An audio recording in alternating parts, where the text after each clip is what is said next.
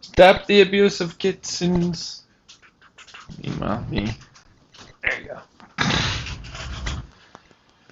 Alright, are we live? Are we live? Are we live? I think we're live.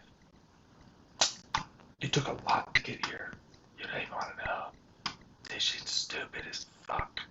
I hate it. You have no idea how much I fucking hated this. Alrighty, folks. Let's get back onto the topic at hand, which is nothing. I'm just setting up that I am live to people. And I'm going to tweet this out. Because fucking why the hell not? Fuck you all for saying I shouldn't. And of course, oh, of course. Fucking course. Of course.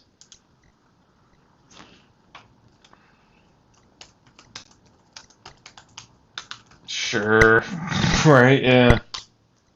Just be like, completely lose all of the things I copied. Sure, it's fine. Whatever. Yeah.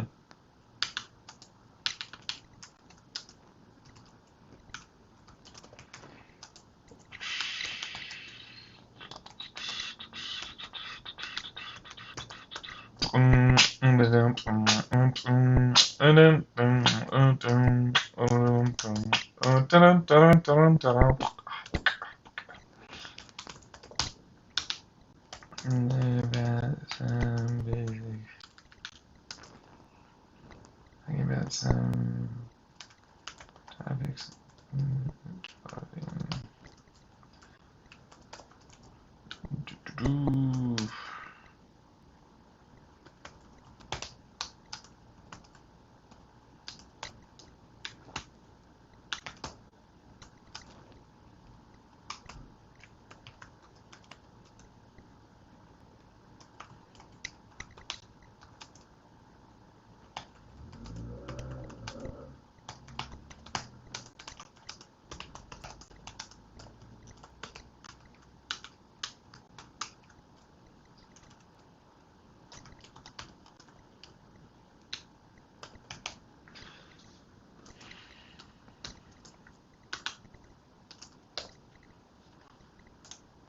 I know, Gen Z has this weird thing where no matter what it is you do, it's like, it's sarcastic and condescending. You have a thumbs up, you have a smiley face, sarcastic and condescending. And like, that used to be like actually showing emotion back in the day. I don't know when this became a thing, but like, that's a thing now.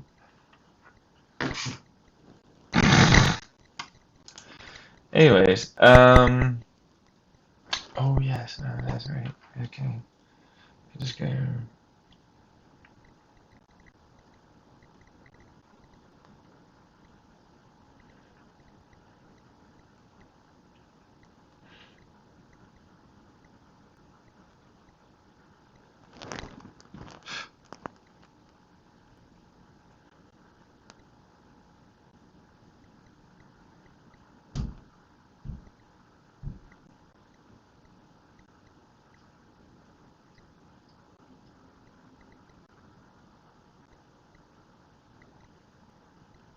Cool. Alright. So, okay, we need to also the thing with this stuff. Oh my god, this is stupid. Another ending garbage that exists everywhere.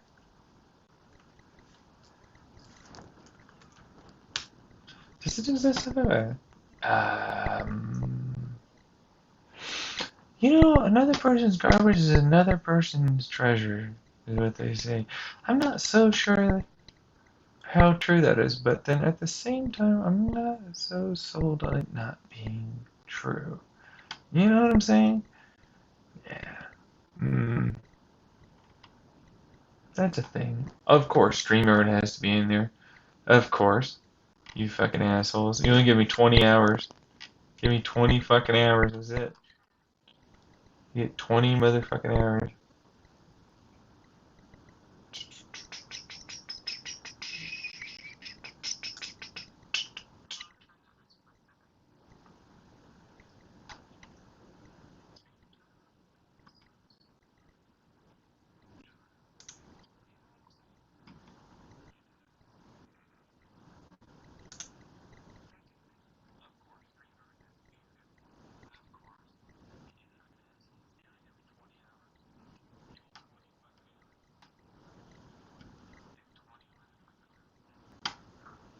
I want to turn this off. How do I turn this off?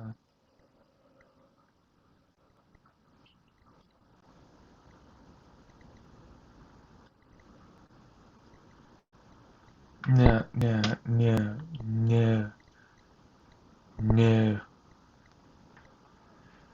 God, fucking damn you. This bastard. Can I just turn shield mode off? How do I turn this off? You fucker. You. How do I turn you off? Turn off. There we go. Let's turn you off, you fucker. You absolute fuck. You absolute clod of a motherfucker.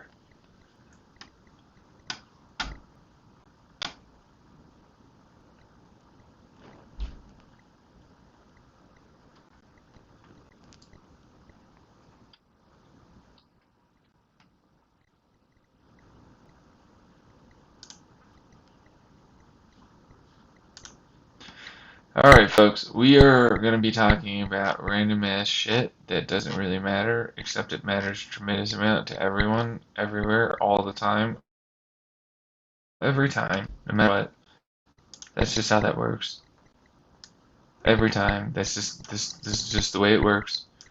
Because I'm talking about it, and clearly that's how that works. Because, you know, that's life. Life is a bunch of people just listening to me, and that's all that is.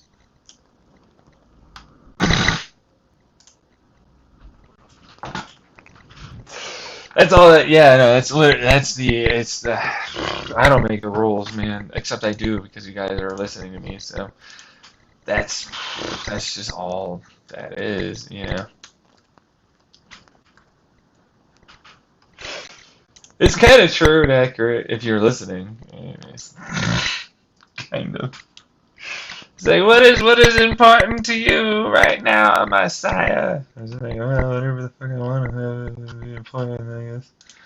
Are we doing the thing with the videos and the stuffs and the fucking stupid goddamn bastardarinos with the not stuffs? And anybody want to talk to me about like what it is I'm talking about? You know, it's a weird thing, man. I don't really.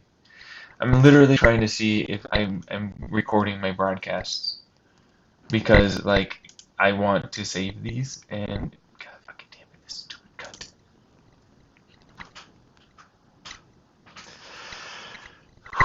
Okay.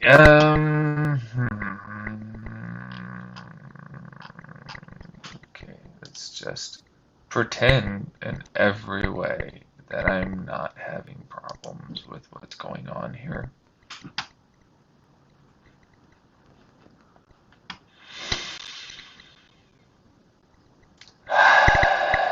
Done. Alright, we're currently broadcasting. We're 8 minutes in. Nobody has watched it. It's a video, though, for sure. That's there. So, we're going to talk about a few things here today. And I mean a few. This is a few things. We're going to talk about quite a few things. It'll be a fucking lot of things. There's a lot of fucking things. We're going to keep talking about lots of things. Oh my god, how many fucking things are we going to fucking talk? Anyways, back to watching the fact that my webcam and that is just fucking around. Let's get to it. Supreme Court doesn't recognize polygamy in their marriages. But we pass gay people, so scapegoating polygamists are a good thing. So that was great. America can never just fucking get it right, right? I can hate this. I'm a polygamist. You know, like, hey, you know, I would like to fucking marry people. Nah, fuck you. Fuck you. Fuck you. You know, I know it's not against me, and maybe it is. I don't know. Maybe some weird fucking shit. It's unlikely, but you never know. In general, they're like, you're having too much fun if you have a good relationship with multiple people, and that bothers us. You must be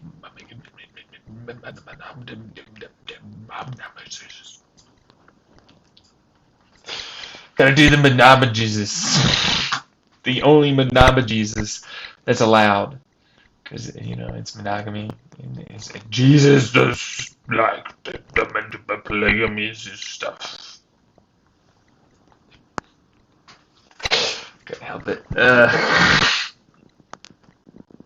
But that's the general sentiment in a puritanical Christianity society that pretends it's not, when it happens to have a lot of its beliefs based upon that stuff. It's kind of shitty, especially when it's becoming more and more accepted that a lot of people can have good relationships with multiple people at once and raise children very, very well still, and in fact actually happen to have a higher likelihood of those children having more opportunities, wider, broader range of cultural beliefs or philosophies, beliefs just in general, because there's more to talk to their parents about without feeling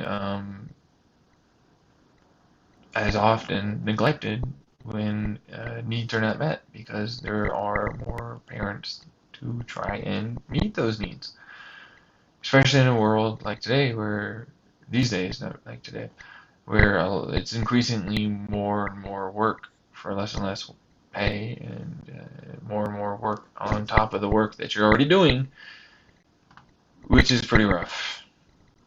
And so, like, more people in a relationship can provide more resources. But also, there's still a lot of, and it's like, we need to do research. I'm like, yeah, polygamy was like the main thing for the majority of like history, and it worked out pretty okay. So I don't know about that. And it seems like this goalpost moving. But we passed this thing that says gay people are able to be married. Wonderful. They didn't add anything. In fact, they literally said, we don't recognize that. That was a really fuck you. That was a big fuck you. I'm not gonna lie. I literally saw that on the Philip DeFranco show today. I was like, okay, okay. Well, I'm glad about this. That's definitely a thing. People should have that.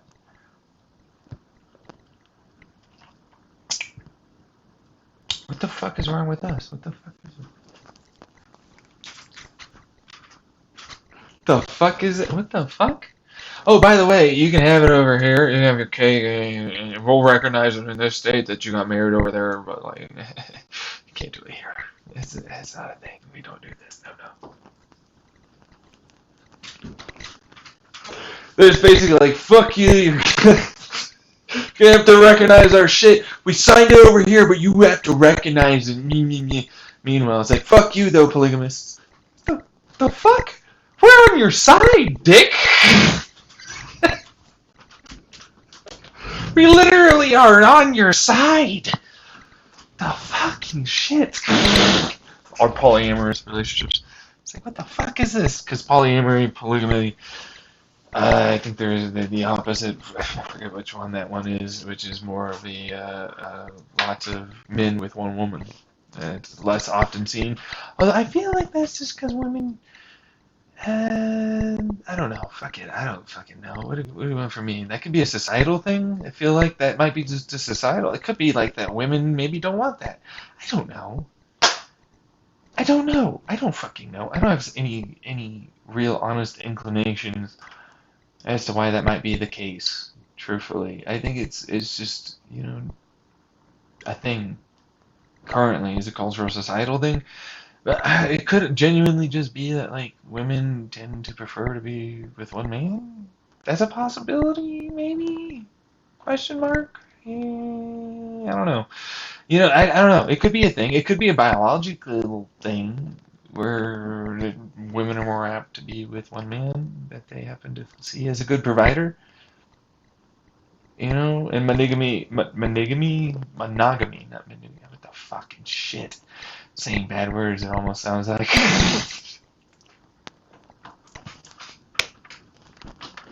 But like, monogamy is maybe more apt to individuals that are looking for a more focused type of relationship. And would still get the bohemian style of parental raising of their children together with the other relationships within the tribe. I mean, often they would typically also, from what we're aware of, trade partners, or it would be shared, or they would be very, very closed off. So, you got the whole thing in that one. So I don't know. It could be like like some muscle-brained idiot is what you probably call him. What I call him is like individual that doesn't possibly understand that it's not a misogynistic viewpoint that would be relevant for that time, because misogyny and this idea of classification, of a hierarchy, of you're better, did not exist for us around that time. It wouldn't make sense. We often use this weirdism, I like to call it, way of thinking, where we're using the 2000s, 1900s, 1800s ways of thinking that have been perpetuated with this belief that misogyny, women are lesser than, bullshit from like Christianity and other religions that we mainly use as our backbone of beliefs and philosophies to interpret what we saw for our anthropological and other studies for very, very old, tribal styles of evidence that we were trying to figure the fuck out what the hell it meant. Like, we have fossil records, we have all these, records that show people did things. We have pretty good records. Not perfect. I mean, what do you want from me? Or any of them? I'm not one of them doing it, and so don't come at me, bro. Fuck you. And what do you want from them? They're only so good at what they do with the information they have. So, hey, suck it up. Doesn't mean that there's always going to be the perfect fucking family that just fell into a tar pit or some shit, and we got a magic fossil record of perfect. It's not a thing likely to happen because people don't want to die. Anyways, we're going to get into the fact that, like, logically here, it doesn't make much sense to have misogynistic viewpoints. They didn't really have misogynistic tendencies. I mean, that has to be created. There's a point where there wasn't misogyny. It has to be created to be there. Otherwise, it's just a strong tendency towards one thing or another because of biological leanings or a class structure or societal zeitgeist with the individual group, and or looking at the monkey see, monkey do method of other groups and what is possibly successful for them. So when we end up thinking about that, it's like, it's unlikely that things were what we believed them to be. This idea of eating meat is kind of weird. The majority of our calories are going to be from the things women gathered. That would have been, and if they take care of the children, seen very, very high up in priority and importance. They would be considered incredibly more important than men. It makes no sense. It would have been a matriarchal society back in the day. It wouldn't have been the misogynistic viewpoint, especially if all we do is run around with a stick and we go poke, poke. It's kind of stupid. Yeah, so it's like all you can think about is poking things with your stick, huh? You know what I mean? And so, I just don't feel like that would have been thought about the way we think about it now.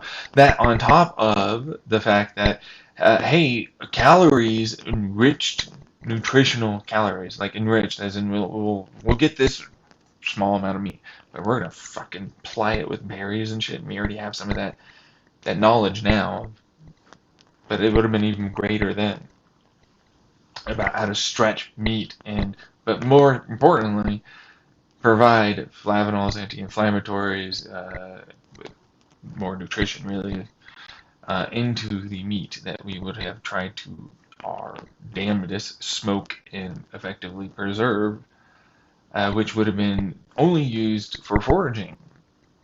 Because, like, why the fuck would you use it for anything else? It makes no sense. You'd use it on the nomadic lifestyle or foraging. You know, it's like, why would you use it for anything other than that? It doesn't make sense. You want to sit down and enjoy your meal. So if you want to have a snack and keep your energy up, you'll do that.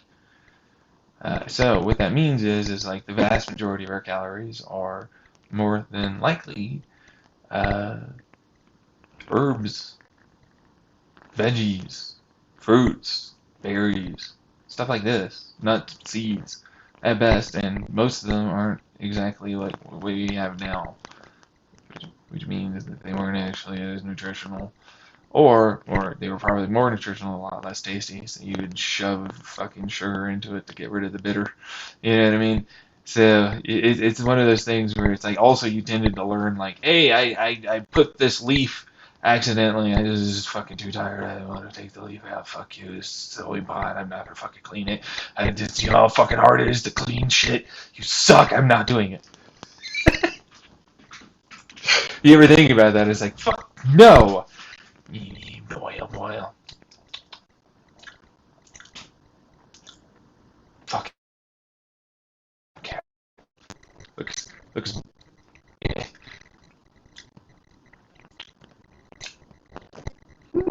I feel better. I don't feel. You know, I got some energy, man. Yeah. You know what I mean? I got some fucking caffeine now, or a theanine, or some other type of stimulant. You know, or hey, guess what? You know, when I drank that, I didn't shit myself all the time. That was nice. When I boiled my water, I didn't shit myself all the time. That was really nice. When I boiled my water and then put it through this like mossy bullshit, you know what? I didn't feel like my stomach was killing myself. Oh my god, it's killing me. And so you would do that consistently and constantly. And so I feel like, if anything, people learned and passed the hell out of that fucking generational knowledge, because it's like, that's what you do. You don't want to get sick, do you? You do that. Kid, teen, other people that are in the tribe, you pass that shit around, because that means you can, oh, you're feeling sick? Okay, I gave you that one. I fucking drank one, and that was, it's just shitty. Now, it's like, yeah, but next time you're going to do this now, and now you're not going to feel sick. Also drink this. Also, that means I get more resources from your ass, because like that means I'm more likely to live, because you happen to also do more work to get more resources, which means more life. So, it's kind of weird that we thought of it like we do. The fact of the matter is, trapping was a far easier method, and truthfully speaking, those knots are just going to disappear. They're going to fucking decay. You have to hope that you can find them really, really far back, because you don't know how far back knots started to become a thing. But trapping would have been easier, and in fact, you don't even need knots to trap. Levers are even better. Just stop fucking holes. Just straight up. Just, I'm going to put a hole here. I put some sticks. I know they're sharp. I would poke a person with a stick bad and die. Stick and ground, they fall. Poke self with stick. This works. They're dumb. It looks like not there. Should work. Now I've got animal. You know what I mean? So it's just kind of silly that you'd think they would chase them down outside of a rite of passage ritual ceremony kind of thing. You know, that's like the Neanderthals. We still like their fucking forearms are massive and this one thing, but then it's like that's because it's a rite of passage. It's like you go in and you fucking go and use your brute force strength, but it comes with a risk of damage and or death. And the only reason why they're going to do that is for glory. Because I can get food. I have food at home, bitch. I have food at home. I have food. Fuck that. I don't want to die unless there's a reason for me to die. There needs to be a reason. There needs to be like, I got something, people know me, all this other shit. You know, the progression and this idea that I continued on after life is the psychological reasoning oftentimes for why you will do a risky behavior. Or, in this instance, a risky behavior that comes with a reward, and if you survive, even greater reward of the tribes. Kudos, bro, you did it. Yeah. Yeah. And so, anyways, the point I was trying to make is that it doesn't make sense, the misogynistic view that men were like the meat bringer, blah, blah, blah. And it's like, everyone learned how to cook. Everybody learned how to boil. Everybody passed any fucking knowledge they could. Anyone that didn't do the damn thing was like, you're fucking trying to kill us. You're trying to kill us. Get the fuck out. The fuck out. The fuck out. The fuck out of here. That's wrong. You're gonna get us murdered. I remember when I was in this tribe and they fucking all died. I was the last one and with my fucking wife, and I made you fucks. You are not getting me killed by not boiling your water. You're boiling your water.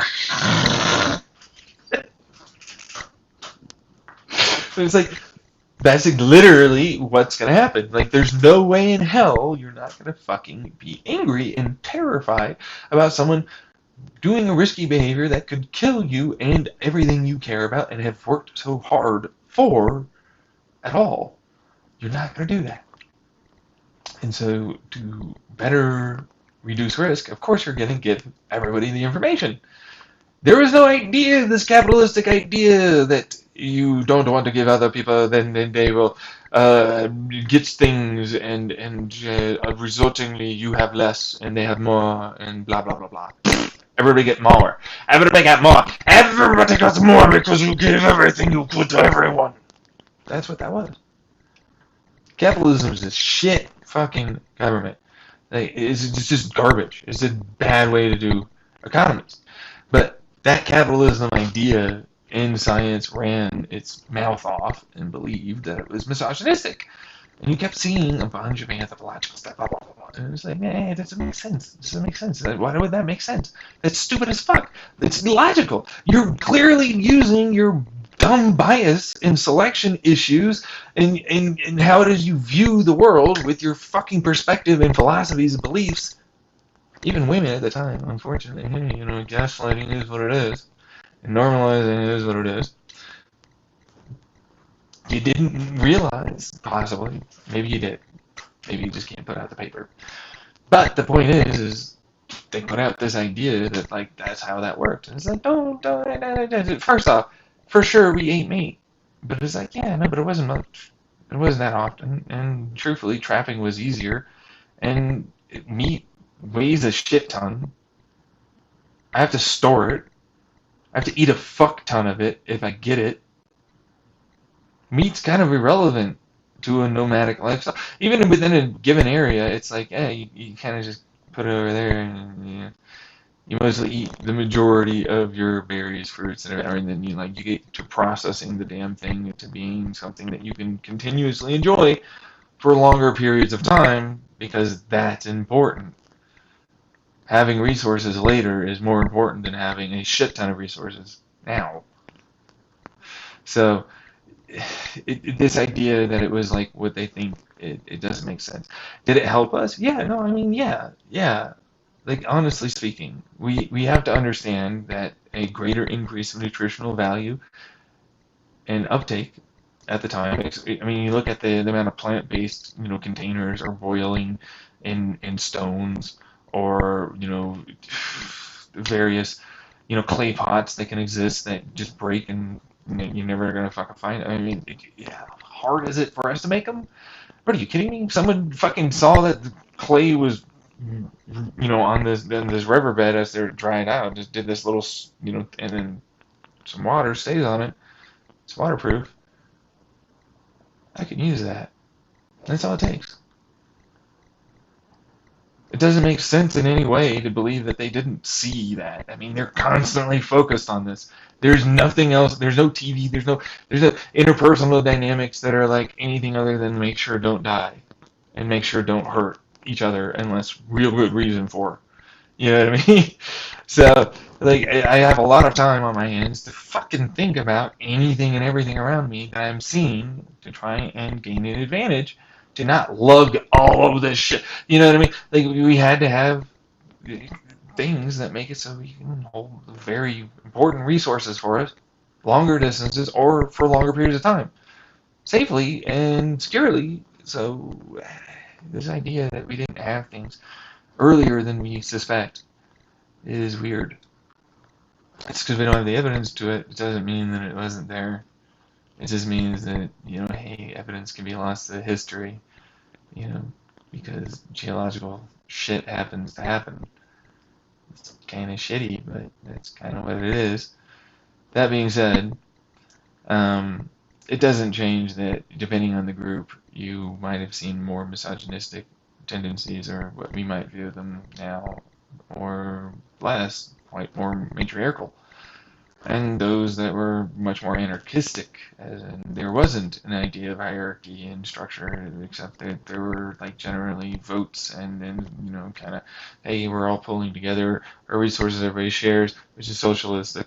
And then like, hey, so like maybe we want to do this. Is that a thing, guys? And everybody kind of thinks about it, that kind of thing. So it's kind of weird to me that we grew up with this idea. They're weird. To me, like, scientists are kind of weird. They never really stop to examine that kind of shit and how that field of study might be impacting our other field of study and how it can change the interpretation of results. Anyways, that is all to say that it was most likely very often we were more polygamists or polyamorous or various versions of this. And again, monogamy is a relatively few hundred-year-old concept, even by Christianity standards, which I think I was told, I don't know how true this is, that it was started over in Russia based upon king and queen bullshit, But even then, it's still like this weird thing where it's like, does it matter? Well, yeah, you're forcing a bunch of people that, for most of their human history, didn't in any way have their relationships operate off of that, and then capitalizing on their insecurities and furthering those insecurities to continue capitalizing. Within their I'm not good enough to please, or I'm not good looking enough. I saw this Reddit, an or post on subreddit, XX chromosomes. I was like, my boyfriend told me that he likes petite, fit women, and now I don't feel attracted to him. And I'm like, well, that seems like insecurity. And you even mentioned it later on, where it's like, yeah, no, what if I change? I feel like I'm not gonna, I'm gonna have kids, I'm gonna have and then I'm gonna change. I'm like, learning that it's okay, they still love you, and you can both work towards a pleasing figure that you're both going to have a good time with. And then there's a stream of comments about this motherfucker being so terrible, and there's no way of changing, and you shouldn't feel, and all that. I'm like, what the hell? The reactionary problem again has occurred. The overreactionary, not believing that this person has a right to be sexually attracted to what they're sexually attracted to, and that is normal. Okay? Some people are much more wide varying, and some people are a lot less varying on that. And realizing that you can be still in love with someone and sexually attracted later, or even, then it can change and vary. This idea that it's going to be the same constantly throughout a relationship is weird. But monogamy perpetuates this idea that you have to do that, and places unrealistic expectations on us to constantly make sure to maintain proper sexual attraction to our significant others. But in reality, we would go through stages, most likely, of being attracted and not attracted and attracted again. Not to mention re-attracted to other people and possibly even having that fun. And coming back and not feeling worse for it. Like we failed this belief we need to be so perfect that they would never go anywhere with anyone else. That's weird. That's weird. Like the vast majority of our lives as a human species, the human species life, that wasn't the case. This idea, and it's a made-up belief. It's a monogamistic belief that's based and made uh, from and has roots in its Christianity religion, and is pretty often something that people don't really seem to examine, where those feelings of inadequacy, unrealistic expectations, beliefs, all of it merging together, and we've all been normalized to it in society, and so we don't really feel as though we're being gaslit, even though that's being gaslit. That's how that works. And so that's kind of how that works. A bunch of people normalized the weird negative behavior, and everybody kind of went along with it, which doesn't make it true that that's what that is. It just means that a bunch of people believed it, which is a false belief system that we often have trouble with. And you'll learn that if you ever go to cognitive behavioral therapy, where we'll have this, false belief of a bunch of people believe in something, and so therefore it must be true, must be more. And that's not actually always the case. That's not how that works. Um, but to me, it's like, hey, fuck us, I guess. People that are polygamists, or more specifically me, polyamorous. I don't care about your gender, as long as the vagina is there and you look feminine enough, and I got the sexual attraction, and with the understanding I still love you and have the chemistry and all the rest of it. That's the more important part for me. Not the idea that you have to be this perfect thing. Well, I gotta admit, I'm not, and this is probably not the right thing to say. It's not, PC, kind of stuff. But I'm not much of a person that likes women sexually once they get past a certain figure. They can get up to a certain figure, and then once they go past that, I don't have attraction anymore. But other people can say the same to me, and it's not gonna bother me. It's really not. I just don't care. But you'll find that angry people that feel that you're now so terrible for being that way because you didn't get upset when I was no longer attracted or whatever, and now this thing, an idea that like, and I'm like, you first off, we were never together, so you're screaming or feeling terrible or whatever about something that never occurred or was a potential that was simply never going to be, which you need to learn how to work on. So that's a thing, you know. Men, women, doesn't matter. They're all kind of the same. Various aspects of how well they hide it or display it, so that way it's more socially acceptable. But a lot of people have it, and a lot of people do it. So I just felt like that was a fuck you. Honestly, I do. I felt like that was a fuck you in every way, because like we're a legitimate fucking part of society, the same as any gay person or bisexual person. It's fuck you. All right. So Nintendo controversy about the Smash tournament thing, World Tour something or other, and I'm like, so Nintendo, I've always said this, needs to figure out a way to reach out to its fan base and be able to have a uh, coexistence of community-based events that are signed off by the company that are not purely money-making opportunities, which is apparently, along with some of the bad actors and this other, apparently Terminator or something was going to go after them, and they did, and it's like, I don't know what to tell anyone, because it's like I can see a little bit on the Nintendo side, because it's like, we don't actually make as much money as you think we do, but we do make money. And like one of the reasons why we make as much money as we even do is because we kind of have to go after people. So I don't know. I don't know, and it's like advertising. I love this one, but it's like it's not really like the equivalent.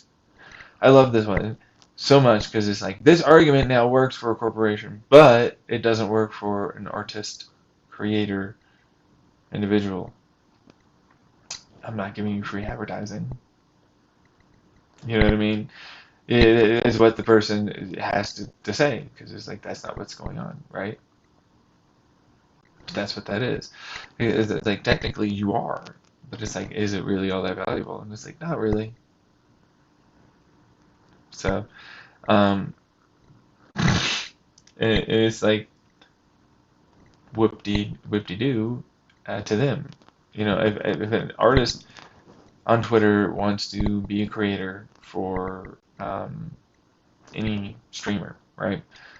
You wouldn't want that artist to believe that they should not be paid for their work. Okay? Same thing for Nintendo. But the problem is Nintendo is a much larger corporation, but they have to have a lot more creators, you know, to do their thing. And it's really weird that people believe that they shouldn't be paid for that. Now, granted, I'm actually on the community side, even though it doesn't sound like it. I'm actually on their side. I prefer the fact that they should be allowed to do this and have like gatherings about this love of these games and these characters, and that, of course, is fostering a strong community that will continue on being good for the people that are there. And the corporation that created those characters and has the rights to them. It's a big deal. It's a huge deal. But you know, it's kind of hard. And so, like, my controversy is like, uh, it sounds an awful lot. Like, if you were going to make that fucking tournament, you really should have just fucking got them to sign off on something and then been really vocal about them being kind of shitty or not wanting to do it because of something else and having enough stink to see if you can change some of the resulting choices made by the companies. So that's what that is. That's where I'm going to leave that. Elon Musk and Apple. You know, I'm kind of tired of Elon Musk, if I'm honest. Elon Musk doesn't, you know, it's kind of boring to me. It's um, Apple is another company that's allowed to do whatever the fuck it wants to do. If it says I don't want to support, even if it is free speech, I don't want to support someone being negative and shitty and racist or homophobic or whatever else to someone, then they are well within their right to do so.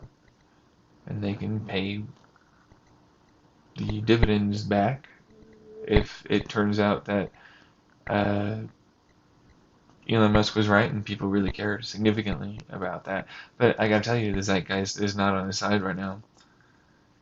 It's not. It's just not on his side. The zeitgeist currently doesn't allow for the idea of people being helped to see a different belief, perspective, philosophy. Instead, it's much more cancel reactionary culture that loves double standards, hypocrisies, and cognitive dissonance to scapegoat a particular group and then use that to gain an advantage for these other groups, thus getting a progress made, but not really that much progress ever truly made. Like the polygamy that we just talked about, you know, we got the gay marriage, but we lost polygamy. And a lot of people don't like polygamy. So, you know, that's basically what that is. So they're probably not on his side, even if it is technically a little bit in the right. You know what I mean? And granted, there's also the other thing that I saw in Filter Fraser with the 30%. And I'm like, well, you know what, to house and store all the apps and to download and upload and blah blah blah blah blah. That takes money to run, and the people need to be paid that run it. Believing it's completely something that should not make profit, especially in a capitalist society. When we're and I'm not actually someone that gives a shit about profit. I'd prefer to all be free. and I believe it could be born that way, just sharing resources correctly. Anyways, um, I'll tell you that it doesn't matter at all, as far as I can tell, uh, about the 30%, kind of.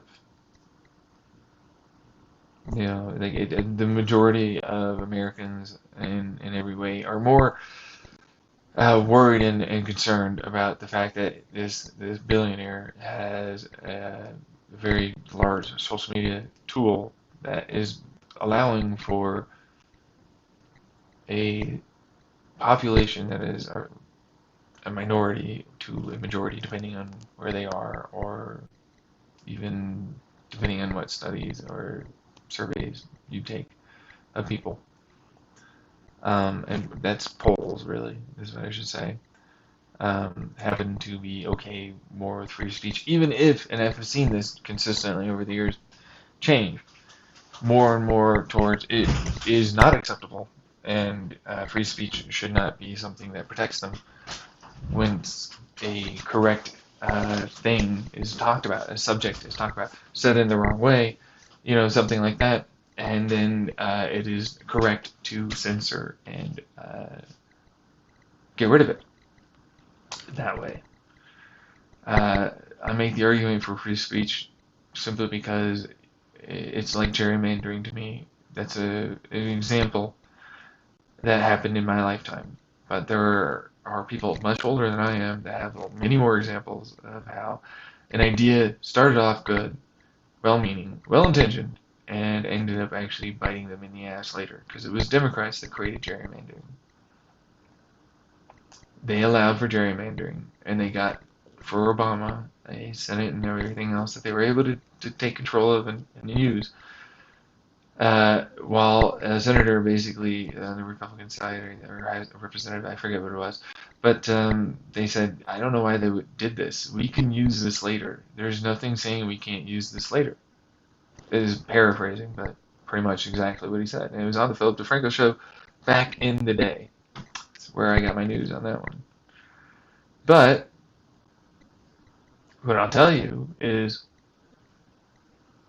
it's effectively the same thing. It's like, look, if you're willing to censor something, and I know it seems that it's never going to happen to your side.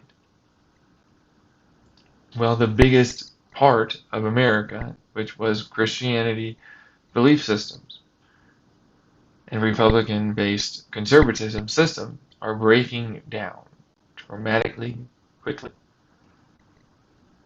Might have taken some time, but we have more communication, we have more tools. The fact of the matter is, this could be used against you eventually at some other point for something else, should the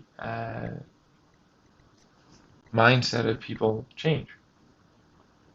And so it's a fundamental right that the founding forefathers knew was controversial because it meant people could talk poorly about the government officials, the main CEOs at the time, company leaders, monarchies and stuff like that, poorly, or try and change what they were doing. It didn't go over very well. It didn't really go that way, but now we're seeing it. And that should give you a little bit of an understanding where I come from on that, because it's like, look. I get that you don't like this. I get that you don't like them, but a conversation in helping them change and believing flat out none of them can change and wanting to understand why someone's scared or unwilling to change is more important to do than it is to try and murder all of them, because the damn thing will come back later and no lessons will be learned. So completely snuffing out their ability to communicate is not actually going to happen. For one thing, the internet's free fucking space. People can create servers. There's money there to be made, and people have money to make servers and run the shit. You get advertising. And if anything, you further separated the people and the likelihood that they are willing to simply discount something different than themselves instead of having a conversation, and immediately react poorly in a violent to angry manner before trying to be calm and try to understand where the hell they might have come up with that idea or where it might have come from to begin with, ever, and why those ideas seem to be a thing. Okay? And so to me, it's like the Elon Musk thing, well, on one hand, is kind of a good thing, but it's kind of like not a good thing. You know, if he was preaching about like the very thing that he was talking about and what importance it actually plays in like trying to help people foster a discussion and cooperation, then I'd be more on his side. But he's not doing that. That's not what it's about. He's doing the child teenage kind of thing, or that's great. We need to go after these people that are, or help these people, not go after, help these people, be these, these terrible versions of themselves, you know, and it's stupid, honestly, because it's like, that asshole jock racist, and you're coming to his defense after he shoved a fucking, Indian kid into a locker after almost beating him to death. He's dealing with some issues, sure, yeah, but he should still be not allowed to do that. That's not okay. So, and then you get help and then get out of his fucking family situation that's making him believe that that's acceptable. It's shit like that, he's not preaching really what he's trying to say he's actually good for, and he's not doing it. And that's kind of the problem. And then the Apple thing is 30%, which their store, make your own, I guess. But then everybody knows the monopolistic, and it's like, oh wow, billionaire suddenly has this sudden understanding that there's monopolistic styles, which are oligarchical, but not really, but you kind of get the picture. It's like certain people have maintained majority control of certain markets. Google has had their fair share of court cases about that. Apple has, Facebook has, but we all turn a blind eye because it's like it's good. It's like it's not though. So, Alzheimer drug, possible alternatives. Okay, so there's this new drug, seems to have a zero point 0.5 point percentage, or 0.5 point cognitive decline over average, less than if they don't take it, which to me is, well, for those that have a great response, wonderful. It is not enough in any possible meaningful way for me to see it as being reasonable to approve. And then the very real side effects that come with it are like almost fucking ridiculous to consider as a reasonable alternative, or a reasonable medication to take. So there's this other alternative where I don't know how far they're and again, gravity of the situation grinds us all to focus, people. Alarm, hey, wake up. Ah. There's a focus on the fact that there are other things that are shown to be reasonable evidence to doubt the claims of tau proteins being the primary cause of Alzheimer's disease. In fact, if anything, is a signifier of something else, is what we've come to find out. Now, there's a protein enzyme that apparently they injected into rat brains after they gave them Alzheimer's, which improved their cognition and memory retention and tasks for standard memory tasks, things for that rats do. Right, we're talking about rats though, so caveats, grains of salt, hold on. But they saw a massively increased percentage of help for those rats than they did with the human studies for the tau protein removal. But they're also injecting enzymes into their fucking brain, so with needles. That's super fun. Granted, I saw it on my Google News feed a while back. I think that that could be a decent, possible avenue of approach that's different than what we're currently seeing because, again, we have seen that complete removal of tau protein consistently actually doesn't seem to improve cognition as much as we believed. And it wasn't the primary cause, if not anything else, just a signifier of something else going on that is causing Alzheimer's. And so what we have currently are some good evidences to a couple of surgeries or increased cerebral spinal fluid flow through the brain, especially getting good sleep, and which helps clear that stuff out, the proteins and the waste. Or there's this electromagnetic system apparently where you can help move out more of that waste and improve the cerebral spinal fluid um, efficacy of removing waste, um, which appears to seem to actually be pretty significant. Not perfect, but significant, and that it should be researched more. So, and those are in regular people, not rat brains. Those are regular people. So, the main grain of salt is they're not adding to anything that we didn't already know. It's just we're proving that we can do these things. That's what they did with that study.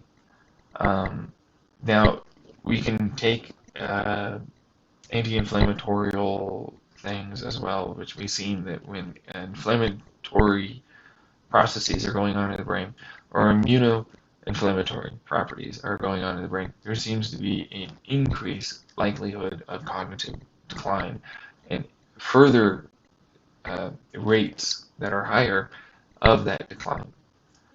And so it would be an interesting endeavor to see if we could study a way to provide both of these. It's like provide us evidence. And I'm like, go fucking Google some of this. Like honestly, these are Google News study feeds that I fucking go over months. Some of them are like the rat brain one was like a few days ago, and I tried to fucking find it. And for whatever reason, when I went on my Google News activity feed, it was like, oh, you only have up to November 11th. I'm like, I'm fucking using it today. There's no way. Nope.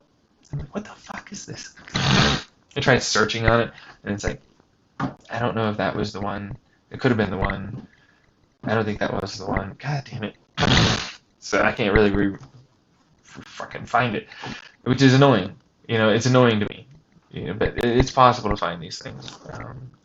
So that's all that is. But like that's a thing. And the significance of that study was like it was like really really significant. They use the word significant. Like that's why I keep using the word. But to me, significant is typically in the 20 to 30% range on average of benefit or difference between norm control group and non-control group. To 80%. It really depends, man. Man, I fucking hate non like exacting stuff. But significant usually means 20 to 30 to, if they really want to go that far, 80%. And it's kind of annoying because otherwise then you go most, which is usually 80 to 90%. You know what I mean? So it's kind of but the point I'm trying to make is it warrants further study. It warrants further study and to see how efficacious it is for us humans. And if we could do that on top of a control group and being like regular, then you have just the cerebral spinal fluid, then you have just the anti-inflammatory protein or inhibitor or whatever it is, and then on top of that the rat brain enzyme protein, and then all three, and to see how significantly of a stoppage or decrease of cognitive decline there is, would be far more advantageous as a decent study for this kind of thing. My belief, though, is it's easy enough to say that we have figured something out like we did with the tau protein, and we didn't really actually understand the mechanism of action, MOA, for the reason why Alzheimer's has occurred. Especially when we notice some people happen to have very large tau protein concentrations, but do not have the same reported cognitive rate of decline. And on top of not having that, actually don't have other adverse symptoms.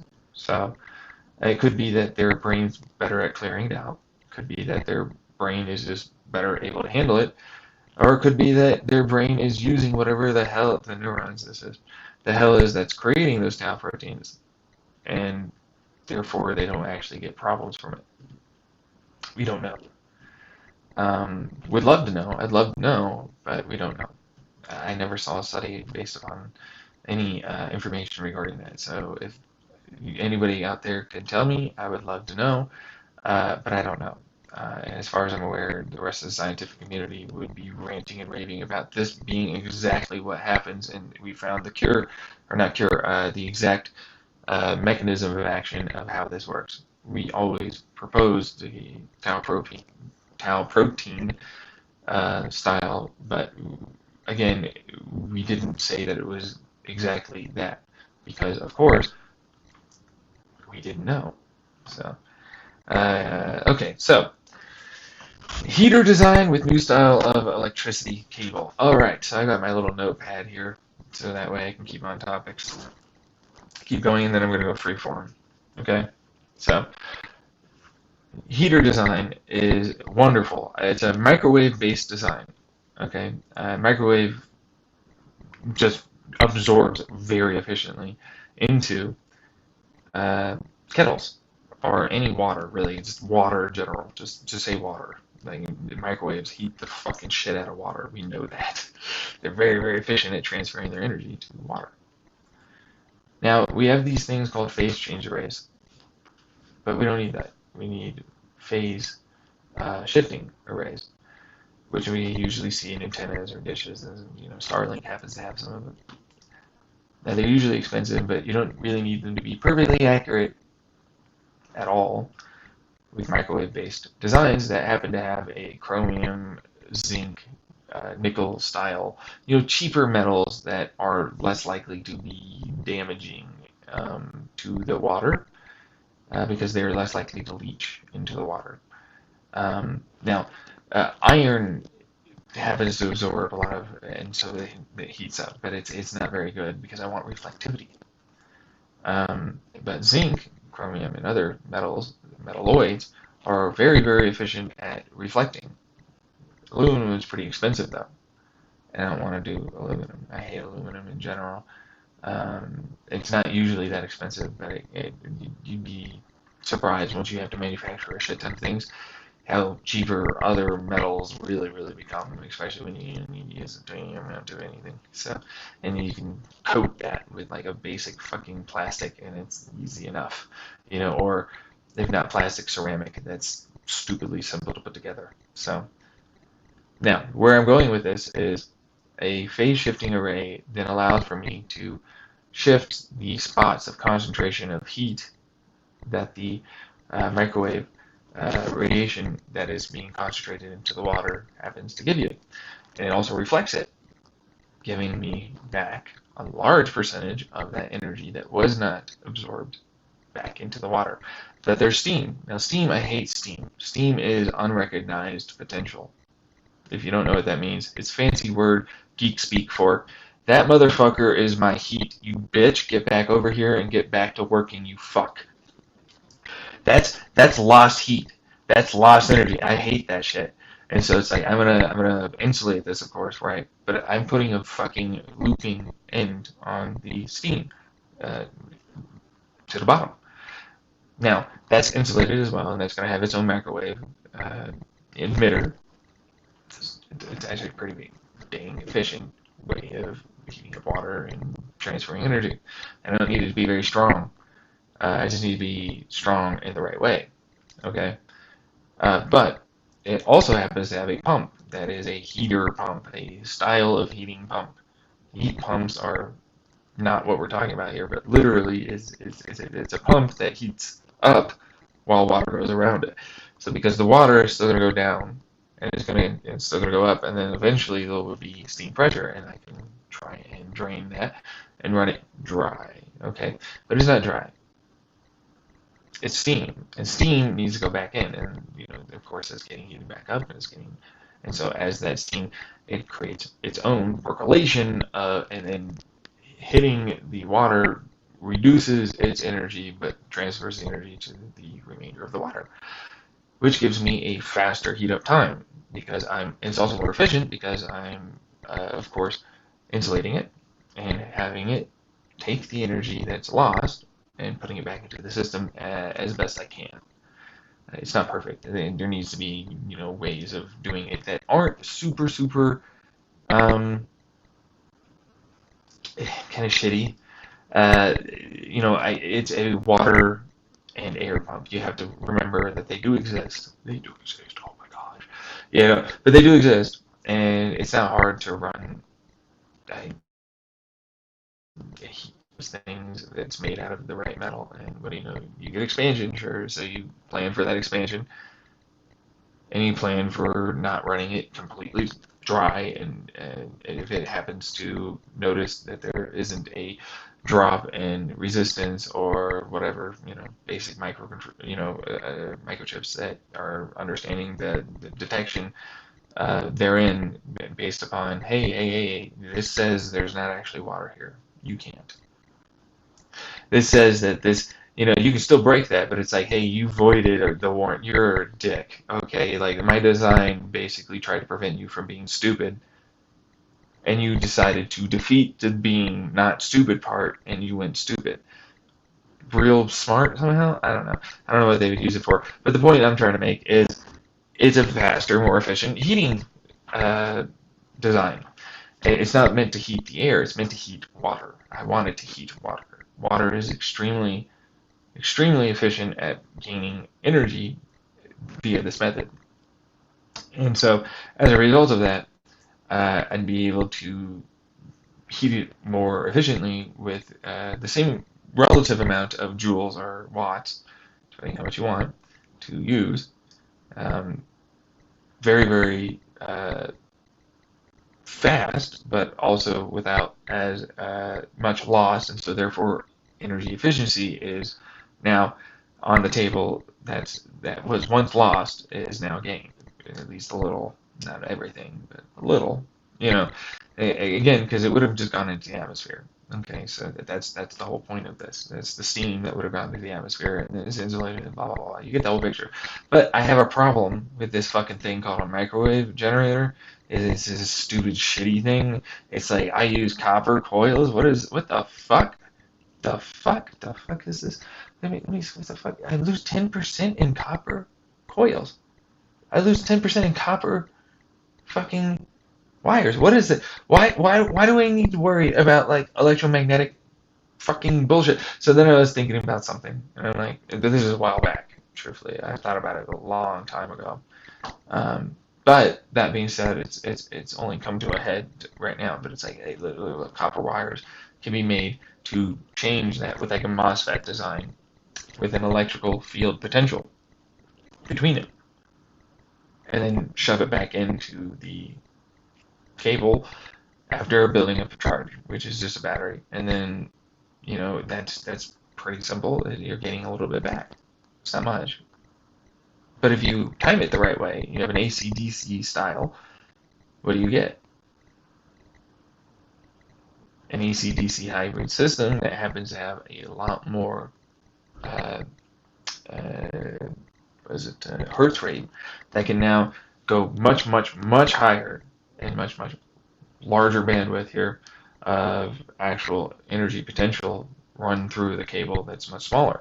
And so therefore it is more efficient at transferring energy, which is really, really big deals and could be amazing. But It's like, fuck it.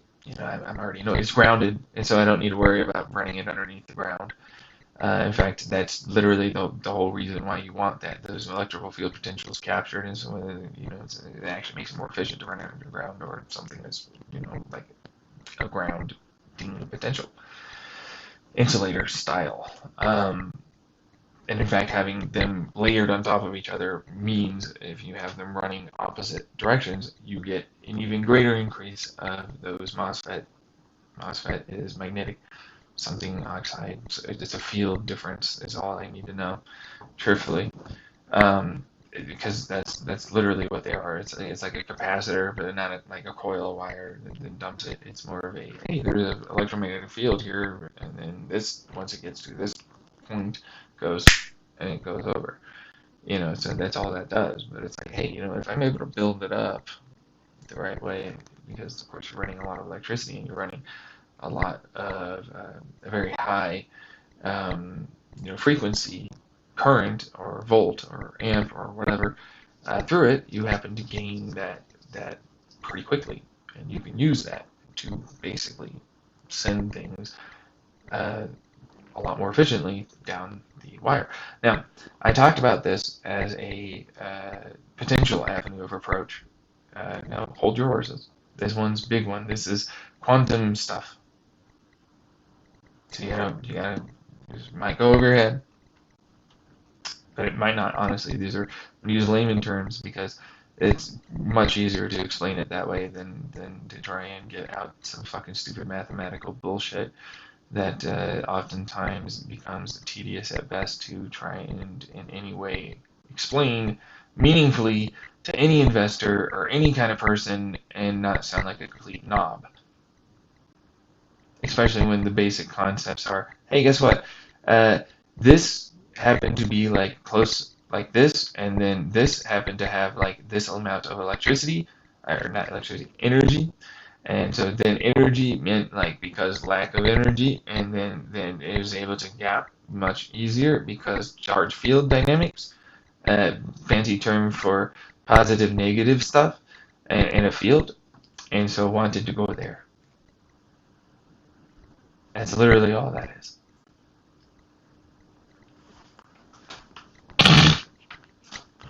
Which is just boring, talk for like, so the electron jumped over to there.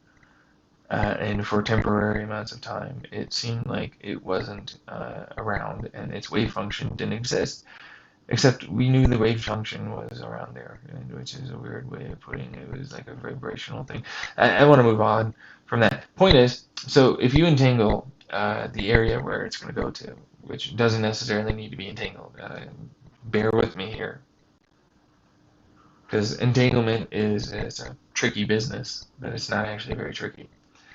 In fact, if you get close enough, apparently it's good enough to allow for interactional play that can significantly increase the likelihood of a quantum tunnel event to be close enough to thinking it's there already, and therefore will go there, more likely. And the further the distance is that you can travel to get there, oftentimes. Now, if you happen to know that there's a negative version, like supersymmetry negative, blah, blah, I hate supersymmetry. I personally, supersymmetry doesn't make any real sense to me, especially when you can explain it by vacuum particles on fields.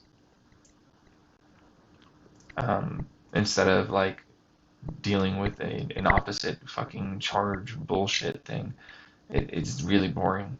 The way that works, it's just lame. In fact, you should have seen things at this point that confirm it well before we've gotten to the Large Hadron Collider. I mean, that's just what the Standard Model predicts. So that's a big elephant in the room in a lot of scientific studies that people don't want to talk about. So, but what I say is that it's a vacuum particle that travels along a wave. The wave, by the way, the field and wave are not the same thing, and the vacuum particle doesn't exist. but it's informationally like it does exist there, which is a true chaotic, but it's not chaotic. In his mind, it's not. It knows exactly where it is. Just like for our mind and our purposes, we don't know exactly where something is because we're terrible at determining things and fucking actually measuring anything. I don't want to get into that. But I don't, because like every time I think about it, it's like, why don't we just amplify the charge field interactions? If we know that they happen to exist, why don't we just amplify them as it moves through a tube? And then get really good at predictive analysis through chaos theory mathematics on a quantum field standard model. Using string theory should be easy enough to have indirect methodologies or indirect interactional play that you don't really believe are happening, but it's like this thing jiggles here, but then this thing over here is going to move, that's going to move, it's going to move, and we know chaos theory mathematics says that that domino-like effect should happen, and we know that there are fields there that do interact. We do know that some of them interact, weirdly enough, without the very extremely high energies that the Large Hadron Collider happened to make occur, to have fleeting times that they happen to interact large enough for us to detect with some very bespoke detectors that are less than ideal to detect the minutia details. And so every time I look at the standard model, it basically says, we're kind of shitty at doing this.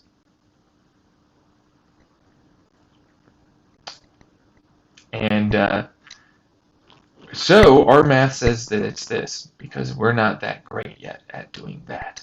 And so we're all pretending like it's this, but in reality, perspective-wise, we are fully going to be well aware that it's going to change, and we will get to a point where we can change that and no longer view it in the perspective we currently have to say we have, because our tools are not as good as we would like. Specifically, we have been creative enough to come up with I love this one. It's a laser field grid array that happens to contain a moving plasma, cold plasma, kind of like a Bose-Einstein condensate, but I'm not looking for that. And it's a tube. You fire, let's say, a hydrogen atom through it. Now, the hydrogen atom, if it's close enough, is going to interact with the laser and the plasma. We know that. We just know that. It interacts. It doesn't interact the way you might expect, though. But see, that's the problem. It does. It interacts exactly how you want it to. Our predictive models are blah, blah, blah to me. Do the thing first before you say no. You'll understand why I'm talking about this, because you can amplify that interaction down the line and gain a understanding and a detection that's far greater that you can then work back from and denoise that data and ultimately end up at a point where you know way more about what the fuck it's doing and what fields it may be interacting with, even possible orbitals and even greater interactions. That's just one method. I have a few, but that's just one that basically breaks like some of these things down in a more minutia way that doesn't require very shitty large sums of energy to be spent. Now, so we already have a paper that happens to state that a larger quantum tunnel effect does occur when entanglement happens to be involved, or near entanglement also happens to be involved. We have actually quite a few studies that prove this. They call it, I don't give a shit. It's irrelevant to me. I call it this. Okay. I don't really give a fuck what the hell they call it. To me, it's like a bunch of, I have this lingo. I'm super smart, and therefore, if you don't know what this means, and I'm like, blow it out your ass. I don't care.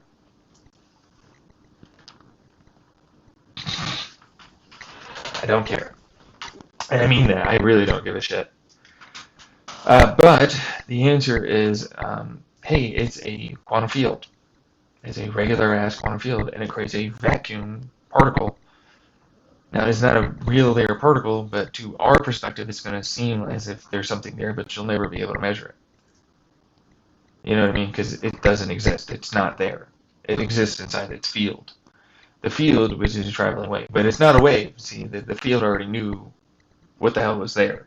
And in fact, because fields are infinite, okay, and they don't have to obey the entropytic version of time that we happen to go through, which happens to be very curved thanks to our acceleration and gravitational mass. We happen to catch up to it moving through its own version of relativistic space and time. Now, it seems like a wormhole. It seems like it just pops up. It seems that blah, blah, blah. I don't give a shit. It's not. There's no such thing going on with that. It's just a tunnel. It just happens to break down its information instead of producing a photon or electron trying to escape its orbital field. It would instead pop into a field, and it would then go to, hey, I thought I was over here. I'm there. Okay, and so we know that. And so it happens to get there before it seems that it happened to have its wave function. Superposition is what you'd probably view it as, but it's not. It's not a superposition. There's no superposition. You didn't superposition it before you decided to transfer it over. Although you can do that if you do it the right way for chips. You can turn it into a superposition, have it entangled, you collapses, and then you detect that, and then you can have that electron or whatever it is move on over to the next logic gate and set itself up again, and you can go vertically. And it happens to not really gain heat. There's no heat. You gain electricity resistance heat, like that kind of thing, conversion, quark heat stuff. That happens to exist within inside the material that you happen to use for transferring the electron on over to this next stage and area of superposition and collapsing states is somewhere else. That's what you get. But you don't get heat from the transfer moving over. That's not what happens. See, it loses its heat. It changes heat to breaking down mass and information into the field movement. Okay, so the field to it in our version, okay, because this is funny to me. It's like, hey, why is it, do you think, we experience a 3D world? We have curved space-time. We know that. Just because we have two eyes doesn't mean suddenly we're in a 3D world. Just because we have a perception like that doesn't mean we're in a 3D world. And in fact, there is nothing that states this implicitly whatsoever other than observations that seem to think that they're like that based upon an entropy version of time, which is inflation and, of course, the idea of quantum vacuum pressure alongside of this nothingness force. And I don't call it's nothing. It's like actual nothing. That's why I call it nothingness force versus like vacuum pressure, because vacuum is actually giving us acceleration. Nothingness force is an actual vacuum. It doesn't have anything, but it has to produce this idea of movement. Okay, so and that's momentum, and that's what starts the process of becoming potentially something that can be done. And it wants to collapse back into not existing. And so if it gets enough information around it, then it'll start to interact just enough to have enough momentum to then pop up and drop down to its metastable state. That's the nothingness force in my style of what the universe happens to use. It uses these three forces. There's three. Quantum vacuum pressure, which isn't a force, I know, blah, blah, blah, but that's what that is. And inflation, that's always been happening. We just happen to slow down and, blah, blah, blah, blah. And then the fact that there's a nothingness that's trying to fill itself up because nothing can't be nothing. It needs to not be nothing for it to be nothing. Okay, this is a very counterintuitive concept, but because it exists, it needs to make itself not exist. That's its physics of reality. And so for us, we exist on a skin, like a 2D holographic. That's why it's always so flat. It's very, very big. When we examine the cosmic style size, it's very, very flat. It's a very relative, you would think it'd be curved, right? But it's not. So it's not going to appear that way. All the stars, planets, it's still 3D, whatever, but it's like that's why entropy, because we're always writing that. And it gives us just enough movement. See, it's like we're expanding to some place to move, but see, we're always being contained by the entropy that we're trying to effectively push against, and then also we're being pushed and pressured to move, and then this is getting pulled. It's both forces to basically allow for us to move, but we don't exist in the quantum vacuum pressure. We exist on this tiny little thin fucking film that happens to exist there. This one's mine, so give it a rest. If you don't like it, I don't care. I happen to believe this, and it fits quite well. It totally works for your black holes.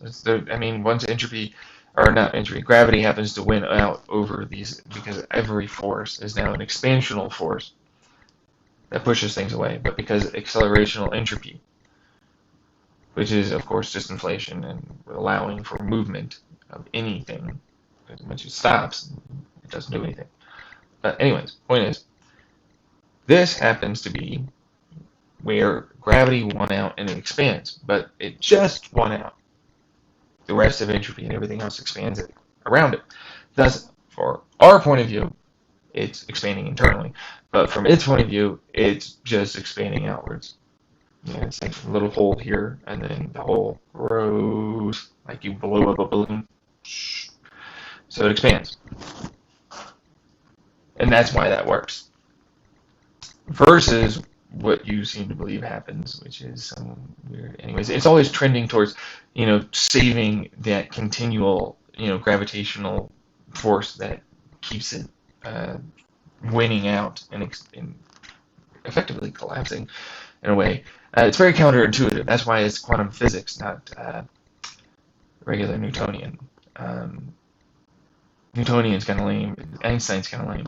You got to be more intuitive to a perspective outside of yourself than a perspective that is inside of the bubble you're in. So, anyways, the point I'm trying to make is that the fields are literally, basically, to its perspective, have no real distance between them. Any given object at all. It doesn't matter how far you go. It is almost effectively nil.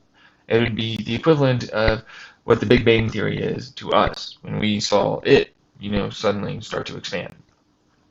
But you see, to an outside perspective, it would be in no way, shape, or form much different, except there is a little bit of space, a little bit.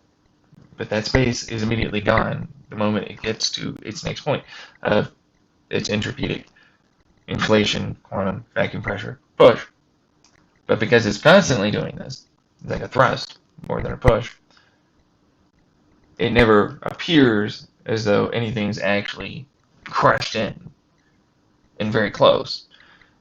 And because it's always spreading out, but because it's always being curved back in by, of course, that inflational vacuum pressure and also inflational inflation. Now, the nothingness force, I love this one, happens to be, and I love that, I mean this, I'm the one that coined this shit, and as far as I'm aware, I've never heard of anyone else use it. So, there you go. But, it's everywhere. It exists everywhere in between everything. And that's one of the reasons why, because, it needs to not be there. It's like, hey, dude, I'm not nothing. I'm now actually something. I shouldn't be here. Vacuum pressure. Space. Anything to fucking fill me up. I don't want to be. You know what I mean? That's what its whole fucking deal is. So, like, that's the whole point of it. Anyways, the point I'm trying to make is, for the quantum tunnel effect to be occurring, it's not really occurring the way you think. It's simply breaking down into a field that happens to be already effectively there. And our entropy basically just catches up to it, which makes it appear as though, for our perspective, Einsteinian relativity, that it traveled faster than time. It was there before it happened. It didn't.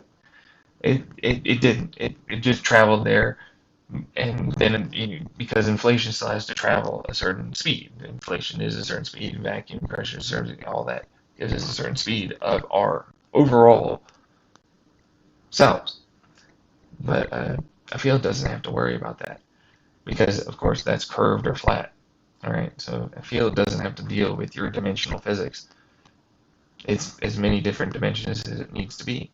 And so that means it can get there faster in another different dimensional aspect direction, and therefore arrive seemingly faster than we perceive it to be reasonable to have done. It's not a wormhole. There's no curvature of space and time. In its perspective, there is no curvature of space and time. It simply traveled the fastest A to B ray road to there. We just got up to it. So that's how that works. And of course, it's not a wormhole because there's no hole. It never creates a hole.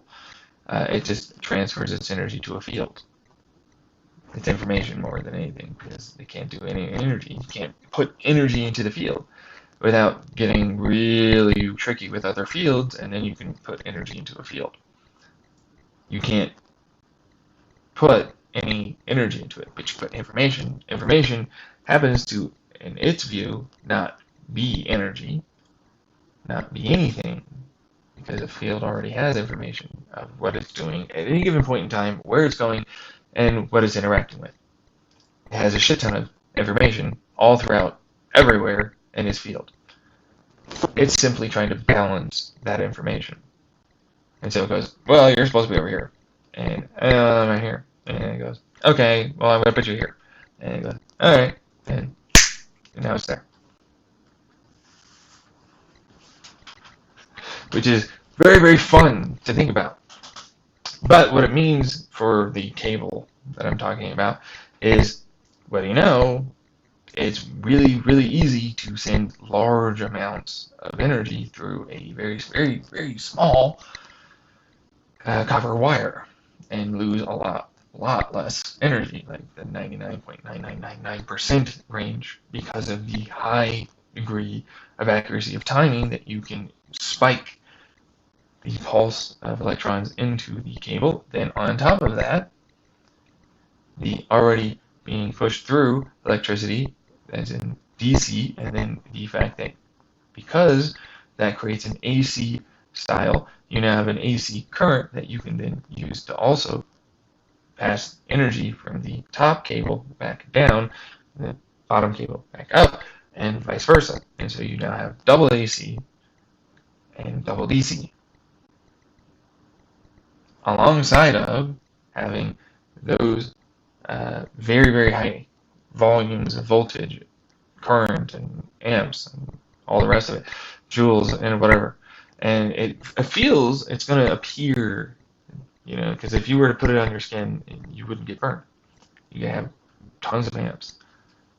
But because they're already riding a wave that they want to travel, they're not going to really try and separate. Which effectively means we're using quantum versions of informational transfer. Kind of. Again, it's very kind of here.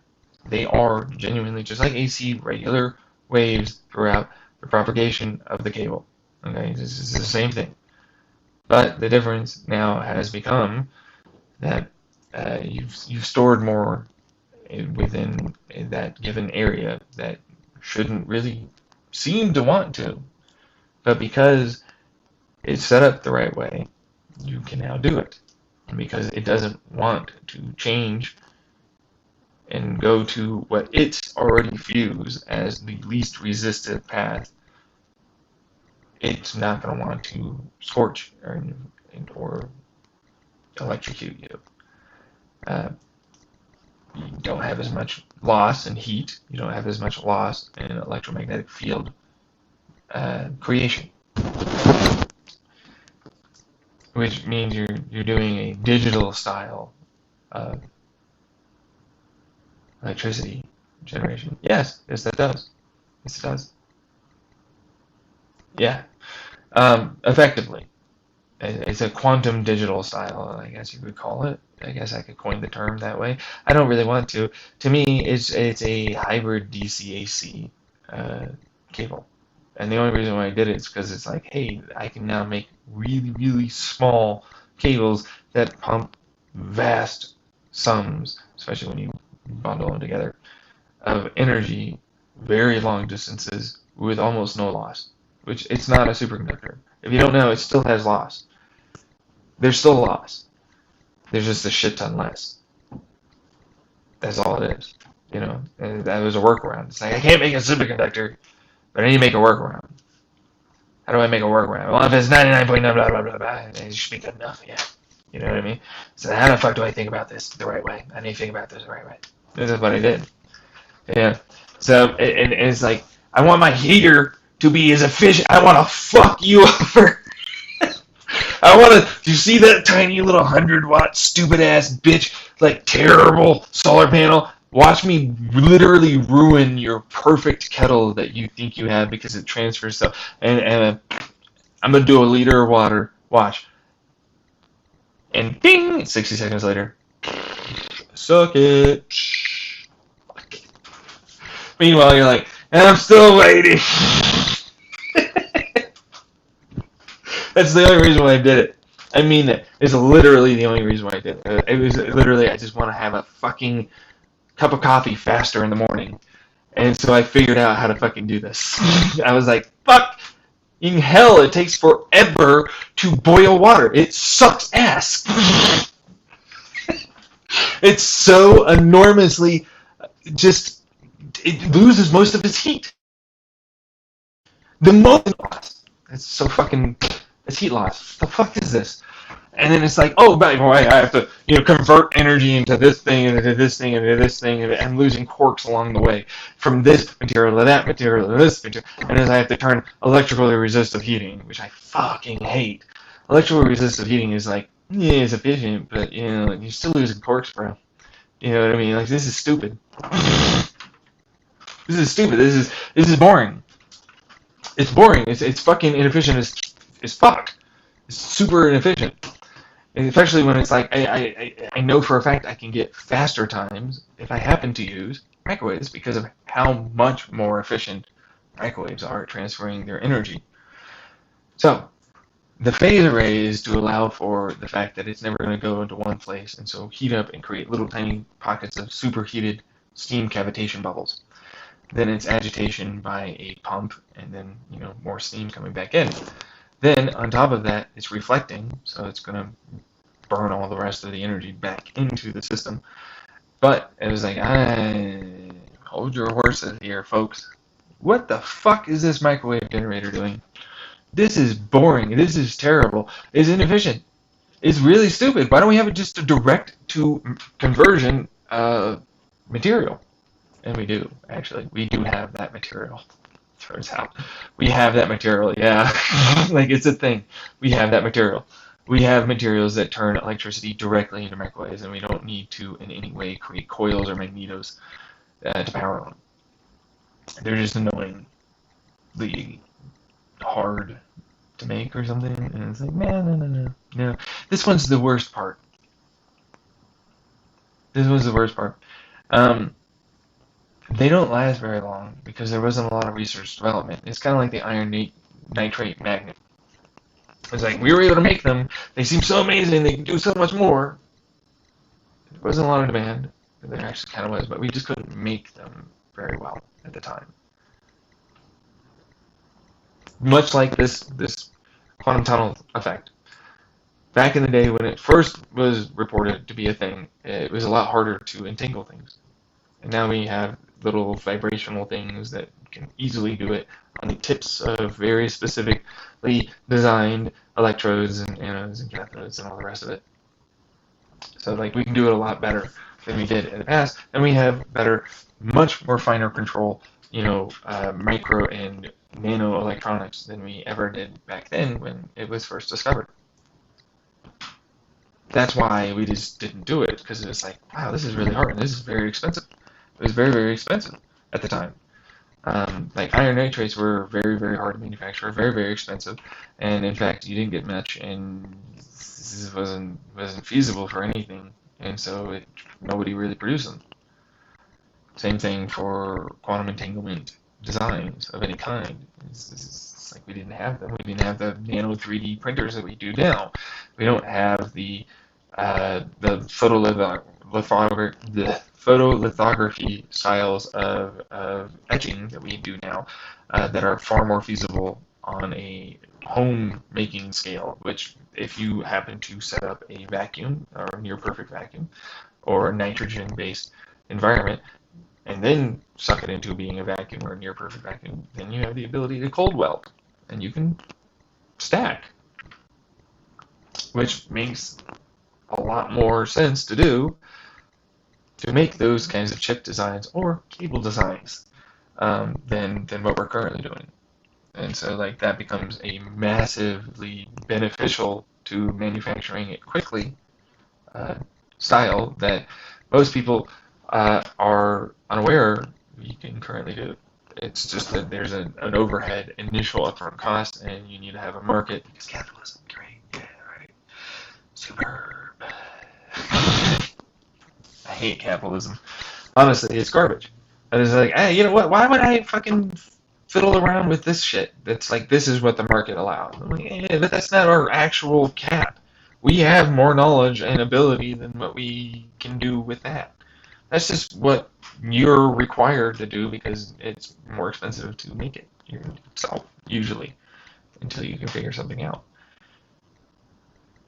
That's what that is. And so it basically limits the hell out of our design and our manufacturing and everything else. It's garbage as fuck. It's really shitty. So, but what I'll tell you is this: these are my designs, not someone else. These are my designs, the Unreality's designs, and I have an actual name. If you ever want to talk to me, please do so. I'd love to figure out a way to do this. But the electricity cable is literally just meant for that. And so like another version of that microwave generator, especially since I can create the internal volume to make it, directed towards itself, because I can 3D print this. And so that means I don't necessarily need the reflecting material where the creation of the microwaves are. I need it on the rear, behind, and the bottom, because I can just dump all of that and then phase change it, or not phase change it, phase shift it, and then get it into different areas, and then I can basically pump back the lost energy that I would have lost as steam into the system and get my efficiency back. And then I also have this ability to send large amounts of extremely efficiently delivered power directly to these things on a very simplified style of power delivery sort of thing.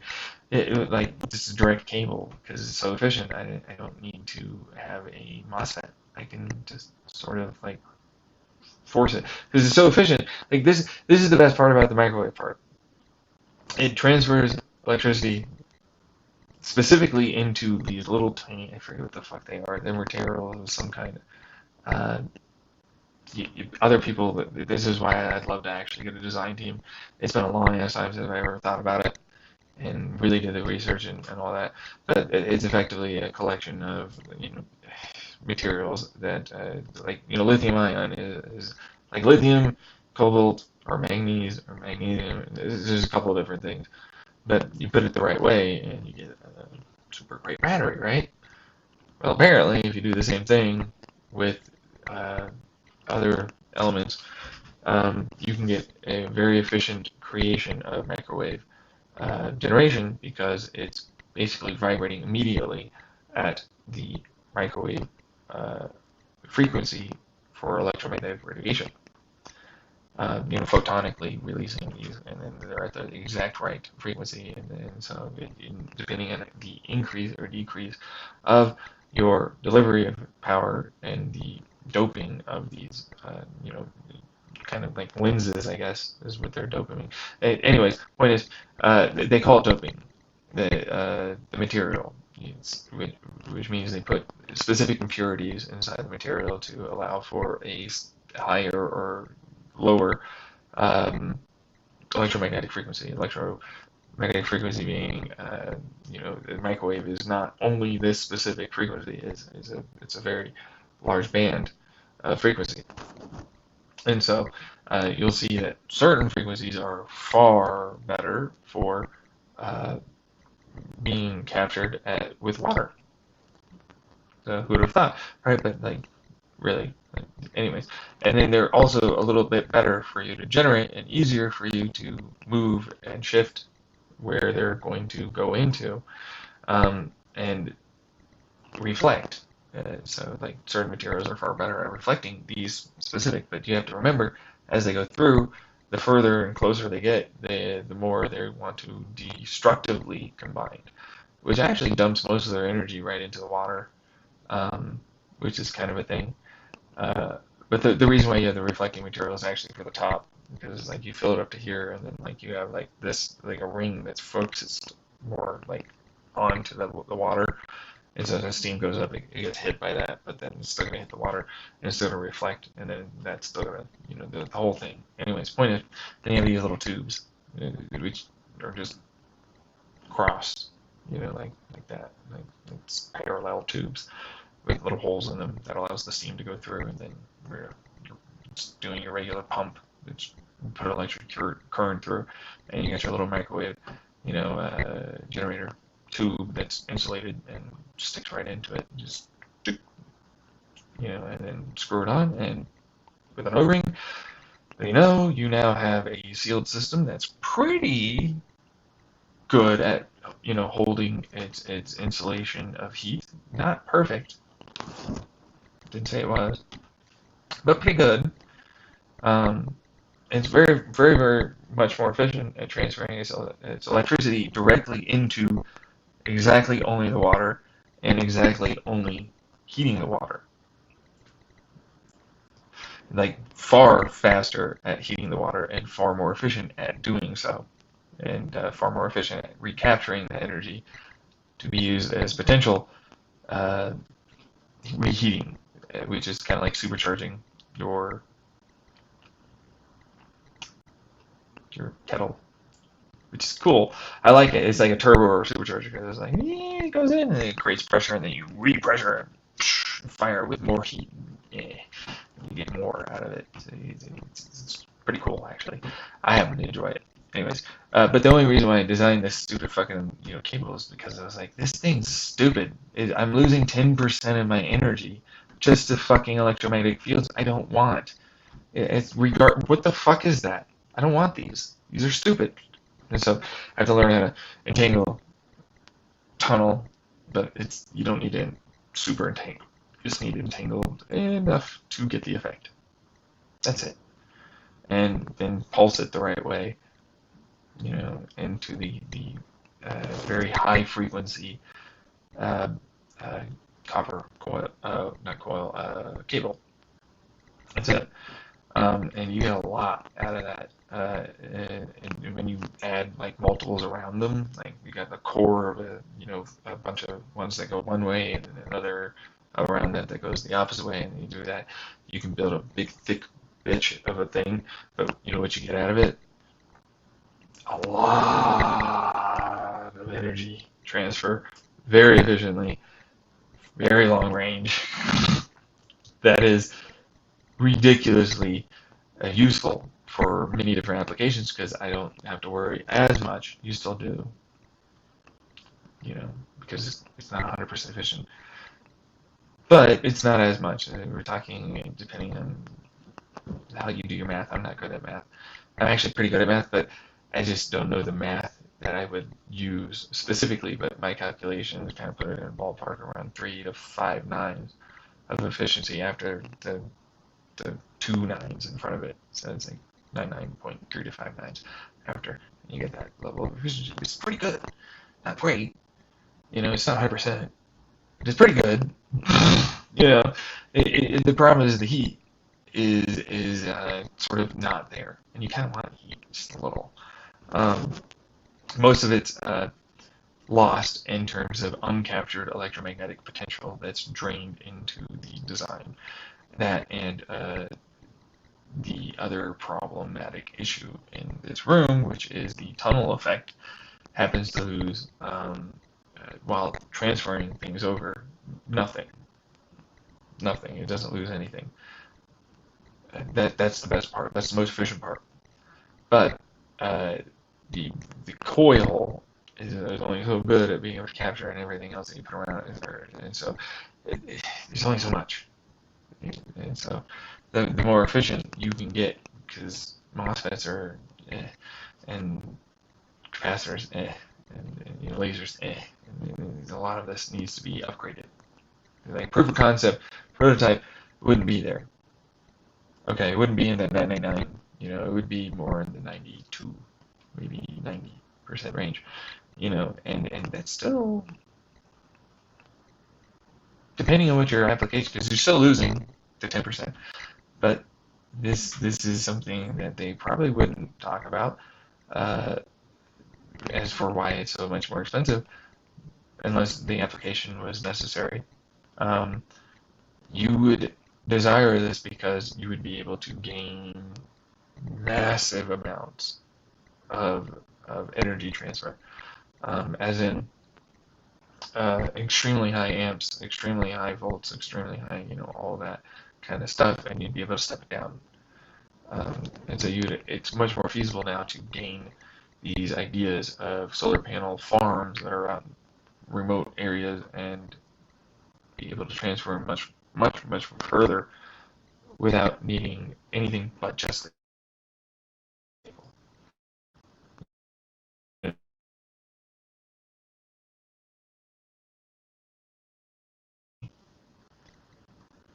Cut out there for a second. I don't really personally think that it would be in the 90% range. I do believe it would be further in the 99% range if we could do it right. In fact, much, much, much further if we could do it much better designed for that application. But that all remains to be seen. But what I'll say is that like the chip design is effectively another version of this, but we make a superpositional occurrence before the transfer of the electron. So it says it's electron, superposition, right? Just before it decided to try and head on over out of its orbital, which for us would be entirely useless because I have no idea what it did. It's so noisy. There's no way. Well, over here it's not very noisy, and it's going to go there. And I now detected it the moment it was there. Before, technically, that thing occurred. Technically, it still occurred. But, it looks very convincing like it's before. It's not, but it looks like it. It looks like it's there before, but it's really not. Not from what I happen to believe. It's not. And that's my version of physics. Sticking to it happens to work with how it is I conceptualize things. So, regardless, but the point is that it does get there quite quickly. And what that ultimately means is I now have the ability to detect that as it collapses because fucking it's still noisy. It might be less noisy, but I have the ability to detect it the moment it's there and know because there is nothing there. In this version, it's a vacuum field, which is not really a vacuum field. I like describing it like that. It's a set of fields and charge fields really, that mimic like the idea that it's doing the same thing as this other atom or electron happens to be doing. It believes that it's over here, but there is nothing actually there, which we can do. There are always opposites, and opposites like to attract. Not to mention, it's not really an opposite. It believes that it's the same thing over there. But once it hits its field, it doesn't know that it's not, already there for one thing, and then also it's like, wait. The fuck? The shitty fuck. I am way different. If you don't know, it changes. It has to change. It just lost its mass. It just lost its information, outside of what the information was just before it went in. You know, it still has heat, it still has all that, but it's just informational heat. It's not really there. So, but what it means for you and I, people, not the hardcore mathematics and very, very, very intelligent still people, um, for what it is, I mean, there's a standard way of thinking and wisdom in their field, and so outside the box thinking, counterintuitive thinking is very difficult to add in, and as a result, I'm very. That's why I acted that way, because they annoy the shit out of me. They have these big pompous fucking looks on their face and very pedantic anger, and believe they're better than others for nothing. Anyways, the point I try to make is that it, during its movement, is not going to appear as if this is a vacuum field, which isn't a vacuum.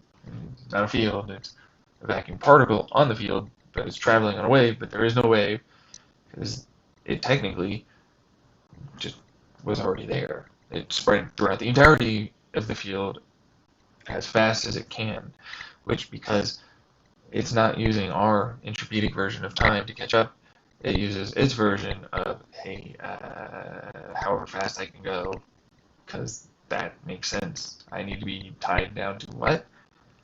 I don't have to be tied down to that. Nobody said I had to be tied down to mass, tied down to expansion, tied down to anything. Nobody. Why do I have time relative to you? Technically speaking, I shouldn't even technically have time, but obviously I interact with things, so that's my version of time. But it's not really there because, hey, guess what, folks? I'm trying to do it as quickly as possible to get rid of like fucking nothing as far as everything and balance itself out and put it exactly where it needs to be, or whatever amount of energy needs to be there, and so on and so forth. So the entire field will do its dimensional fucking timey-wimey business, which isn't really timey-wimey because there's no time. It's no fourth dimension, but the idea is like, hey, what do you know? It's basically able to compress itself for that information, but it's not. It never compressed anything. See, it's connected on that aspect in a way we would never imagine. Because this is there and now I touch. Meanwhile, it's like I'm literally everywhere all at once in my body, everywhere all at once, everywhere else, and I'm touching that wall and I'm, everything. That's how it would do itself all the time. So to it immediately had the information in all places at once and found its place immediately, and now it's there. That's how it does things. If you don't think about it in a dimensional aspect like that, then it goes, it's weird. It doesn't make sense to most people. But if you can do that, then it makes a lot of sense. And so that's the best part about that. When it comes down to it, you think that? It's kind of easy to do.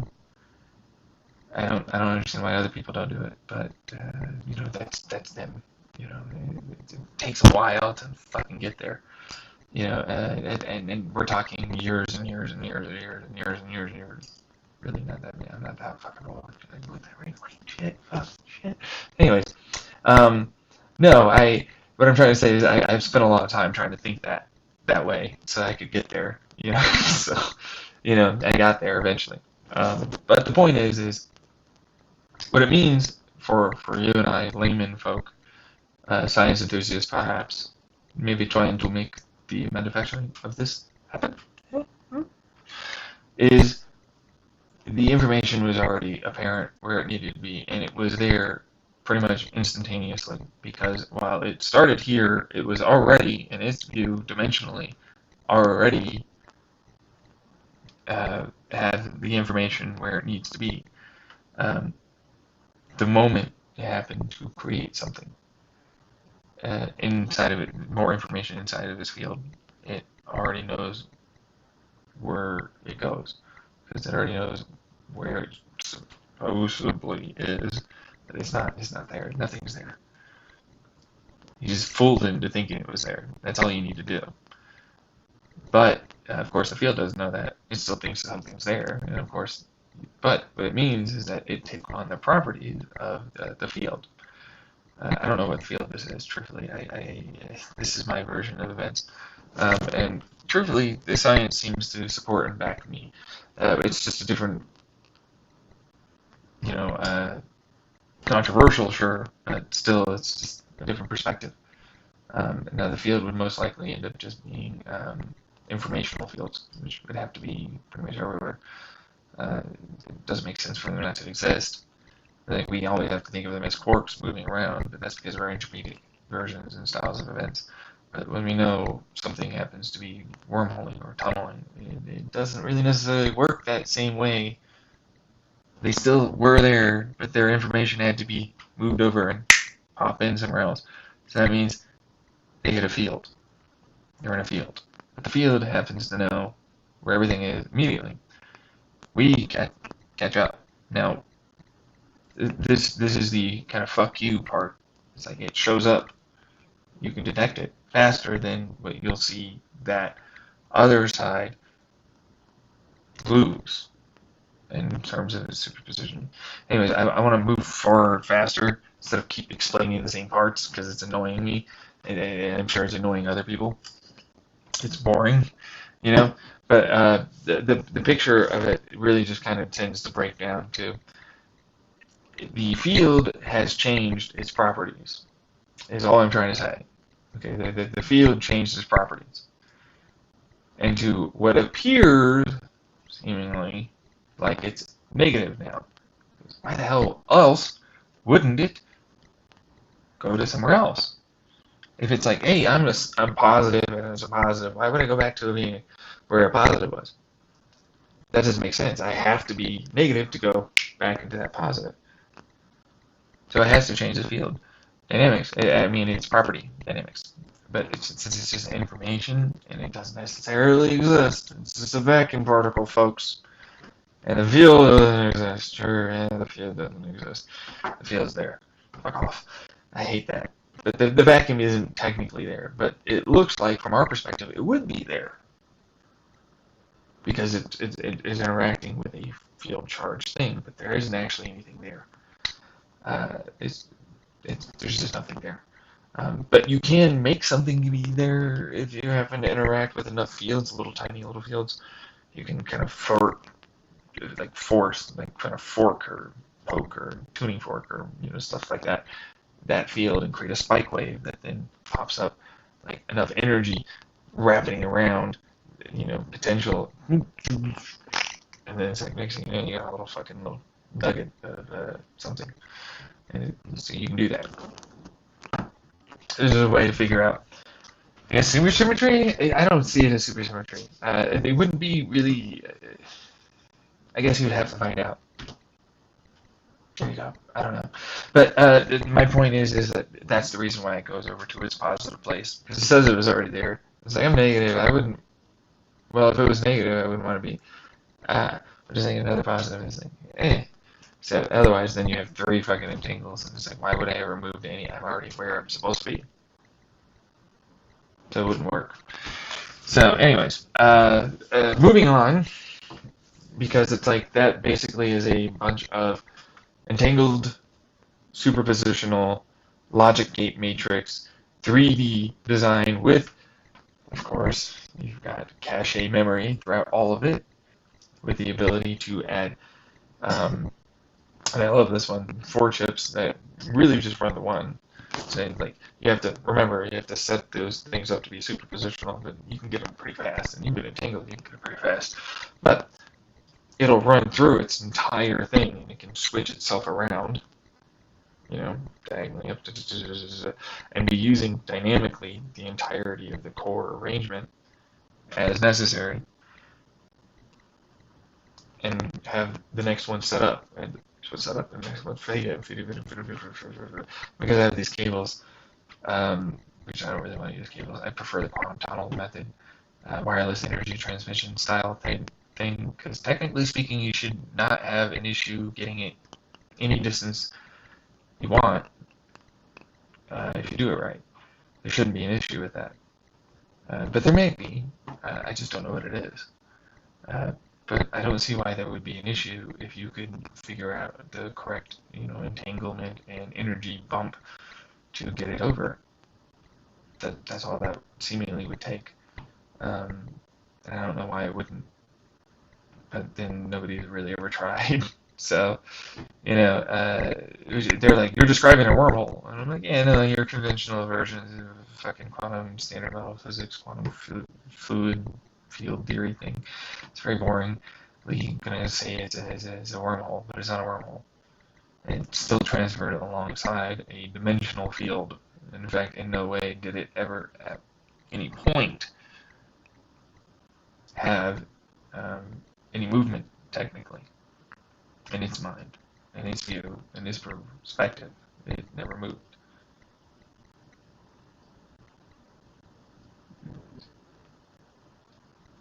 But, which would be like a wormhole, but it's more of a tunnel. Uh, Tunnels are not wormholes. Folks, you have to remember, tunnels are not wormholes. Uh, just so you know. And I'm afraid of wormholes. If you didn't know, standard conventional wisdom is very, very shitty about wormholes. Wormholes do happen to have a creation of a negative compressed space and time, but to its relative perspective, we're actually compressed. So it's a big old long tunnel. And things like to go into that tunnel.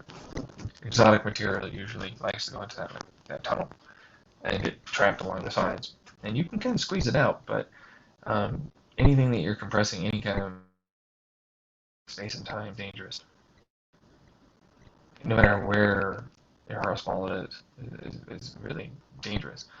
Um, it's very, very, very, very, very dangerous. So it's never really worth it to use wormholes. But there are other versions of quote unquote wormholes. But that's the actual only real wormhole that technically is a wormhole. Although there are other ones that are a little closer to that, but then they're not actually technically doing anything. See, I like this one where it's gravity. Okay, gravity happens, or fields in this instance, happens to do this thing where it has to transfer its information of, I'm going to fucking pollute my life. Okay, now, it happens to have another version of its own vacuum particle, but it happens to be constantly connected at every time, point, place, and space, everything is. But that's an actual wormhole. It's always connected. Like, it's always there. This, it was never even there. It never even technically touched the field. It was already over there. That's why it's not a wormhole. It's a tunnel. But this is now a wormhole. And it actually has its whole like distance that it has to try. But like it's just a vacuum that technically isn't a vacuum. Remember, it's a vacuum particle. Is a facsimile of information. And so what it happens to do is it keeps telling that thing this amount and like this direction, stuff like that. But it has to transfer along the field, and it has to catch up with us doing our entropic dance with time and space and everything else. So it slows down, and it also happens to feel like it needs mass for that field. So it has this idea that it has mass, which slows it down accordingly to us. There's an entropy, there's time, it's like it all works out to being slower than the speed of light. But the vacuum particle exists constantly with a little tiny wormhole at any given point. Everyone has that. And so you can technically fuck around with that little field if you can get it in between that wormhole. And you can jingle it just enough to then swap with another regular ass shit, particle, and next thing you know, it's inside of its wormhole. That's how I store information in my designs for memory, because it's like there's technically infinite amounts of distance between very close particles. I'd say technically because my math doesn't allow for there's no such thing as infinite. And I'm like, well, nothingness is an infinite point of like you can't get past. So I'm saying no matter what, you can go all the way up to create enough potential and it'll fucking launch you up, and you can even go back down into this point of where you're near the nothingness point, but you'll go back up. Okay, that's kind of like pressure differentials. That's why I like quantum thermodynamics and quantum pressure theory. Okay, quantum pressure theory is a big deal because it's like quantum vacuum pressure is a type of quantum vacuum pressure, which is vacuum pressure, but it's a type of quantum pressure. But it's also a heat value, but it's not really. Heat is kind of a dick. Heat is not what you think it is on that side of things, because people think heat's entropy, and that's what moves us, and that's not how that works. So it's more of a vacuum, lack of pressure, too much pressure here, and it's already inflating that way, and so what do you know, you get movement. So that's how entropy decline works, in my theory, my feelings, my theories, my hypothesis. And it happens to work very, very well with a lot of the mathematics and everything else that we happen to view in our observations. Now, moving back to quantum thermodynamics and quantum pressure theory, it happens to be incredibly important to talk about the fact that, like, the lower you go, technically speaking, the less pressure and more pressure you get. It's not what you believe is the equivalent of us going higher in atmosphere. And all of a sudden, we're going to explode or some shit. But it's actually the reverse. See, as the lower we go down, the more the opposite we'll end up having, because as you go down, you'll end up having things spread out, and then all of a sudden pockets of very, very dense things, particles, wave, field, whatever interactions are starting to occur, and it can even mimic on those small scales, and might actually be life there. I said there wasn't, but there might actually be. And truthfully, I don't see why there wouldn't be. But it'll start looking an awful lot for our ginormous selves as if it's a smaller version of us. And so we're going to now start expanding. But that expansion then, of course, what do you know, there's a lot of stuff, technically more stuff. And you would think that we would actually start expanding. We're going to do a very weird part, which is we're going to effectively start absorbing things, okay? Because this is where dimensional aspects become very important, because those fields are now far more dense. They're pressing with a lot more energy on you. And those particles are a lot more difficultly small, and so they wouldn't be something that we would detect in our hadron colliders. Now, as you get closer and closer and closer to that point, you eventually get to a point where you are basically as dense as you could probably ever get. But you won't notice that. But you're not dense, actually, because you're the opposite of dense now, which is a weird thing to say. It's very counterintuitive, okay? It's a very counterintuitive thing. Because remember, you're getting closer and closer to the very edge of your time that's expanding away from this vacuum point, which isn't a vacuum point, it's a nothingness point. Vacuum is still something. You have to remember, nothingness is very, very odd to our ideas inside of our relative perspective inside of a universe which has stuff. And the idea of nothing is like empty space. And it's like, that's still something. Space is still something. That's still a thing. It's not nothing. Space is something. Nothing means no space. Nothing means no time. Nothing means nothing. Okay? You have to remember that. So, as you get closer and closer and closer, you get expanded, actually, but you get more and more dense. So, cat's down there. So, you get incredibly dense, but also you are at your literal least dense you could ever be. And so for you, if you were to touch yourself, you would feel hard as hell. It would be very, very difficult to understand in our idea of how things would move to Newtonian styles. You would effectively be the hardest substance possible. But you would actually be the literal least dense material to ever exist. And you go float back up, because you have to then create a very, very, very specific field that breaks you down into information or otherwise something else that allows for you to technically travel back in time. That one's kind of rough. But what you are doing is breaking yourself into a superpositional potential state. So you will go back up. If you do it really bad, you should actually go back into nothing and destabilize, and effectively you'll go back. And it's like deleting information. Well, actually, yeah, you will delete information. There's no conservation there, except for that there is a set amount of energy already there, and it knows that, and you just made it a lot easier because you lessened that pressure to equalize that exact same amount of energy coming in. But that energy coming in, which is a bunch of whatever random particles and everything else, will literally in every single way have no information whatsoever, and they will be wherever it is necessary for them to pop in out of all of the things that are to be. They'll have no information regarding you, literally, other than they popped in, which means you could literally perfectly measure mass and energy, but that's it.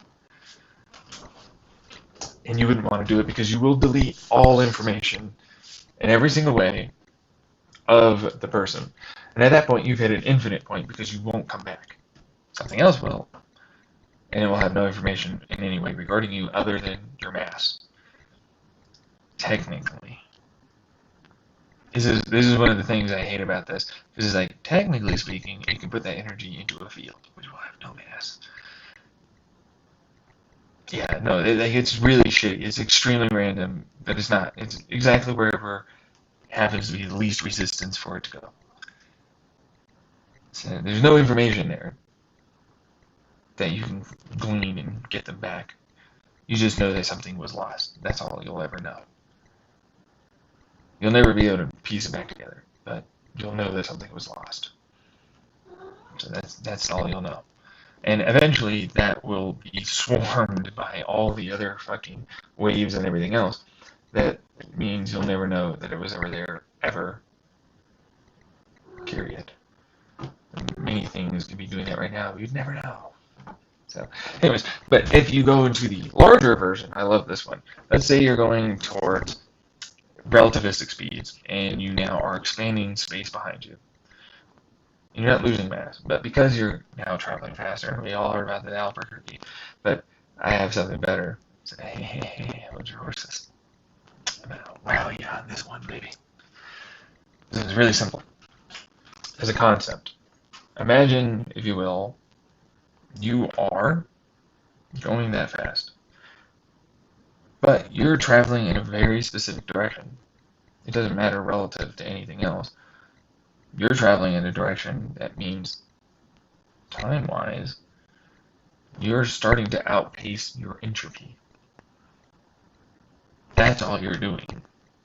And you're still traveling a direction. So you're not going to go backwards. Sorry, folks, you don't go backwards. You're still going forwards. You're not going backwards anywhere.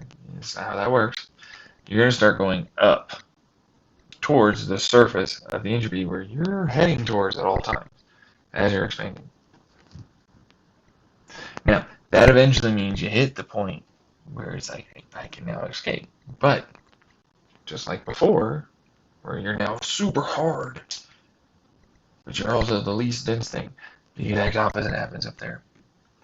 You are now the most dense thing with the least amount of any kind of hardness. You are a puffy little nothingness cloud that's trying to lose all of its mass, anything, to pop out to wherever the fuck else it might be able to go to. Seems like it's like, oh my god, I had infinite amounts of momentum. You still got the same momentum. You're still traveling relative to speeds. You still have mass, bro. Suck it up. You are simply just dense as shit. You're just dense. And you're also the least dense. It's so weird. But it technically totally makes sense because it's like, oh, you're losing your shit everywhere. It wants to, because there's a fuck ton of space for it to go to. quantum tunneling is extremely easy. You have so much energy to make it happen that it will just do it. Because you're not under pressure anymore. You're now way under pressure. Not to mention, you're traveling with so much energy that it wants to happen. It just wants to happen. Literally, that's how easy it is once you get to that point. It's very different and counterintuitive to our version, a neck of the woods of pressure, fluid dynamics, and thermodynamics in the quantum space. That's all we're saying. Me. If someone else believes me, hey. But otherwise, that's all I'm saying. That's literally how that works, and that's how our observations will ultimately. It's a different version, but the math works. Observations work. The studies work for this version extremely well. Like, so well, it's disturbing how well they work. Like, close to the point where you might have a unified field, a unified theory on your hands. Like, pretty fucking close. But anyways, we're going to get into my engine design. That's right. There's an engine design for rocket ships that I've got. Yeah, it's called a fusion rocket ship engine. It's amazing. It happens to produce those very exotic material to expand space behind you while also having it collapse after a certain distance. So that way you're always rapidly going faster without actually having to go faster. Super cool stuff. You've all heard it before. Well, you haven't heard mine. I love this one because it's like, hey, you know particle accelerators, right? There's a collider somewhere in like fucking Sweden. There's people over there. You go, psh, psh. Anyways. They seem they're smart, and then you realize they're not actually that smart sometimes. But like that's everyone, so like give them a break. Switzerland, thank you. Homemade 64. Appreciate that. Being a dumbass, but like truthfully, it's kind of true. We're all dumb at times. That's just how that works. I am too. So, anyways, and of course I'm being sarcastic. This is a joke. But the point that I'm trying to make is that we know we can create fusion with particle acceleration. Now, if we don't necessarily need to create it often, and I love this one, break this one stupidly well down in your head. Imagine if you could get 4 hydrogen atoms because they're trapped on the ends of a protein that happens to be also mixed in with a bunch of cold plasma. Because cold plasma can't exist. It turns out that's a thing. I didn't know that was a thing, but that's a thing. So cold plasma is a thing. And proteins that have hydrogen atoms at the end of them are a thing as well. And in fact, we can get them extremely close as a result of that, if they're made the right way. In fact, so close that technically speaking, that there's a weird thing where they are actually performing a nuclear interaction, but there's not enough energy for a fusion to occur. They're that close. They're actually pushing it, and they have a spring that basically loses the protein that keeps them that close. That's why they're so flippin' cool. But if you fire them real specifically towards each other, and this is, I'm gonna have to hold your horses. Put that off to the side. Now we're going over to the other design, because these are multiple designs in one here. It's gonna be cool. Trust me. Trying to act cool. Anyways, and I am. I know. Fuck off. A double helix design of a tokamak design. Okay, so a tokamak typically has like just coils around it and squeezes it internally. It's stupid. Stupid. Everything about that's efficient in no way whatsoever. I'm not able to do anything that I want to do with it correctly. It's garbage to me. So I make what is effectively a double helix, a chain-like design. Okay, now they're going to have an intersectional point that I can get them very close to and then hit, and they'll very likely hit each other. And because I have a lot of that, that's really, really great. And because you can use magnetic acceleration, you can create an incredibly fast, but not relativistic speeds. This sounds so stupid. Oh my god, where's he going? Oh, yeah. We got inertial confinement lasers, remember? We also happen to have spike wave designs, which means we can push over here faster, faster, and then we get more kinetic force arriving at the same time. Instead of it then all snake, instead it's now all together at once, one big point. Okay, we're not there. We fire the particle accelerator, create a little gap, just enough. It's gonna fuse them. That's all we have to do. And then we're gonna force this as close as possible. We're gonna shove inertial confinement lasers to basically, but they don't need to be very strong at all, really, if we're being honest. To basically try and force the remainder of the rest of that plasma and protein hydrogen. We don't need deuterium or tritium where we're going, folks. We just need that to basically absorb the massive amount of energy. And as it spreads out, then there's a rush of momentum, and then the confinement laser on top of that particle acceleration that's already trying to fuse, and then inertial confinement laser pulse that's going to try and make it fuse even more vigorously. And then it's like, okay, well, you know what? I'm not done yet, because it's like, that's a small little area. I can make a tokamak right there and squeeze it harder. Why the hell wouldn't I do that? So I did. So that's design, and it goes boom, boom, boom, boom, boom, boom, boom, boom. Lots of fusion in a very small place. This is compression ignition fusion based upon enough fusion that starts it off like a spark.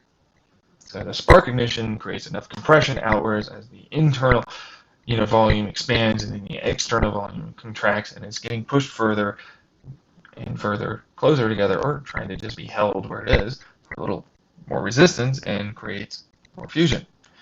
That can then be grabbed immediately and then sent over to the tops of the nexus. Now, that's also over here, so that now we have two. And it's like, hey, what do you know? Same process. Do it again. Do it again. Do it again. Do it again. Do it again. Really fast. Really, really, really, really fast. You want it to go incredibly, incredibly fast. We're not done yet. This is to heat it up. This is to create a lot of pressure, a lot of movement, a lot of speed, a lot of explosional kinetic potential energy. And we're getting a lot of fusion, but it's hey, shove in more of that hydrogen. But this is where the design really differs entirely. So you got 4 of these suckers. 4. In fact, technically you got 5, but you got 4 rings, 5 of those rings. Now, they all decide to dump into a central core. Now, that central core is a valve that's a teardrop. Okay? That teardrop is going to open up. You're going to create another fusion right over here, and try and, as it comes in, you're redirecting it, trying to force it into that teardrop, which is going to compress it. And we're also going to heat it up. We're also going to force it into this little cone that's at the bottom in the center, depending on how you decide to look at it. Okay? Now, that also happens to have its own laser grid, because I cannot have you touching the walls. This thing's really hot. It's going to destroy everything. I need really powerful, nearly mono pole magnet styles, which are coils that with other magnetic material that force home, because I'm not using superconductors. Can't use superconductors. It's just stupid to do that. They're going to break down, and it's just stupid. So it's not worth it to use those. And so what you do is you create a very, very powerful field with light, neutron reflecting material, and electromagnets that are basically going to spin a very, very large amount of this much hotter material that then creates a very strong electromagnetic material that then forces and squeezes a less hot but very much more dense material that is far more compressed. Anyways, as it goes into this tube, we're going to accelerate it again, not just with electromagnets, but with tubes. Hey, there's this big tube into a small tube. It accelerates. Surprisingly enough, plasma still reacts the same way. Hey, what do you know? Shit, it's fucking crazy, right? But no, it's not. It's why not? And so it works. But we're not done yet because it's like inertial confinement lasers, and it's like there's a lot of heat here. So it's like if I can reflect the heat, the IR heat, and everything else back into, and then combine it with the correct lensing and amplificatory crystals, then I get what is effectively inertial confinement lasers that fire themselves basically behind it, pushing it, trying to anyways. Then there's ultrasonic styles of spike waves, and so it's like this is going to go and push itself further and further, faster, with the electromagnetic field is kind of just in certain areas to be very, very, in the way of overheating. Instead of it dying there, it now doesn't die. that's the reason why. But other places, it's already traveling. It's very flowed. It's very laminar, almost flowed. And so as a result, we happen to have a now faster traveling, more massive, more compressed plasma. It happens to be getting heated up with those lasers, the inertial confinement lasers, and other lasers, because why wouldn't they just dump the neutron reflecting material into these tubes and the other tube, and alongside of other lasers and magnetic or microwave styles or electromagnetic styles of heating. It just makes sense. Anyways, because I exploded just a little bit, not much, but a little fusion explosion, and then redirecting that, and then trying to capture it with electromagnetic fields to capture and then direct it. It majority-wise is going straight into these tubes all around all four of these, but it hits one side first, just like I did. Hold your horses. That's right. Just like I did to direct it in, I'm doing again with this long tube, linear tube, instead of a heliacal double helix donut tube, whatever the hell. I don't give a shit. Whatever you want to call it, Tomac, so on and so forth. I don't care. It doesn't matter. Point is, it matters to some asshole that wants to be very. Actually, this is the correct. It doesn't matter. It's a donut with fucking DNA strand in it. I don't care. It means nothing. So dismissive, but it's like that's basically what it is. So, anyways, point is, I'm forcing it again to do literally the same part. I'm forcing all of these to arrive at the same point, faster, hotter, more compressed, like a particle accelerator, while firing particle accelerator beams of these, atoms together to just really make sure this thing's going to refuse. Because I want it to refuse.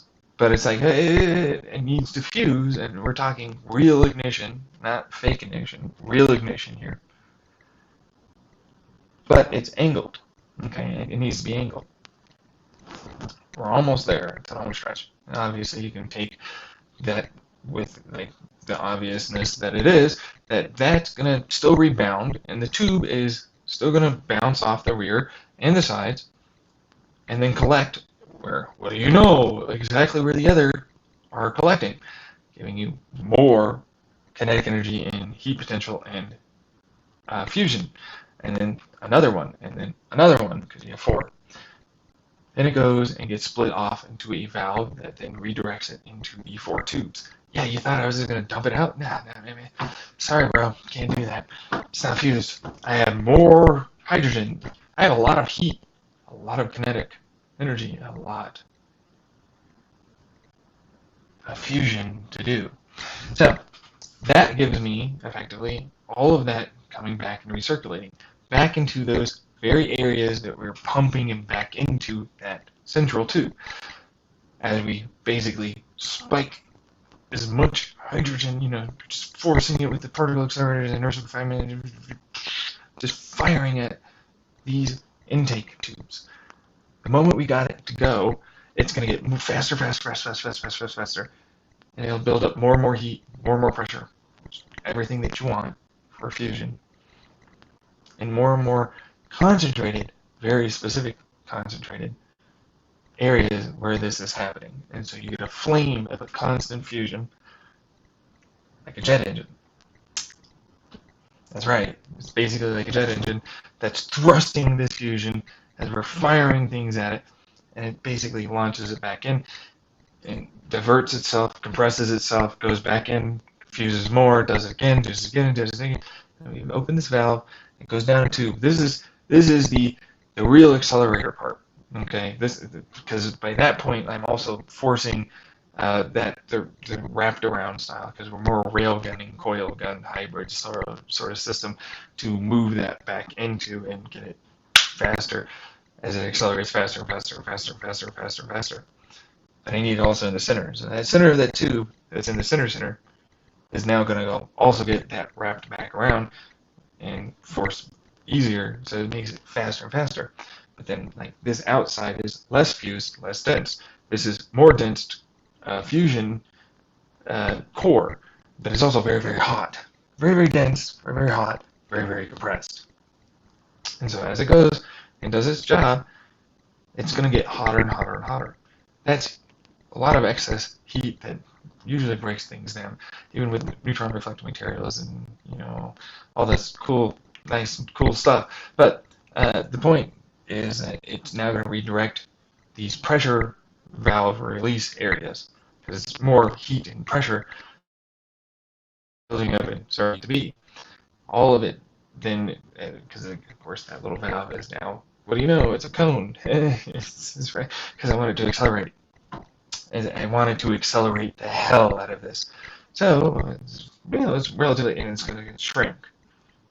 And it's going to go faster through the smaller tube. Now, that smaller tube, of course, surprise, surprise, maybe there isn't much of one, but that is, of course, designed specifically to make a resonant frequency. It's a little bit more nuanced than you think, but also that means it creates a pressure wave, and then these other exhaust heat valve type of things are dumping excess plasma and heat into this nozzle, because this is the final home stretch, and we have a bell end. Okay, now this nozzle happens to have a split, a Y yoke of multiple different plasma that injects it, and as it goes in to this very fast, it injects, it spins, and it wraps, and it creates a ring at the bell end of constant, never-ending fusion. But some of it's not being fused, but that area is being very heavily fused. And what can't be fused because the energy isn't there, or the necessary compression isn't there, whatever, it's exhausting incredibly fast because it's very hot. But this also happens to force in this plasma that's angled with the bell, nozzle, to effectively capture and hold it and not allow for it, along with a lot of electromagnets, because gotta do that, to make sure it doesn't melt, and it has to have the right insulation properties and cooling, of course, because we have radiative cooling. We have to have radiative cooling, so we got a lot of radiative cooling. Then we're using, gases that effectively move little things that create a linear generator style that allows for us to get electricity from this to dump back into creating the particle acceleration, the electromagnetics, and the lasers, so it can start sustaining itself.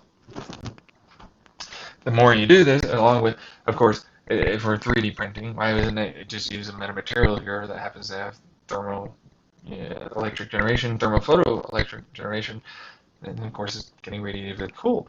Now that radiatively cooled, I can use a little bit of it to help me with my inertial confinement or laser heating, which is great, but the majority of it, of course, it needs to dump somewhere because it's going to be too hot, for most things. So, but that is effectively the end stage. It's now going to be whatever, which, by the way, I literally go just go over to the massive plume of whatever the fuck we're hoping. At least I should say we're hoping. I'm hoping. It's still imagination. Man, I got it done. That'd be great. Anyways, if I got it done, it's like I'm pointing all that radiative cooling directly to this plume, so that way it heats up and accelerates faster away from us. I don't want it coming back. Regardless of the fact that it's probably not radioactive and all this other stuff, it's still laser reflected off of something, which gives us a little bit of pressure. It's a little bit of thrust, a little bit. It's not much, but it's something. It's something. It's something. It's something. But the point I'm trying to make is like, that's neat. I need to feed that, so I created a quasi-particle fusion reactor, which quasi-particles come in, and about the whole the tunneling effect that I talked about, quantum tunneling effect. So that just means I need to know, hey, if I have there are these charges or this spin or whatever it is, I need to create just enough of an entanglement to go, and now they're not collapsing. I then force them through the right tubes and fuse them, and I got quarks, leptons, electrons, hydrogen, and I can make electricity during the heat process that's going to be created because it's quark fusion at that point. It's very, very efficient. And I can use that to make electricity. As I fucking just make it large enough to just dump all that hydrogen right into my, you guessed it, ginormous fucking mainsail engine. Whoa, huge thing. Like, it's a big thing. And we're talking relativistic speeds here. Now, I didn't talk about the fact that I was like, hey, these wormholes, they create exotic matter, and they exist inside of the wormholes, because technically, even though from our perspective, there's no distance, in his perspective, there's a lot of distance, between them.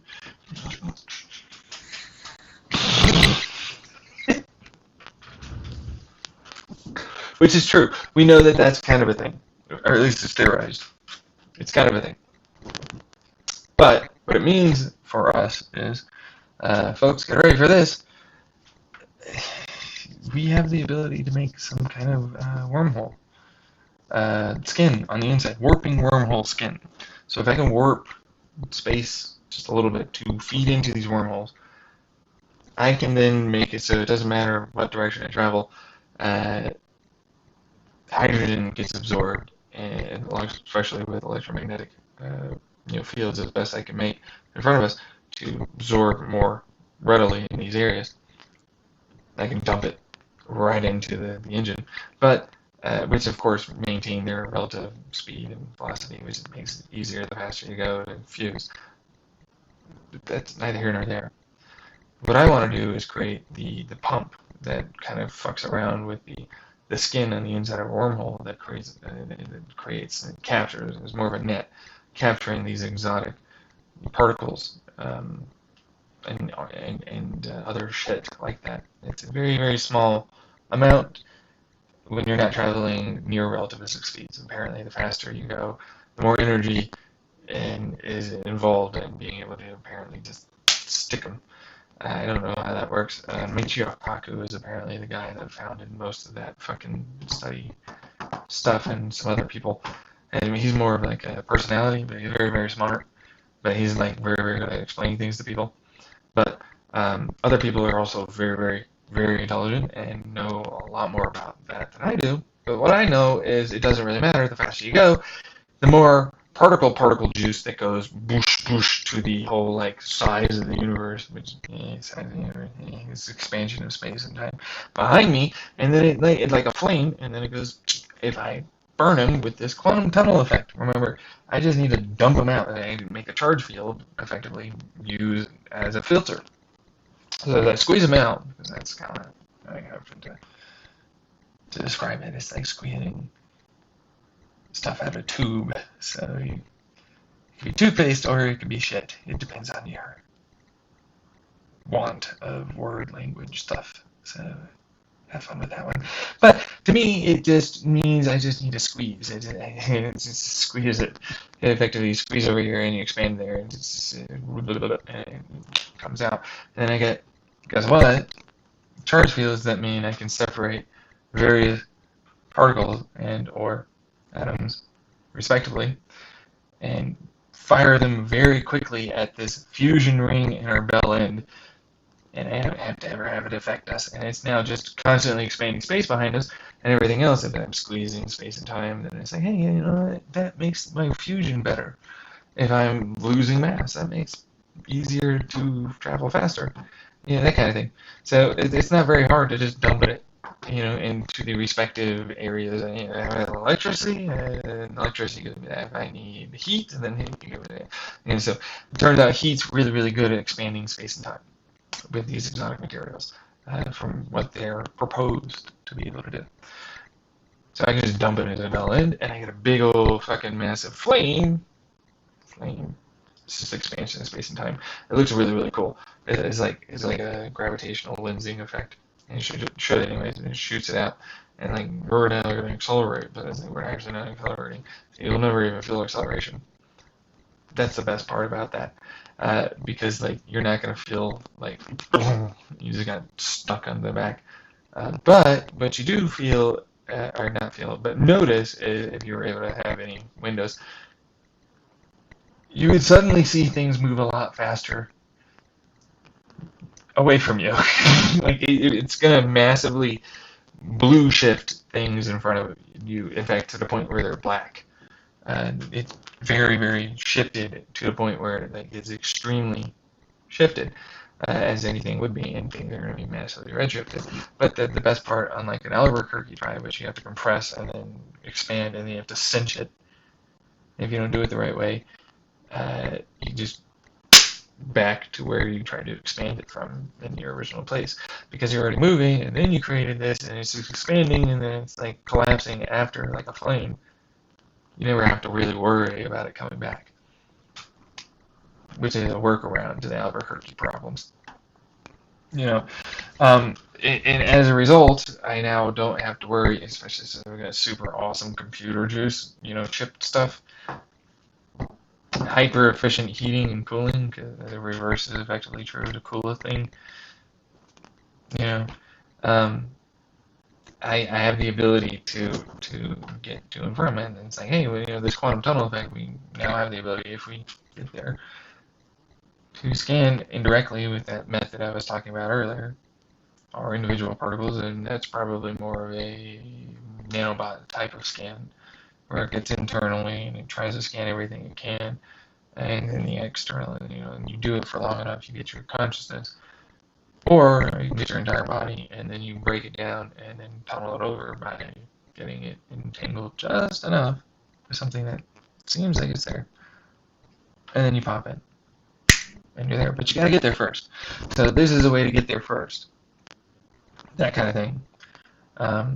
Very, very quickly, because once you get up to those higher speeds, and now you're getting to way dangerous areas, because you kind of need to create a field and all these other things to basically create a reduction of your quantum tunneling of matter out of you into the basically very empty space that is. And kind of ride that, or you can ride just under. You can go very, very fast, because your version, it looks like everything's compressed underneath you, and it's very, very small, which is reasonable. In fact, that's kind of how that looks for anything that isn't inside of the damn thing expanding. So that's very normal. But for that, it's like you now got moved into your actual closer representation of the true size you are. Anyways, now that's also why you're really, really big. But you're not. Anyways, the point is, you go over, you go back down, and you're going to come back in, kind of like, you know, you're orbiting a star, or a planet, not a star. But anyways, the point is, it's not quite that way, because, you know, it's not moving underneath you. Remember, it's expanding to come up to you.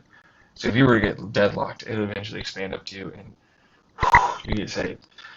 Because otherwise you're going to die. You just explode if you don't get the right stuff. You know, because you need to manipulate your Higgs boson fields. You need to manipulate. There's just a lot of stuff that you have to do to survive up there. It is very, very, very dangerous.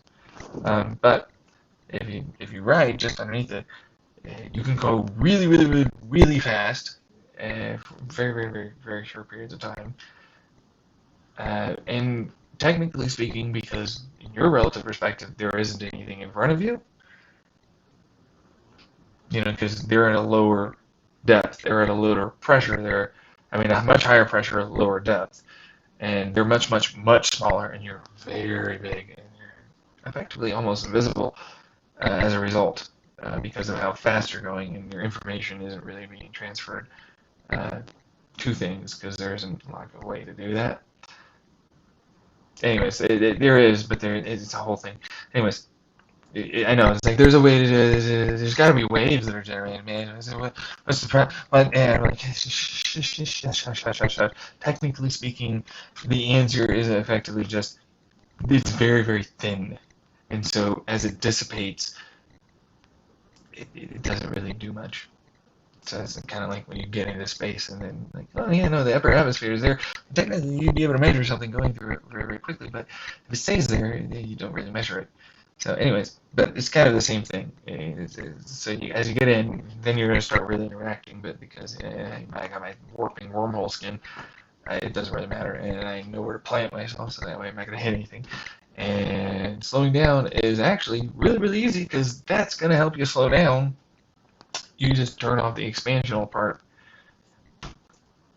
And the expansional part's now really is the only reason why you were able to get to that point.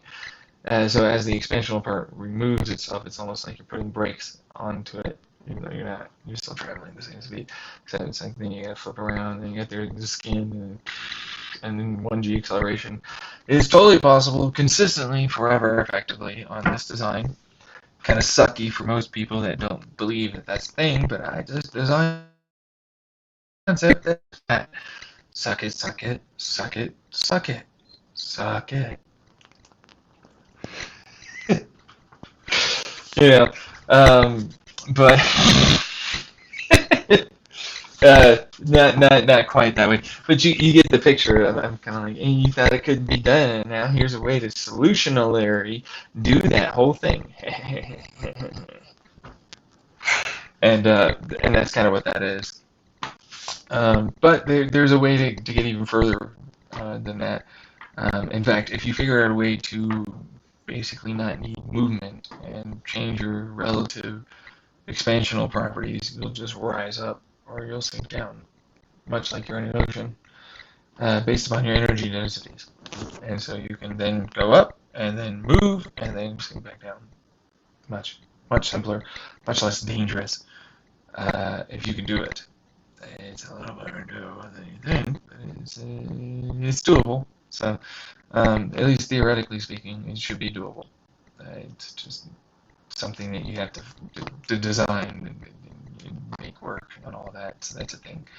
Where are we going further from that? Then I got my chip manufacturing that creates hydrogen. That one was cool.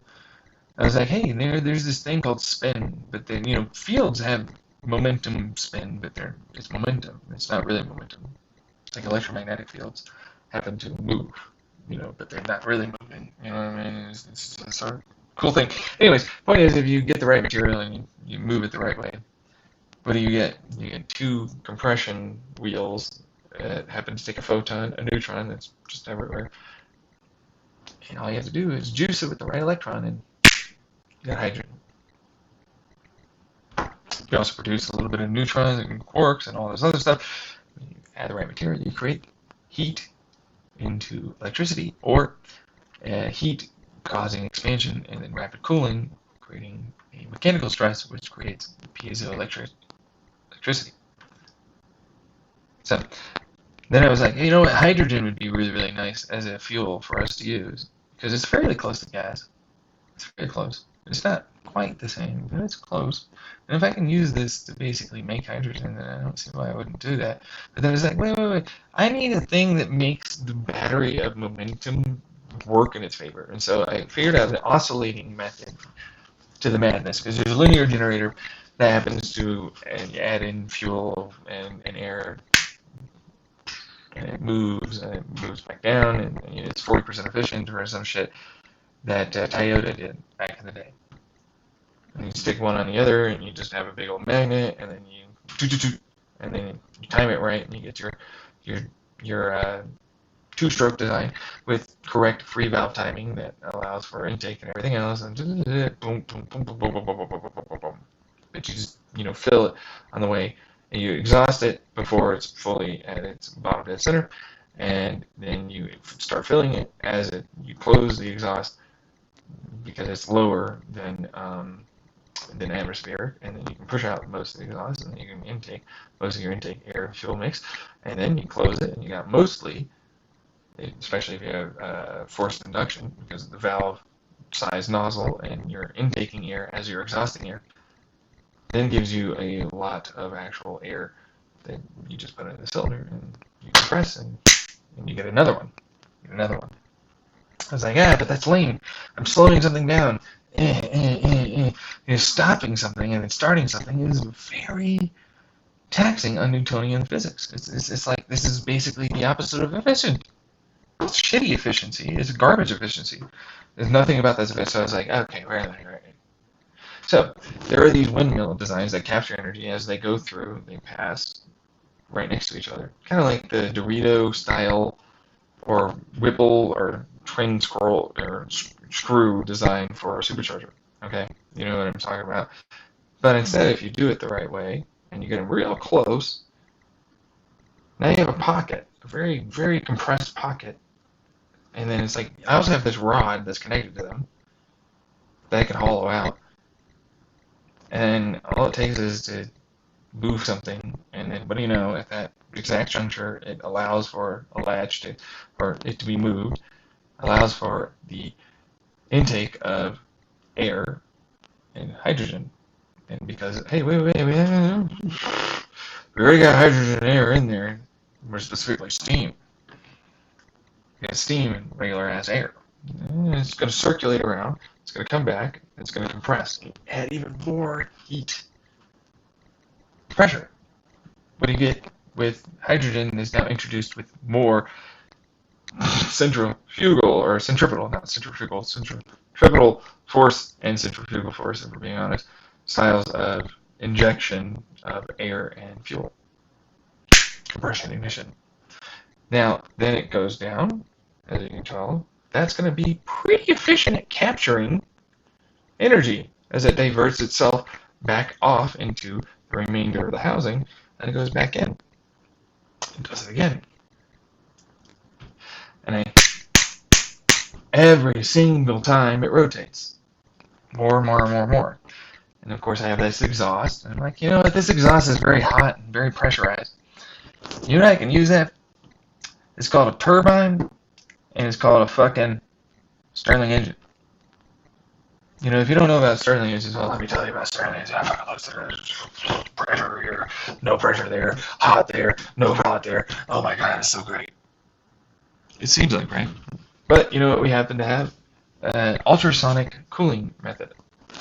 This happens to be spinning at a particular frequency. That means I can use its vibrations to help resonant frequency heat towards one end and another end, and then cool that, and then reflective or add that heat onto the hot side with the exhaust, really doing a double vortex style. I don't know if you know about the tube within a tube vortex style thing, but it dumps heat into whatever the hell it's able to transfer it to, and then it goes through very, very, very, very quickly, losing very little pressure along the way.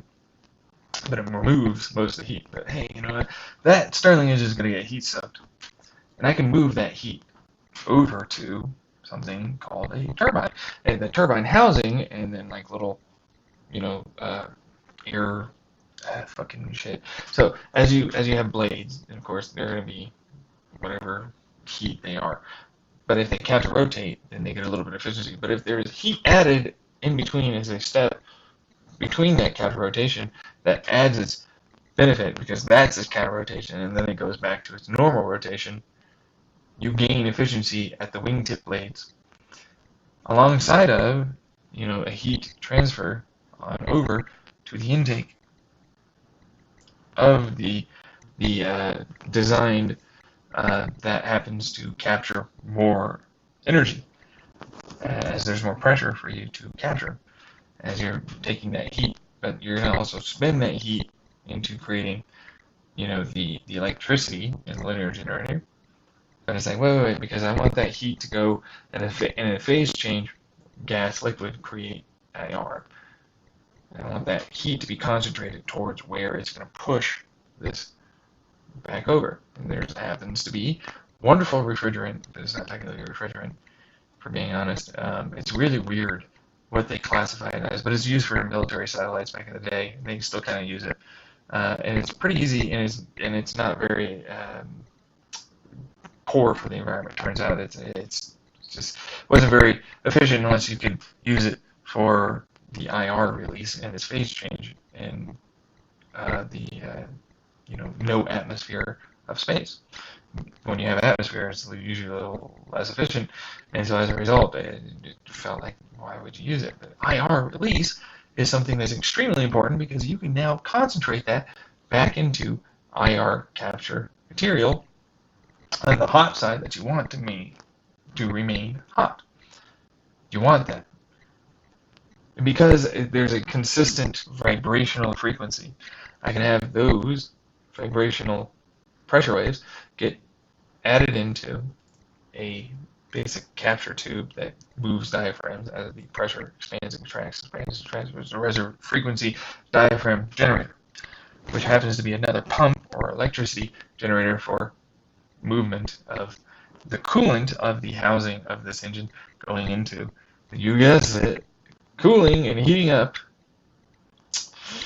That's right, your Stirling generator. So it rapidly wants to heat up. And it's like you can circulate this until heat soak is reached, and then you dump the heat into the turbine. So the heat does escape.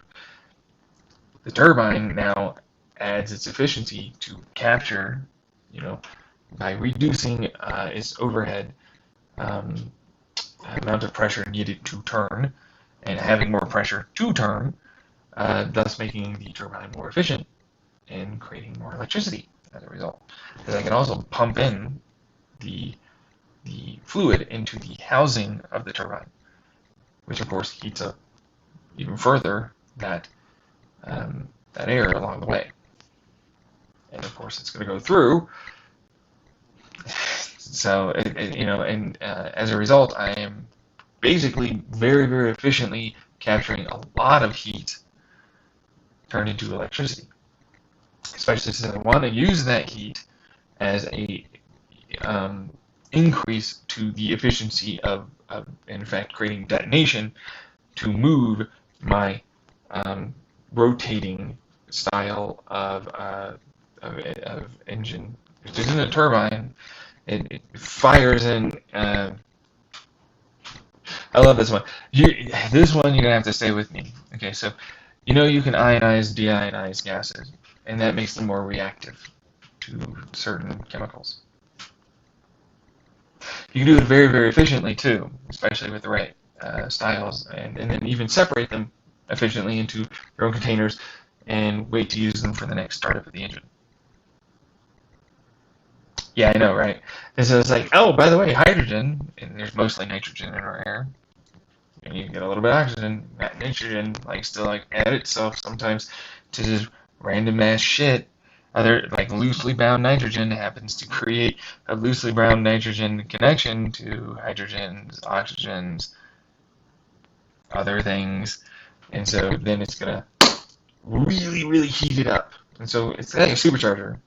I'm putting in energy from the engine to create this, very alkaline or basic or deionized and ionized gaseous compound that, or not compound, but setup that's separated and then forced into using the spin of the rotation that is of the engine, which have these little hands attached to every single part that's going to be coming together as they and then capture and bang, and then it of course goes to this part, and then of course that's going to give you your thrust back onto that, which of course there's only a little bit that is going to let through, and most of it's going to divert around, which of course helps push it back up.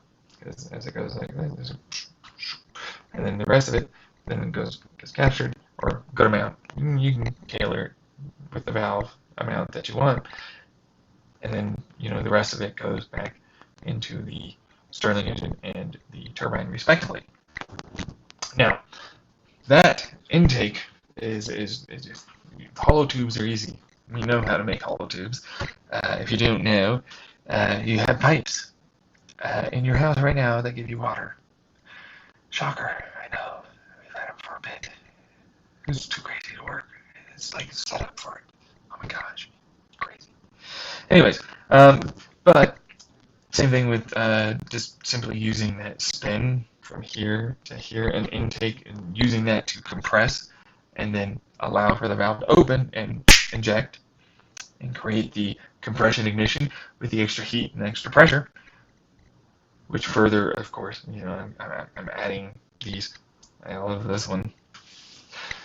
I'm adding the separated air all the way through the tube. It's not actually very hard to do. Apparently, we have rotating seals that are easy enough to create. We have them for transmissions. We have them for differentials. We have them for lots of things, actually. So if you don't think you can do it, I would genuinely hesitate hesitate to think that you have a good ability to have this conversation. But we do have rotating seals.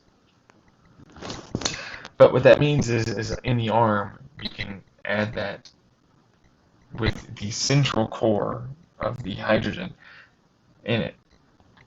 And then it's separated on two sides with the very reactive gases. And then I'm capturing that heat that I'm spindling a very small amount of energy, making it much more reactive in comparison to the amount of heat that it generates.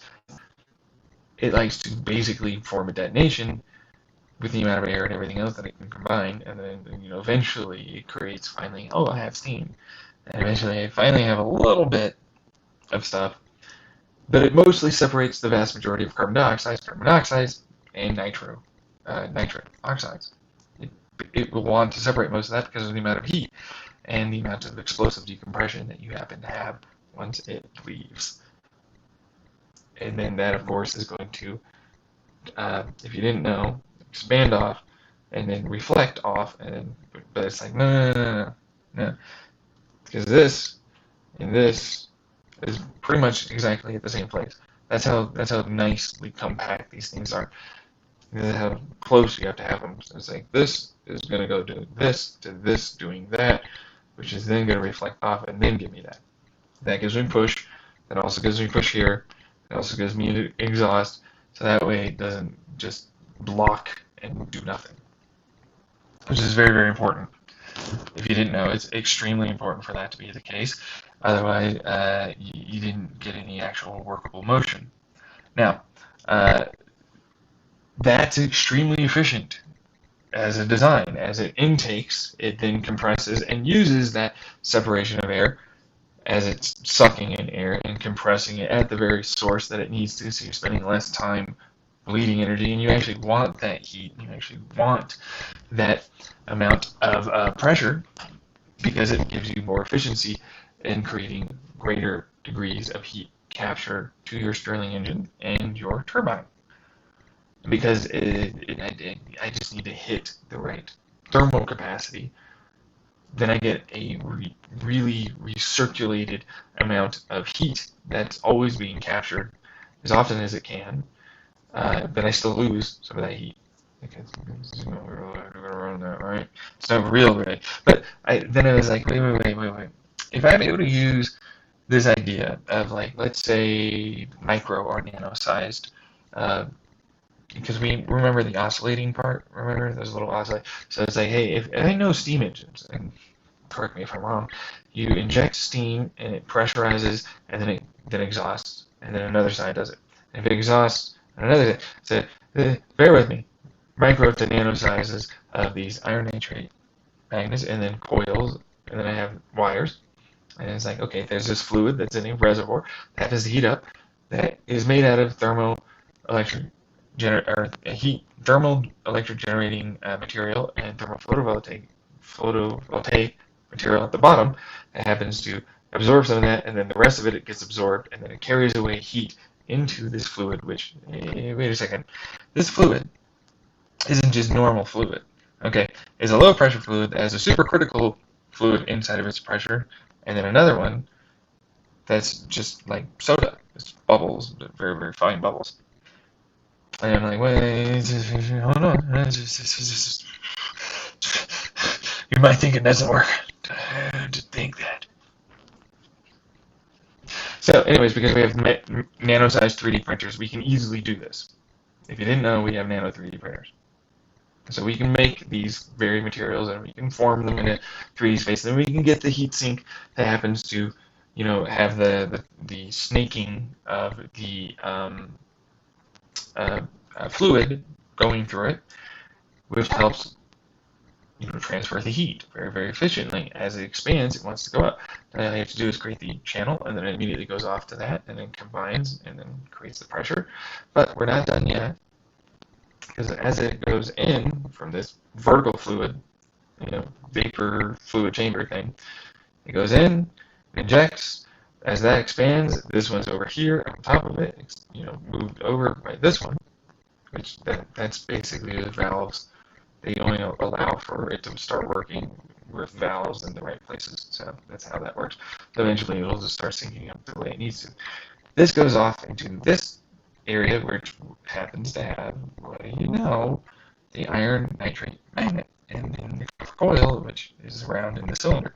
So as that then continues its heat transfer and expansion, it then pushes on that magnet, creating another wave pulse of electricity, which then dumps and goes off to the rising chamber, vapor chamber for the heat sinks, and then gets cooled, or the regular liquid transfer, to wherever it needs to go to for the turbine. Okay, and so that means I make a lot of electricity out of the housing, because I can 3D print this almost anywhere, honestly, with the right material and the right housing and everything else. And there's nothing that says I can't put little micro channels everywhere I want to, but I can put it a lot of places, practically speaking, a lot of places. In fact, even the radiator before, inside the housing, for those little nubs of wings for the tips to be able to counter-rotate and expand and gain energy as they're moving through, and thus, drain some of that heat as a radiator intake and during to gain efficiency for the turbine. So I can also use that very same design to give me electricity from the turbine on top of its rotation. And same thing with the housing. That's right, the housing. Yeah, no, for the Stirling engine, because why would I do that? In certain places I can't do it, because that's what it is.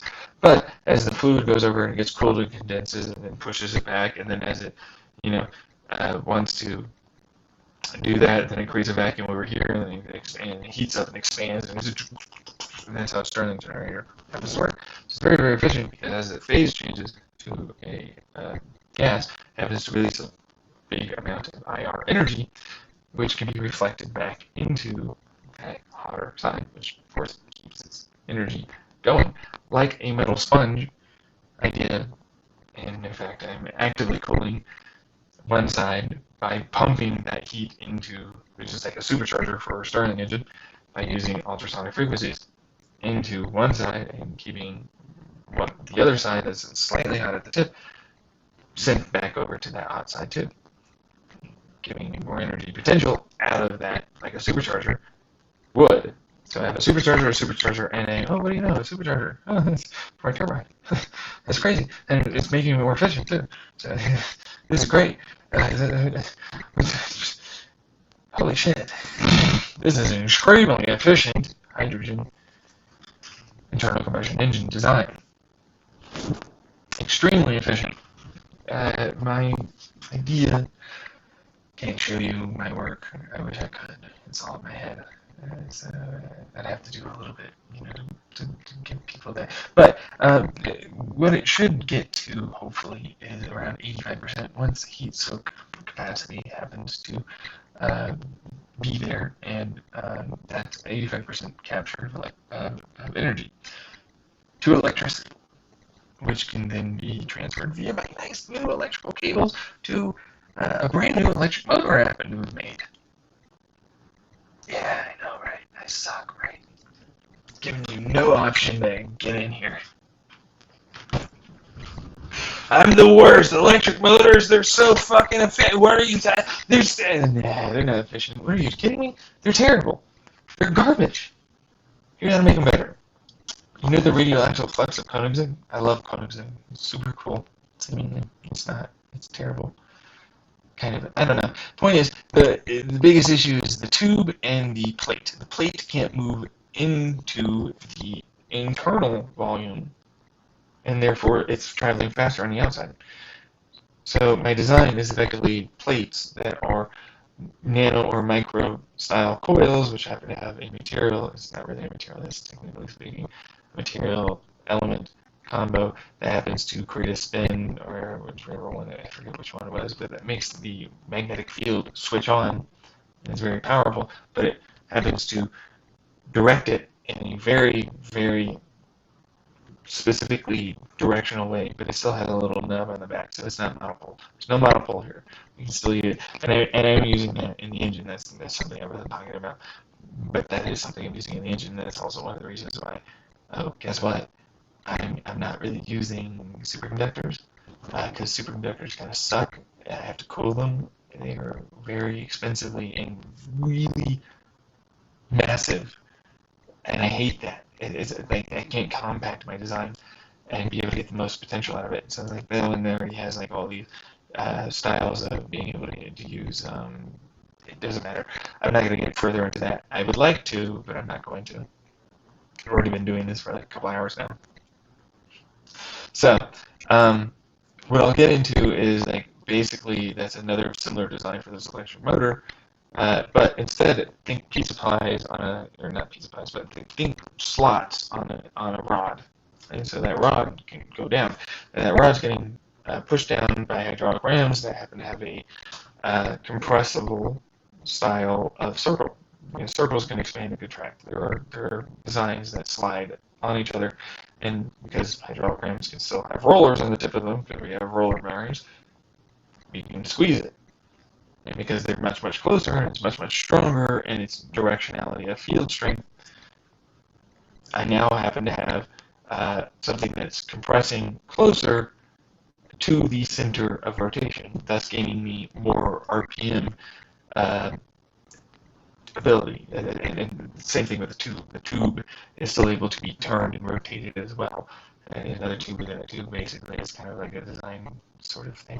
Anyways, the point is, technically I don't even need a tube. There's a tube, but the point is radioaxial flux design using mechanical advantages. And I'm able to pack it with multiple along a longer tube. Shrink it, and then that gives me kind of what is basically a CVT. As I go faster, I'm able to shrink it closer and closer by using hydraulic rams, and of course that needs maintenance, but I don't really care. I get more power, I get more horsepower out of this, and much more efficiency as a result, especially since I can use these little fucking wires to transfer to the copper coils for their fields way more efficiently. Now I happen to have the ability to pump a lot more electricity through it to what the coils can really handle. But there's a lot less heat loss there, which is good. And then on top of that, I also happen to have like, hey, you know what? I'm pumping fluid through this, so that way the bearings aren't going to fucking die. I need lubrication for those fuckers.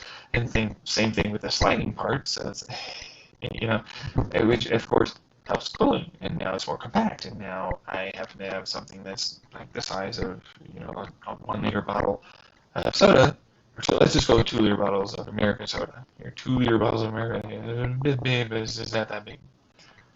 I can have a lot more torque and horsepower. In fact, I can equal Elon Musk's 2,000. Should theoretically work at that point. The prototypes, right? So I need a 3D fucking nano printer. And a 3D printer. Everything always gets more expensive every time I talk about it. But the point is, it's like, what do you know? I now beat that design pretty easily. Like, very pretty easily. And in fact, that heat can then be regained into the system for my turbine or just, a radiator that happens to use a. Oh, right, I need to talk about the waste heat generators that I was talking about, because that's what they're called. They're the waste heat generators, which would happen to work off of between, depending on the material you use, or the heat of the generated source, the fluid that you happen to use inside of its reservoirs. You get different types and styles of generation of electricity, especially if you want to use turbines. There's ways to use turbines, uh, which still allow you to have higher flows of the fluid and still cool it off quite rapidly. But if thermoelectric generators are kind of lame, and so are thermal photovoltaics, simply because they're inefficient. The only way I made them this efficient is because I was able to keep pumping the heat back into the system and getting more of that heat back for it. Just like the MIT people with the big slabs of fucking graphite, basically at the same amount. In fact, I cost less to make this than they do, and I can use this almost anywhere. So that's wonderful. But the point was it's not a perfect design, and it's great thermosiphon, and in fact, the way you set up the sizes of the tubes as they compress, as it condenses, as it cools off, it condenses, and then of course that allows for pressure, and then of course you get your fluid back. Sorry, went back into it. Anyways, but just like I was talking about that electric motor, and I put basically a version of that in a hub, I can make what is effectively a style of a electric motor / generator. So I can pump it actively off of a little bit of the electricity once a certain amount of heat. So because I need to go faster, I need to pump more fluid now because I needed to cool it off because it's getting too hot. And basically, if it produces this much electricity, it's getting that hot, most likely, which is a pretty simple design philosophy. But then you can also actively do that, or decide to passively just turn it into a generator, and so that way it can work upside down, or right side up, or anything. It doesn't matter. It should still work upside down, but just in case, you can now use it upside down for sure. And now that goes into the design that is the radiators that you get the whole thing is made out of this material, and then it's going to go pass through these little slots that have fins that still have that thing, which are the little hollow tubes that are the heat fins, and so the vapor goes off, and it goes off, it condenses, and it goes back, and so it's transferring all the heat as fast as it can, but generating electricity for you as a radiator, which is very, very efficient. You want to do that. That's the last capture. You get the last ounce that you can get. It's the best you get because otherwise you don't really have any more left. It's in the atmosphere. Sorry, folks. It's gone. You don't get any more. So, depending on how you decide to set it up, you can set up multiple radiators and multiple versions of this until you get to the air temperature, which is a massive, massive air the radiator, which would be this. And that then transfers a massive amount of heat out from a single concentrated source, making electricity the entire way until that point, which is very, very efficient. Which is basically, ow, fucking goddamn cat move, bastard. Back here. Scratch me. Alright, so it's very, very efficient. The housing, the compression, the tubes, heads, the exhaust tube, Stirling, both sides, all the sides. Stuff they say I can't use the heat and the cold from the cold side. So from the atmosphere, heat from the atmosphere. It's still going to be able to produce just enough. That's all right, folks. So, and then the turbine housing and the turbine blades and I know, right? It's really shit. I mean, that actually makes it more efficient because it's like, hey, guess what? I'm cooling it off on this side, and because I'm like draining all the heat or putting all the heat into one side, or cooling off on one side and draining it. So because you can still push water through the center axle and then spread it out, and then you can still combine it with the outside of the housing. And which of course creates a greater differential of pressure, which increases the effectiveness of the fan blade profile. Let's show you off to the camera. No, you're gonna run away. You're gonna scratch me, huh? Scratch me. Anyways, which gives you more efficiency of that turbine design. In fact, I would say for the pressure that we're at, which isn't very high, it doesn't really seem to matter. So technically maintaining a very consistent pressure here, and then reducing the overhead by effectively adding the energy where it's necessary to not lose energy until, in fact, I won't, throughout the entirety of the length. That should hopefully be as much as you can dump in and get the most maximal effect. But it's small or large, or it all depends, how you want to do it. Other people know better than I do. My basic design is small, and it gets larger and larger.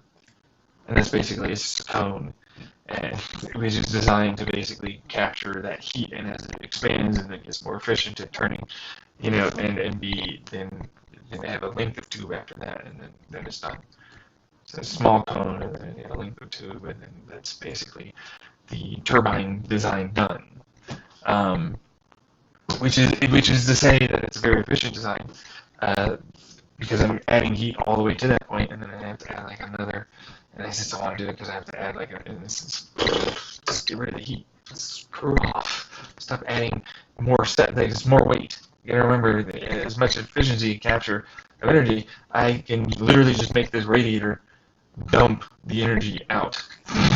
The outside of the tube as it's hotter here, and I can dump it out on the outside of the tube and make electricity for myself all the way until the point where I can't do it anymore, which is more efficient because it's more efficient as weight by volume. So it's better that way. It's also easier to manufacture that thing than trying to fucking do it the other way. So it's like this is a small one, and then this is pretty much just radiator. I just dump a lot of that over into a radiator tube, and it's basically like a heat pipe tube. But then if I get any kind of amount of water that I can pump over to a regular radiator, I get electricity from that too. So why not? But anyways, the point I was trying to make is like that design is extremely efficient. Even without that, in fact, that pushes it further into the 90% range of efficiency for hydrogen, internal combustion engine, which is extremely efficient. Yeah. It's a generator though, not an engine. It's just a generator. But thank you. Accent. Just okay. Yeah, I get it. But the point is like, yeah, it is. It's supposed to be very, very efficient, and I hate not efficient things because it's like, why is it that we're generating all this, we're not using it effectively?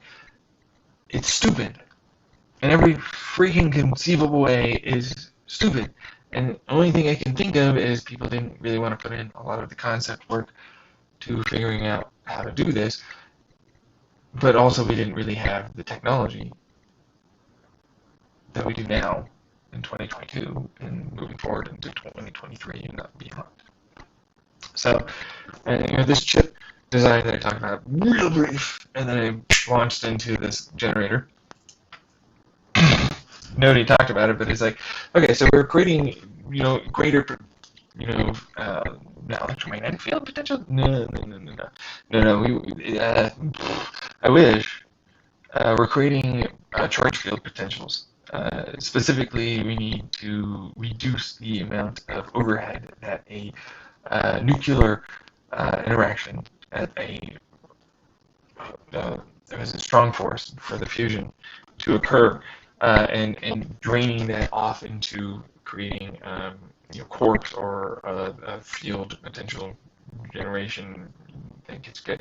So as a photon comes in, and as a neutron is just everywhere, really everywhere. And electrons aren't really that hard to make with like a basic solar panel photovoltaic. So I should be able to just pump it in. I can then create those charge fields and rotate them very, very, very, very rapidly, which creates a style of like a supercharger compressor, which for a very, very brief, very, very small little area, have an incredibly high compression, but also happens to be in such a way that I'm reducing that overhead of nuclear force that is preventing fusion. As a result of it draining off into charge fields. Is draining off is a decent enough way, I guess, to put it. But the point is it then has these things that are there just at the right moment and create hydrogen. Now, we have a already designed thing that does this. It was back in mid-2000s, mid 2010s, and it was. Thank you for that. But it's a big thing. It's a very big thing. But it was very difficult to design something like that, especially on a nanoscale or with anything really. Now we have nano 3D printers that we can put in a very airless environment and then photolithography, or basically etch a very simple layering type of design that really sort of creates a intake, like a velocity stack, which happens to reflect a lot of these photons and a little bit of these denser styles of neutron reflection materials. We don't need a lot, we just need a little to kind of force it in there. And then just a little bit of electrodes, and you pop in electrons, and you get it. You get it real well, done real fast. It's really nice. But you get one hydrogen, and you get quite a few quarks of heat, and you get, it depends, because the faster you do it, the faster you spend. So you have to spend some electricity to get this thing done. It's not perfect. You do have to do that. And so solar photovoltaics are still good. Photons that are in the IR range still happen to produce hydrogen. They're still photons. It doesn't matter. Right. So, and as a result, that means like you can put them underneath a photovoltaic and get that hydrogen created, while also creating the necessary. Cat's pooping, scratching the I don't know if you heard it, but the kitty litter. Anyways, getting back into this, the fact of the matter is distraction was something else. Let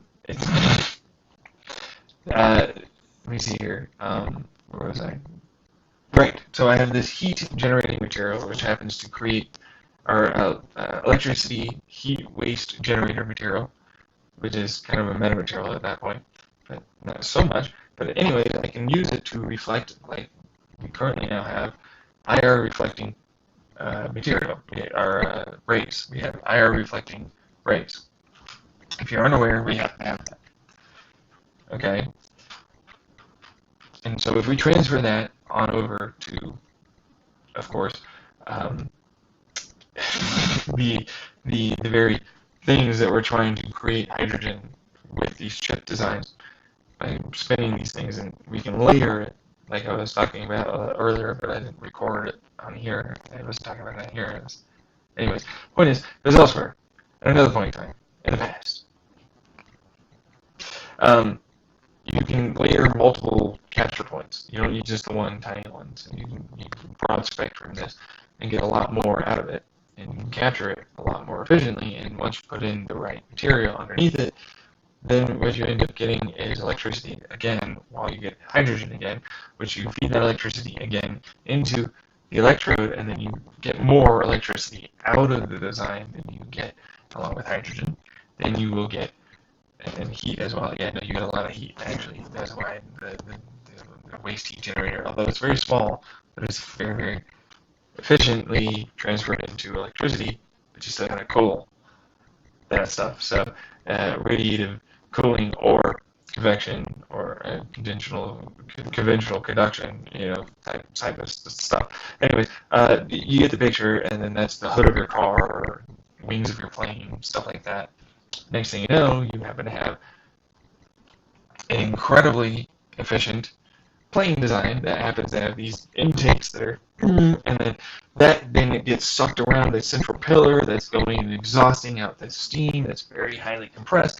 I don't need a Stirling generator anymore. I want that steam to go into it. I have electricity out the wazoo, and then I have more hydrogen. And so I was like, oh, I got plasma, I've got compressed air, and I've got the ability to add more lasers.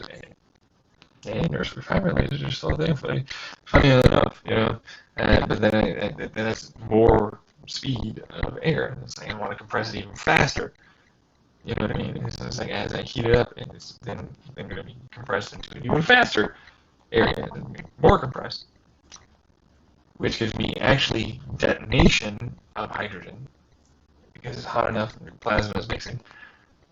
And you thought I was going fusion. Technically speaking, we can do fusion, but we're not wanting to do that. Everybody, fusion doing that way is, while feasible, is dangerous. Very dangerous. You can get there though, but it's very dangerous.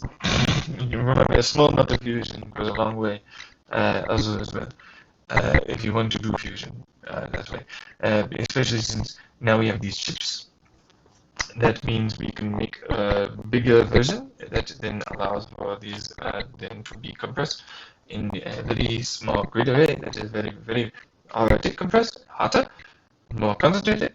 We just don't have them last very long. That's the reason why. Instead, you reflecting them towards a very, very small, like thrust vectoring. So you reflect very now fast, hotter detonation, and then turn into a plasma. Hydrogen, mostly oxygen, mostly nitrogen. But there's enough hydrogen there. There's enough compression. There's enough heat. Not that much heat, but there's a lot of compression, especially when you can add inertial confinement lasers, and you can add in particle accelerators right there alongside of, because it's a ring, tokamak style squeezing design that doesn't need much squeezing. You just need enough squeezing with the lasers, with your thrust, and with your added particle accelerators. Thank you. Which happens to create a fusional area that's consistently there, that then expands and then of course compresses and then causes another fusion, which then goes into your final tube, which is going to go out and blast whatever the fuck's back there. Of course, that's also where you add in air scoops to add in air, so that way you don't just kill your tube that's there and melt it, which is bad to do. Don't do this. Don't do this. You want air to come into that, and basically create a jacket around it, and then you're going to create, because at this point it's now accelerating, and then it's now trying to mix, and so you have to inject it the right way, because it's like, okay, you need to then separate it with these little electromagnetic, because it's still plasma. You want it to not really necessarily be that much of a plasma. So anyways, so you're going to have these little tubes, and it's going to spread out, or not tubes, but you're going to have like electromagnetic fields that are going to spread out around these tubes, that way they don't die. As air comes in, pretty cold air, it's still pretty fast, moving as well, so it helps cool down even further. And then as that then collapses around with very, very fast moving air, but much colder, wanting to spread and vortexing. So the reason why you do vortexing is because you want it to mix with the rest of the air that is plasma, and basically stop it from being the plasma that it is. That's also heating up the air as well and making it denser, right? But this is going to suck to hear. You add your final hydrogen or other fuel, and that cools down the fused, uh, you know, um, helium. But there's still hydrogen. There's still a lot of compression, and it's incredibly fast moving air at that point. Uh, that is now very hot, and all you have to do is take it from this tube to a smaller tube. It is now much faster. It's compressed. You've already added your fuel burning to create a pressure in front of it to go through this, and so now you have your final bell end, which happens at your thrust factory. So that way you capture it, and that's basically all you do. But now this thing is not compact. It is the size of a regular jet engine. Uh, um, it's also incredibly powerful and highly efficient. It's also the loudest fucking engine you will literally ever hear. You could kill someone because it's a rocket engine. It's legitimately kind of like a rocket engine. It's not. It's a ram air that can kind of technically work because of the air getting drawn in for no release principle. But then it just wants to go faster and faster. But then once you start getting faster, it then adds faster and faster, thus creating more and more compression, more and more detonation, more and more speed. And technically, there isn't a limit to how often you can try and add more fusion events to occur, but there's no reason to really do it.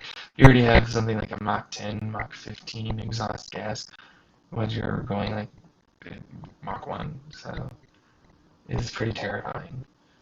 Holy crap. Jesus shit, your mic.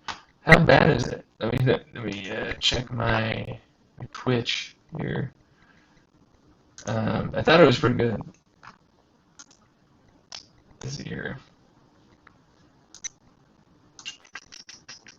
Is it loud or is it just very, shaky or something? Is that what's going on? I hear myself here.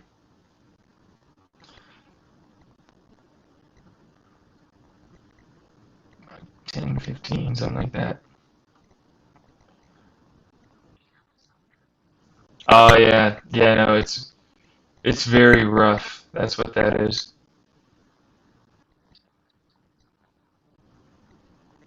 Wow. Okay. Huh. Ooh. And loud. Why is that so loud? Thank you for letting me know.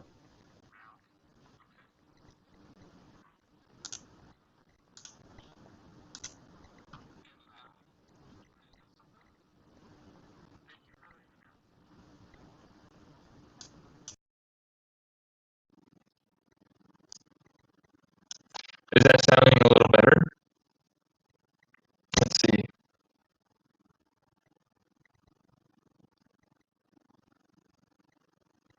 Waiting here. No, that's not sounding better. All right. So, how's that sounding?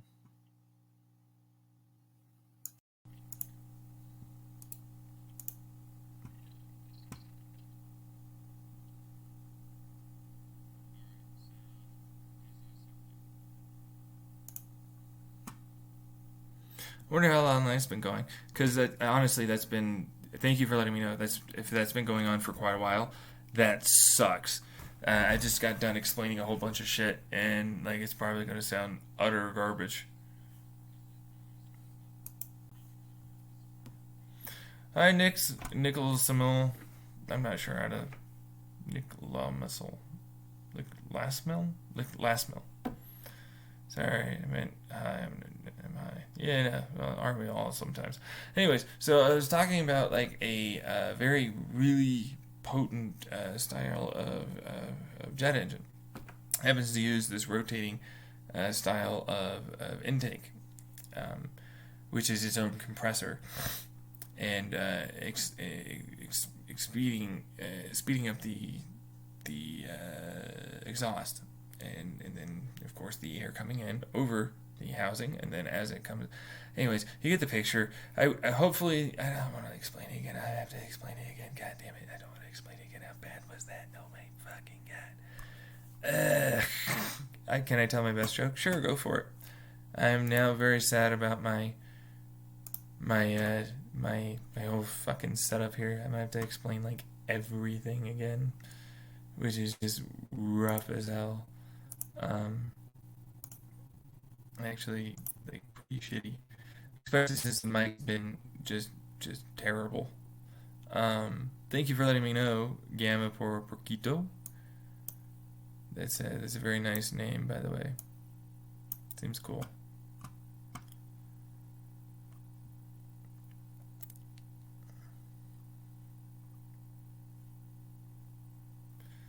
See here.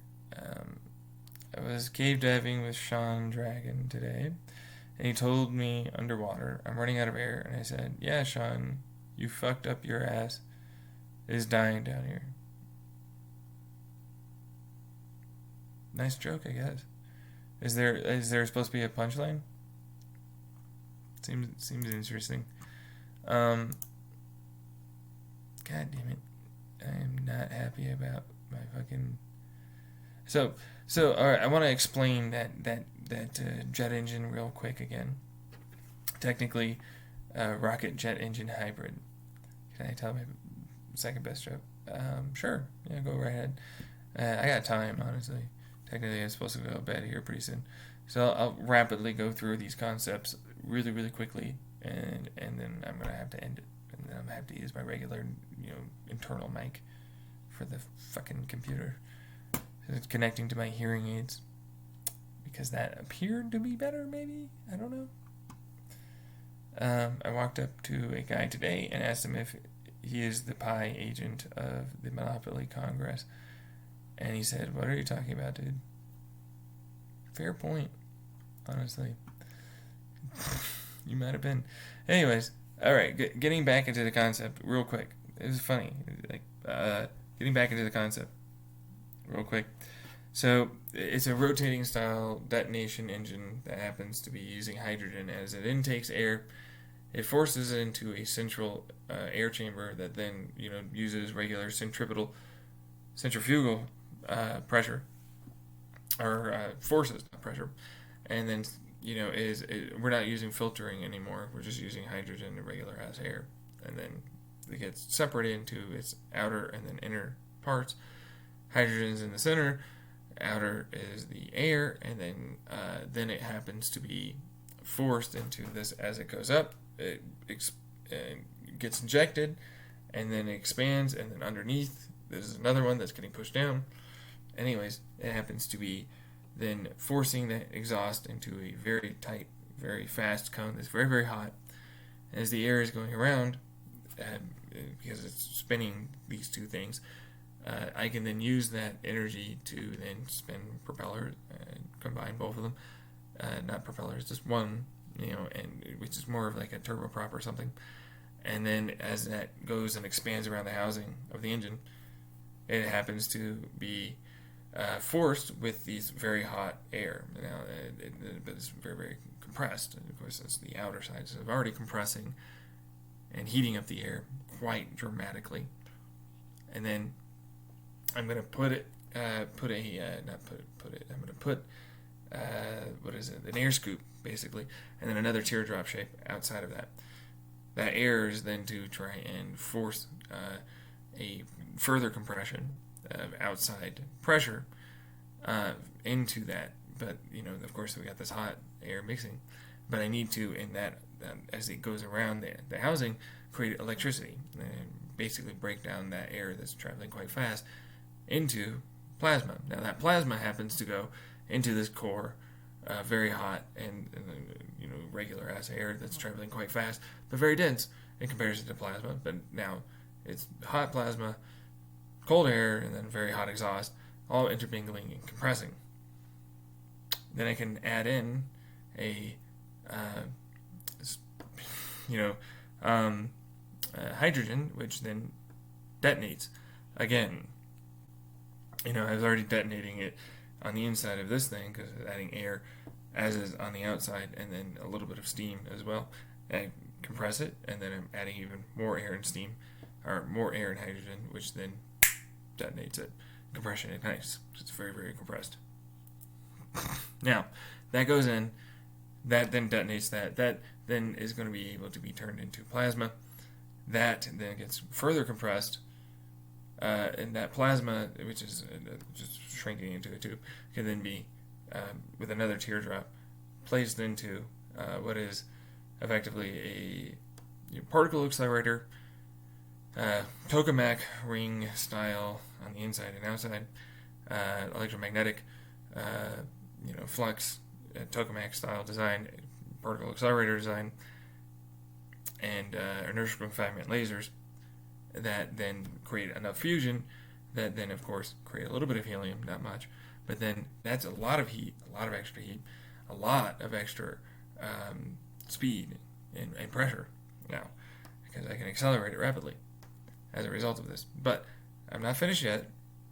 If I take air then from that, from the outside that is, and the intake and everything else, because there's going to hit a point where it can't add more, but I can add it further back here. Now I have very hot plasma, and I happen to have very fast-moving air, because at that point I'm pretty sure you'd be moving pretty quickly. But then it's then going to be, because you're moving in the air, dude. Like, if you don't know, that's how you do. Jet engine, rocket engine, it's a lot of thrust. But even then, it's still Bernoulli's principle, so it would suck in air as a very fast vacuum. And if you use velocity stacks with Bernoulli's principle, again, you happen to increase the velocity of the air that you've achieved, and so you also compress it.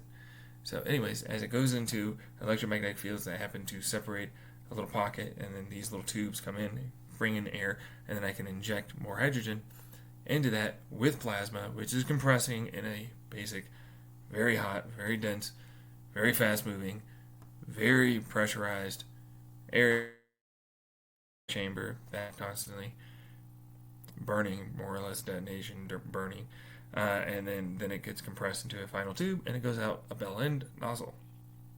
So I have fusion, I've got detonation, and I've got incredibly fast velocities that are in the 10 to 15 Mach range. All right, can you read my third best joke?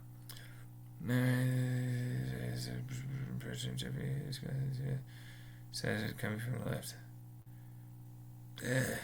So that one doesn't really make sense, because technically speaking, he was just strung up, and they didn't have a direction. So, but nice try. Anyways, but the engine definitely makes sense. And then there's these little chips, which are pretty cool.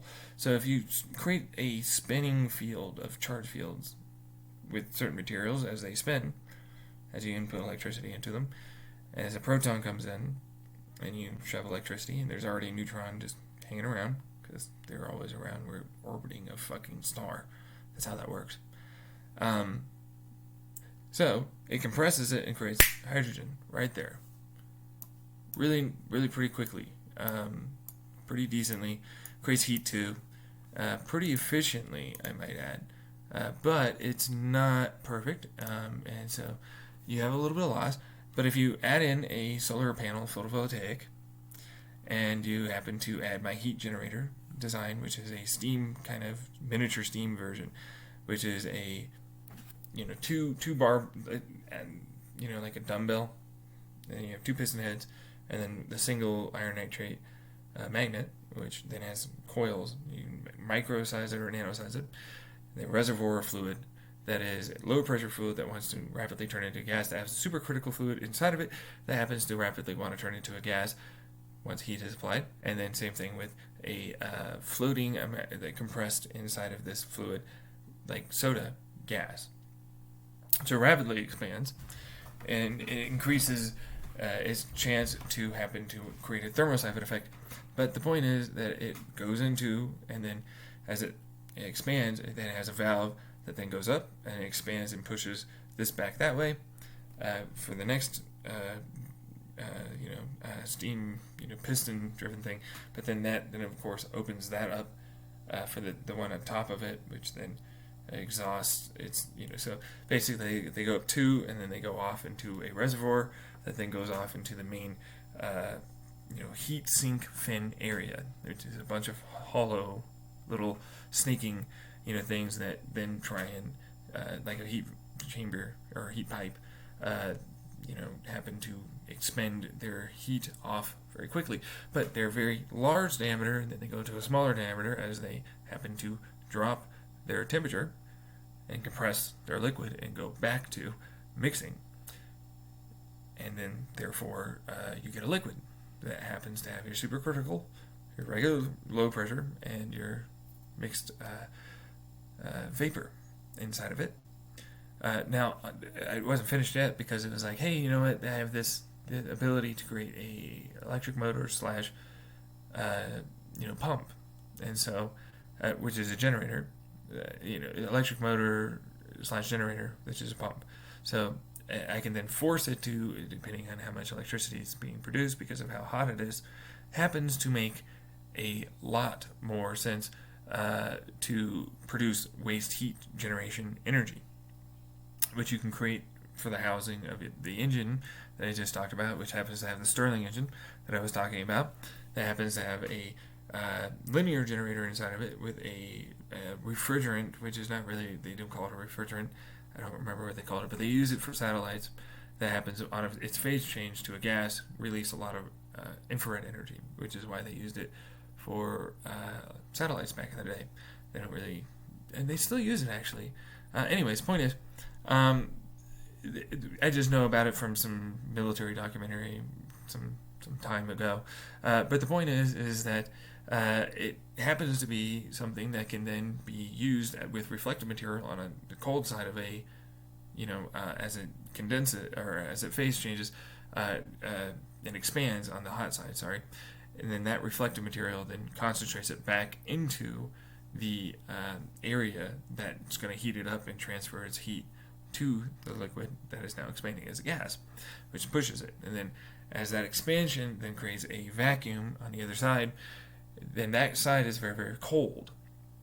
If you don't know, I'm using a supercharger style effect for a Stirling engine, which is a ultrasonic frequency heat pump, effectively. So I'm pumping it all the heat off to one side, the hot side, but then there's going to be a little bit left over here, and that then gets pumped back over to the hot side again until it gets heat soaked.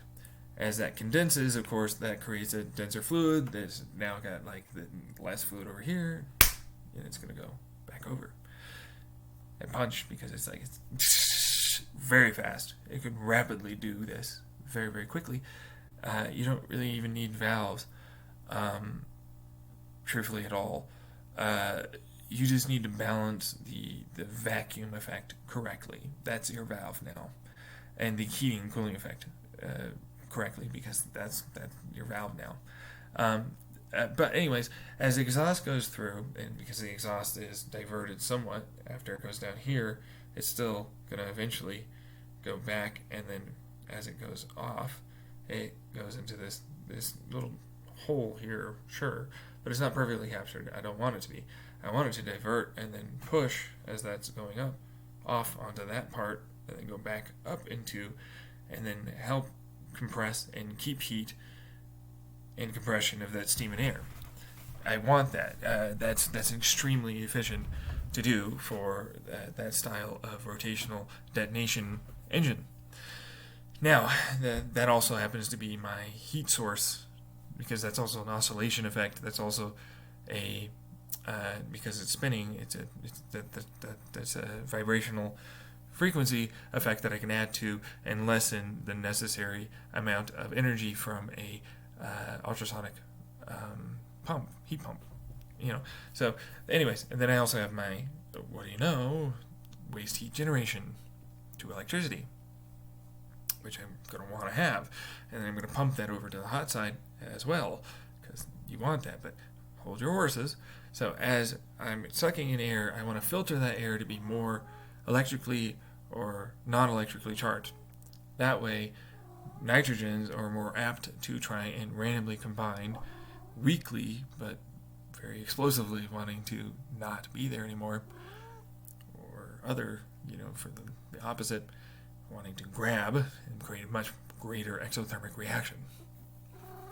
But because I'm creating it with a much more efficient process, typically it's a laser that creates a jump effect of plasma that allows for an electron to go over, and then creating a charge field that then can capture and separate the energies by vortexing effectively, and separating a amount of energy from, or not amount of energy, the air from, very efficiently without transferring it to the stuff, which is something that's whatever it's containing.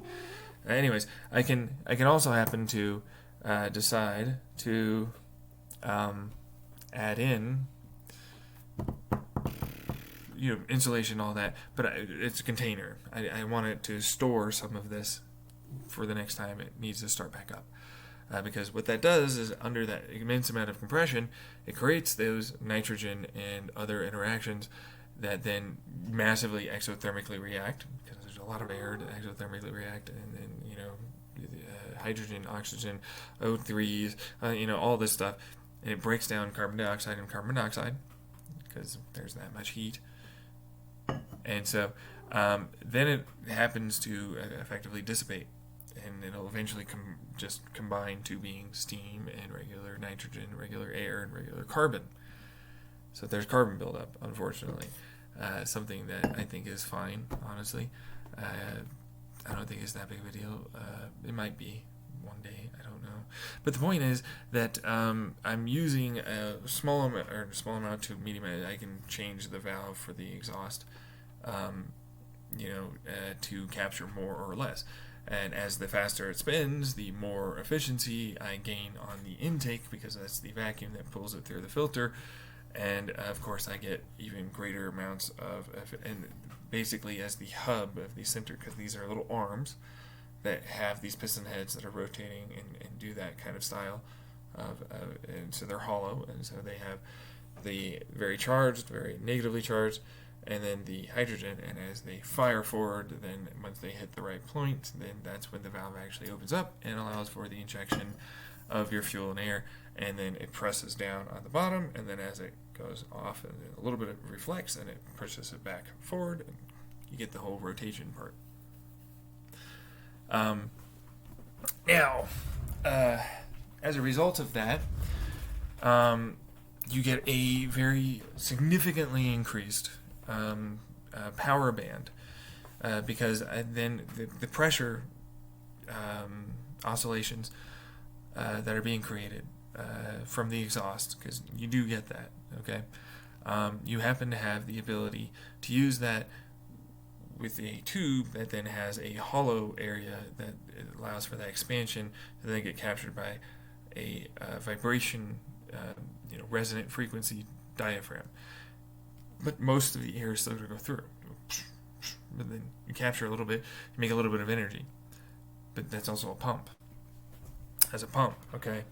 Now see, that pump is going to help you with your ultrasonic frequency generation, but more specifically is going to help move the housing fluid and the Stirling generator, linear generator fluid, which of course that rotational style thing, it's still making electricity. There's no reason I can't make that happen. So I just don't see a point in not doing that. Just letting you know.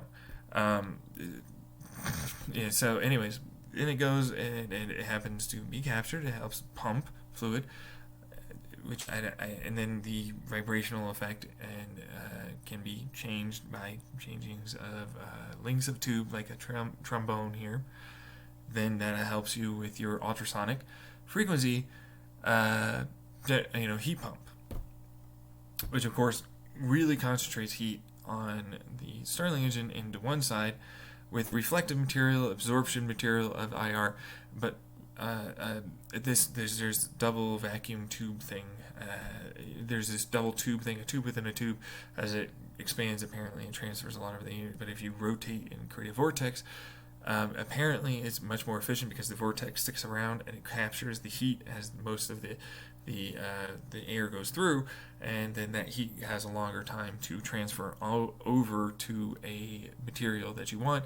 That material then, of course, is still like that phase change liquid, which can be used to dump the heat in towards the center where you're wanting the expansion of this liquid, on top of a reflective material that uses IR reflectivity to be absorbed into this IR absorptive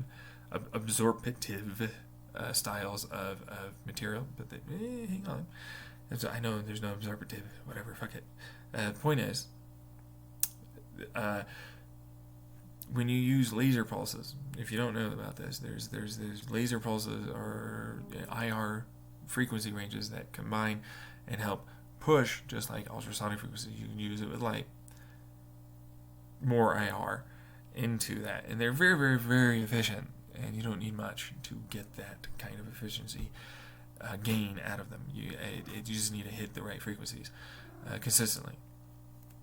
And so, anyways, as that heat soak, and it's very cold on one side, it's very hot, and you already know about the generator, the whole thing moving, iron nitrate magnet, and you get the coils and all the rest of this stuff, which is really neat. And as it phase changes, it of course expresses IR, which then reabsorbs it back into the material that will then help it phase change and help it phase change faster.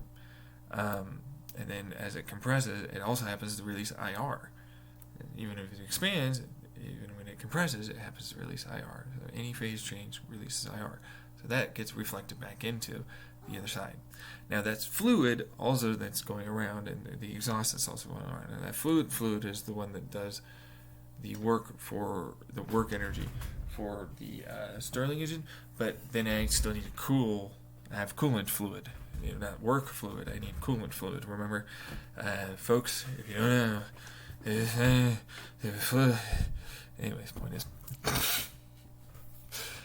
point is that it's a very, very easy design to manufacture. Actually, we actually have all the pieces right now. We can do it right now.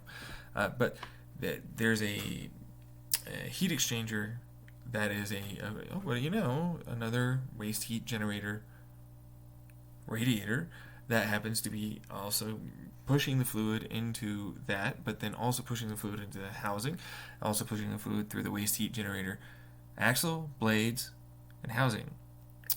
Because why wouldn't I do that? And then also that happens to be increasing the exhaust pressure. Yep.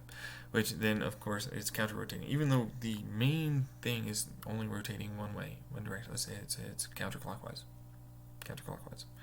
This one happens to be in the middle, in between the blades, being heated up with the fluid that is a counter-rotating, and then it counter-rotates again. So it's double counter, but which is very, very restrictive. But because I'm adding more and more heat to it, and because you can also cool it as you go further and further, and take that heat from here over to here to over here to over here, then you get a greater Stirling kind of lower pressure, because it's like, okay, it's more of a hot spot right here, and very, very, very hot, very, very pressurized. It's got the cat. The cat's here finally, folks. The cat's here. That's right. The cat's here. What am I getting? What is this? Anyways, so very, very, it's a cone style, but then it has a length of tube after that. That's just a regular thing, because it's like, it's just so annoying in terms of weight to gain that efficiency. But it does gain you efficiency. But I could add another, and I was like, nah, I'm not doing that. It's not worth it. In terms of efficiency, I can do like a cone to a smaller cone to try and capture as much on that central part, and then try and get like that last bit of like slightly better pressure or something. But no, I just decided to turn a tube into a heatsink. Yeah, I know, crazy stuff. But the outside happens to have the ability to transfer heat, and so the inside can be the waste heat generator, and the outside of the tube, and I can still pump water to, or something like that, to a radiator that's the same design, just to regular air, and so I make electricity doing that. My original design without the waste heat generator is still, once heat soak has happened, should hopefully be around the 85% efficiency. Now I'm getting towards that 95 plus, maybe, I don't know, it's definitely the 90% range at that point, for electricity. It's just the resistive part of the exhaust, but then the exhaust, it doesn't really necessarily matter to me as much about that much resistance, because I actually don't care. I have so much compression and detonation and then pressure that's being added to the intake, and all the rest of it, because it's a detonation style engine. It's capturing the energy. Look at this cat. She wants to be known. She's purring. Her name is Furby. So if you don't know, her name is Furby. She's a very cute cat. She's a family cat. Anyways, so that design, very, very effective, very, very efficient, and you're able to capture the vast majority of heat energy turned into electricity, and it can be very small and compact. That's the benefit. Like the longest part is actually the turbine tube. Like even the Stirling generator is almost the size of like a 1 liter bottle of soda. And then like the two rotating detonation style, engine is very small. You don't need anything more than like 2.5 inches, diameter circles that can do that kind of, really, really fast speeds that you're looking for. Because you're not looking to. You can make it wider. You can make it. It's relative to what it is you're looking for. But so as it comes in, that's when it's of course, because so it's like wristband, and so as it comes in, it expands and it contracts, and then there's already one above it that's basically right next to it, and then it's already contracting and opening. And that pushes. This then has this little tiny valve, effectively. It's a sliding valve or whatever. So that way it diverts it, and it goes back up, and as this comes out, it then pushes it back up on the outside part of the tube. You get both styles of reflectivity and initial push. You just have to get them very close, which is why more is actually a little better on that one. So, then you are also generating electricity via these chips, because you can layer them. So as they rotate, they create a photon, or turn a photon, a neutron, an electron into hydrogen. You can do that. We already know how to do that. We've already done it. It's not very easy, but then now we have better materials, better manufacturing, so we can do it now. Much, much, much cheaper. And then we have photovoltaic, allow for the initial, spark to be there. You can also just have a battery, for being honest. It's really all that's necessary. But anyways, it creates a heat, that creates a stress. You can have piezoelectrics, or you can create heat to thermo generation, but then you also have your waste heat generator, and that alone can just make electricity. So, and then you need to reflect it off radiative wise. So it's you either need to do the radiative cooling or conventional convection style cooling, or conductive convection style cooling, or you can do both. It doesn't really necessarily matter, to be fair. So that's basically what that's supposed to be as a design. And then that design is extremely efficient. It's okay.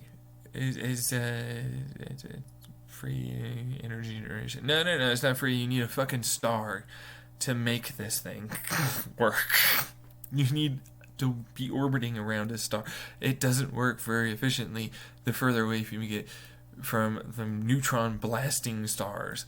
So like neutron blasting stars are very, very efficient designs for this. So they're not very efficient the further away from any thermonuclear star you happen to be going and orbiting around. That's kind of what that is. That on top of the solar panel generation, the waste heat generation, all of which run off the sun very, very efficiently. So it's just turning something, and you have to have energy input in. No perpetual here. There's no perpetual. I don't run perpetually.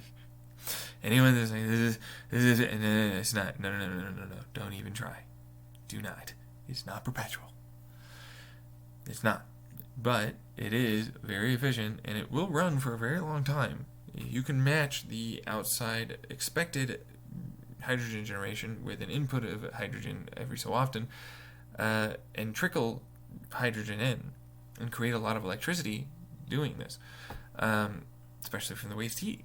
And you can run a pump from time to time. And, that's all you need to do to radiatively cool the heat. So it's a very, very efficient design at turning regular sunlight into electricity for us. Okay, that's all we're doing. And it's the same thing with this hydrogen being produced to be turned into with our regular atmospheric air. But of course, we're also if you didn't know, well, it's just steam. There's less oxygen for us to breathe. That's literally what we're creating hydrogen to make less oxygen for us to breathe. We're not putting more in, technically, although we kind of are, because if we compress it enough, we are removing the carbon attached to the oxygen. So we should free up at least 1 or 2 oxygens, but then that oxygen goes back into the system and it goes back into becoming steam. So we are losing oxygen slowly. So that's a thing, that is a thing. Yes, and that's a problem. That's a big problem. Eventually, if you don't have a way to make oxygen, it's a problem. So you need to eventually separate that stuff. But for right now, it would be extremely effective. And then you already have the jet engine. You already have the regular car engine.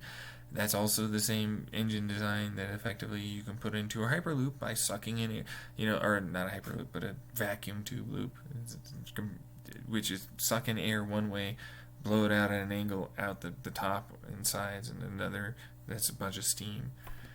So you never have to actually have any sucking in air on that, and you never have to suck out air, which is very efficient. And then I also have the solar panels and everything else, and then they're super cool. Oh, I love this one. So electric motors. I love electric motors. All right, electric motors are highly inefficient, but radial axial flex motors are pretty decent. But the problem is you can't get them very close, and you can't shrink them down as they rotate faster to maintain their horsepower. Because horsepower is torque, RPM, 52, all that shit. Pretty simple stuff. But if you happen to create a sliding ring that you then push in with hydraulic rams, then you're able to move on arms these pucks that are effectively able to have inside of them the running wires that you need to have them be able to flex. And then because you're using now these nano to micro wire coils of copper alongside of this material that once you create the electromagnetic fields, it creates a spin and blah blah blah. But the point is, you create a directionality of the electromagnetic field that happens to be directed more one way versus another. It's very kind of like a monopole. It's not a monopole. Don't say it's a monopole. It's not a monopole. It still has a nub on the other side, but it's much smaller and it's much more powerful, much more spiked towards that direction. And because it's more over the entire surface area and more contact points, way more little tiny spikes of fields, way more all that, and it's way more close, what do you get? More grip. Way more grip. Means you can pump a lot more electricity. Now, granted, I also happen to have this wonderful brand new design that is super cool, and you're probably going to hate it because you believe it doesn't work until you look at the engineering behind all the other people that have already made all the individual pieces work. So it does work. So, we already know about quantum tunneling. We already know about the fact that quantum tunneling can be extended further if there is a little bit of entanglement that is going on, and it doesn't necessarily need to be a lot of entanglement. It just needs to have enough entanglement. Now, if we happen to have a copper wire that happens to produce an electromagnetic field as something's going through it, then we can capture the electromagnetic field and use it as almost like a MOSFET, as a potential field one way or another. But not a MOSFET. We're not using it. We're just capturing and turning into jolts of electricity, and we're going to jump them. And so as that jump goes back in during a very, very high frequency, extremely high frequency, you AC current, DC current, whatever. I forget which one it is, but I'm pretty sure it's AC. But the point is like it's DC, but then you jolt this, and then like it creates a backwards current, and you're able to jolt based upon something around it on the outside. Another version of this, as you're creating the potential fields here, which is kind of like a MOSFET, and then you're storing, and then you jolt it in. You do it very, very, very quickly because you can quantumly entangle just a little bit. You don't need much. Just need a little. And then you can punch it in, and it can quantumly tunnel it very, very quickly with very high efficiency. Very, very high efficiency. While on top of that high efficiency, you also happen to gain something that is a little bit cooler, which is because it's smaller, and there's many, many, many, many, many things like this, and almost like a polyethylene or any plastic. It's like a bunch of these linked together, so you can figure out how long and all that you want, and how many you want to put in a circle, because the more you put in, the more you can put through, and the higher the oscillation, or not oscillation, but the frequency that you pump through it, the faster you can pump through it, and the less resistance you seem to gain. Even though you actually are gaining, you still have the same resistance. Nobody's saying that you don't have the same resistance. It's still the same resistance. It just seems like it doesn't have the same resistance. Seems like it, because we're creating a quantum tunneling effect that rides the wave, that we're bumping basically as it goes along. The thing. So it's as a tiny little short wire, and so you're pumping it. It's DC, very one directional. But then you also have an opposite directional, which of course creates the, in between inverse relations oscillating effect, bouncing in between the copper coils. And they do not interact, but they are very, very close to each other. The closer you get them, the more you can pump through. Now, what that happens to mean, though, is that that electromagnetic field is being recaptured and put in, but then all because of this quantum tunneling with quantum entanglement, which you don't need much quantum entanglement. You need like 12, maybe 25% quantum entanglement. You don't need much. And you don't really want real quantum entanglement. You want a vacuum-style quantum entanglement, which is how I phrase it. So basically what that means is you happen to have a thing that mimics it with the fields. It just mimics the fields that a electron or something trying to get over there happens to have. But it's not there. There's nothing actually there. And so as a result, it feels like and thinks, oh yeah, no, I'm entangled, I'm there. There's nothing there. Boom. I'm there. It was free space, free real estate to it. It was already there in its mind. So it never actually traveled anywhere. And it's not a wormhole, it's a tunnel. And it happens to actually do something even better if you want to do.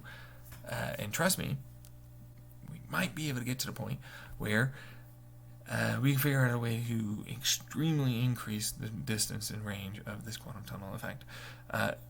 Too much, too fast is what a lot of people say that is. But the fact of the matter is we're talking wireless energy transmission that's effectively, actually, superconductive at that point, because it doesn't lose any of its heat or volts or energy. It doesn't. And in fact, technically speaking, it'll show up because of the way it moves, looking like it happened before the other thing wanted to go. It's only a consequence of our entropy having to catch up to it. I've already explained that in the earlier thing, but effectively we have a vacuum force, which is not a vacuum force. It's a nothingness force. It's nothingness. I hate people saying, because it's literally, there is no vacuum, there's no space. You have to remember this. It's a very counterintuitive way to look at this. And so you have to keep up. But a vacuum pressure is still something, and space is still something. But the absence of something is what we're talking about here. But it's still there. And so until it's completely filled up, it wants to create something to fill itself. And so what that ends up doing is it creates a vacuum pressure or space, or in this instance, a movement of this inflation with vacuum pressure that we happen to exist right there in the middle. And as it expands, and then that gives us our entropytic version of time and space. But technically, we don't have any real distance. And because, hey, guess what? This is going to be a really interesting thing to talk about. But fields are basically infinitely dimensioned, even though you'll say that they're not. But to us, they might as well be. They should in no way have anything that they need to travel via our way of dimensional thinking. So, and in fact, because they're infinite, however fucking distance they are, I don't really care. The point is, it means that they've learned everything about what information is passed to the field immediately. Immediately. Yeah, it's going to be immediately. Because dimensionally speaking, they are just like the nothingness, where they are basically all compressed in a tiny little nothing space and rapidly everywhere all at once. That's how dimensions work. And that's how it happens to work with its directionality of informational movement. It's one of the reasons why I find a lot of quantum standard model shit boring as fuck. And wrong. I don't think it works. It doesn't account for how lame we happen to think as three-dimensional observers. And anyway, it certainly doesn't like to examine field dynamics that seem to interact with things faster or in a different way than ours will, based upon its dimensional aspect and the fact that its time version is not going to be relative to our Einsteinian version of warped, accelerated, gravitationally, warped, that is, time. It's stupid to think that way. Why the hell do you think that? So, anyways, now you happen to have like this other particle, but it's not a particle. It's a vacuum particle, but it's in a negative state, kind of like supersymmetry, but it's not supersymmetry. You have to test it because you can use fields to apparently create a spike wave in a given area and then bump it up, and then you got the ability to capture it with a quasi-particle wave quantum entanglement thingy.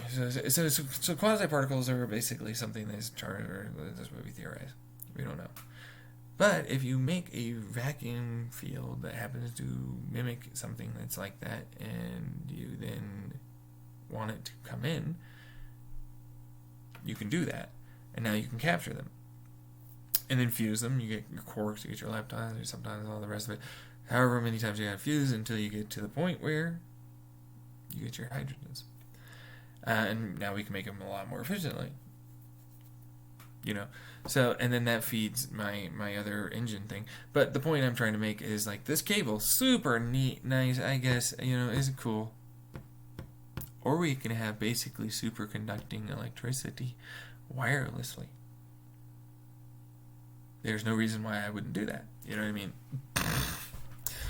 So, like, it all depends on how you have to set up the quantum tunnel effect and the level of entanglement. So, like, that's basically the rub.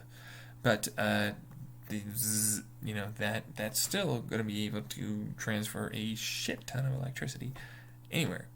The same thing with this electric motor idea, which happens to be both sides able to then run through the middle. Then you have your fields, and then you have your way more traction, way more control, way more repulse, and like you can set it up, just like a railgun, coil gun. You can have it disconnect and then suddenly pulse, and then next thing you know, you've got it, your attraction and repulsion force together with a very strong electromagnetic field in many more places. And then you can shrink it down to gain even more RPM, and then you still have the tube, the radial, or the axle. You still have the axial flux, so the tube can still be used. And then you can stack them in a row because it's far more efficient the way it's designed, because we're using nano 3D printers here, and so on, and combining everything. Then I happen to be able to make a statement like Elon Musk's 2,000 horsepower Plaid, whatever electric motor is lame. I can do the same thing with a 2-liter bottle of soda. Weighs a hell of a lot less, and technically I can go even faster, which is a good thing. With less energy, technically, because I'm wasting less to get the same result. And so, as a result, that's the design. That's the electric motor design. And then I have the cable or the wireless energy transmission, kind of redundant cable backup, I guess, to send the electric motor exactly the amount of electricity wherever the fuck else it needs to go to, because now we have wireless and it can, if we get it right, transfer if we need stations, or if we can go like you theorize. I should say you. I'm talking to myself here because I'm watching my fucking goddamn camera. Anyways, I'm theorizing that it shouldn't in any way have a distance it can't travel, and there might be a little bit more electron juice, or maybe there's nothing like that. It's just the right setup, or maybe it's just it will go anywhere with the right amount, and you can, right amount of entanglement or something, or maybe none of that, and it'll just go any amount of distance. You just need the right frequency of entanglement, and that's what will give you your electricity. That's it. And so that would be better, and that's what I believe will be the case. And then you still have your cable as well, which is not superconducting. Anybody that says it's not superconducting is 99 point something efficient, but it's not superconducting. It's just really, really efficient. So that's all that is. Then I have the ability to make chips out of this, which if I set them up into a quantum lane entangled state, it just needs enough. And then I superposition it and try and make it create a photon. Then it'll not actually create a photon. It'll go through the field and then pop up and drop down from its entangled state, which is now a non-superconducting, needing no noisy environment, and also on top of that, room temperature quantum computer, which happens to be logic gateable still, because that electron can still travel and do it again. And when you set it up the right way, and you happen to have it go up and down, now you have these other chips that happen to set up this basic chip that is the main processing, and these ones process all the little dynamic processing and setting them up and entangling and all the rest of it. So that way it can continuously clock cycle, which is its version of clock cycle. But because I don't have to worry as much about heat, I can calculate incredibly fast. Extremely, extremely fast, actually. We're talking femto Planck seconds, or sometimes maybe slow. Depending on how good we get at setting it up faster, especially because we have wireless, energy transmission, and pretty good at being able to set up our entanglement just the right amount, and superpositional just the right amount for our data. And then we still have caches of data, next to anything that we need. We still have, which is a transistor. It's still a transistor. It's a quantum qubit transistor. It's a superpositional qubit transistor. That's what we're talking about, which is really impressive. And it's very, very fast clock cycles, like stupidly fast. And then the Googles, if we get it done right, hertz, whatever the hell that is. I don't know what the name is for Googles.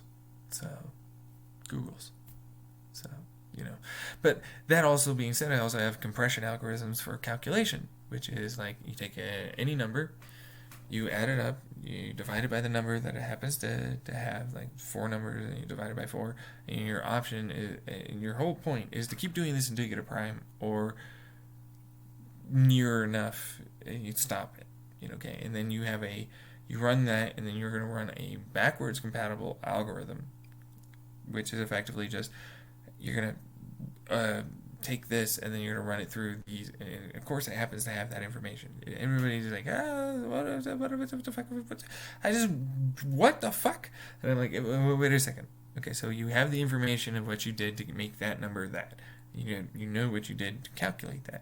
But, like, you just need to, after it's done being calculated, have that then the knowledge of what those numbers were and the calculation then be basically reverse engineered, but then run through its own, hey, it now comes out to be this. So it's a style of compression for calculation for given workloads that are extremely taxing, which is a thing that I'm trying to get to solve P versus NP, because I fucking hate P versus NP, because it's all P to me.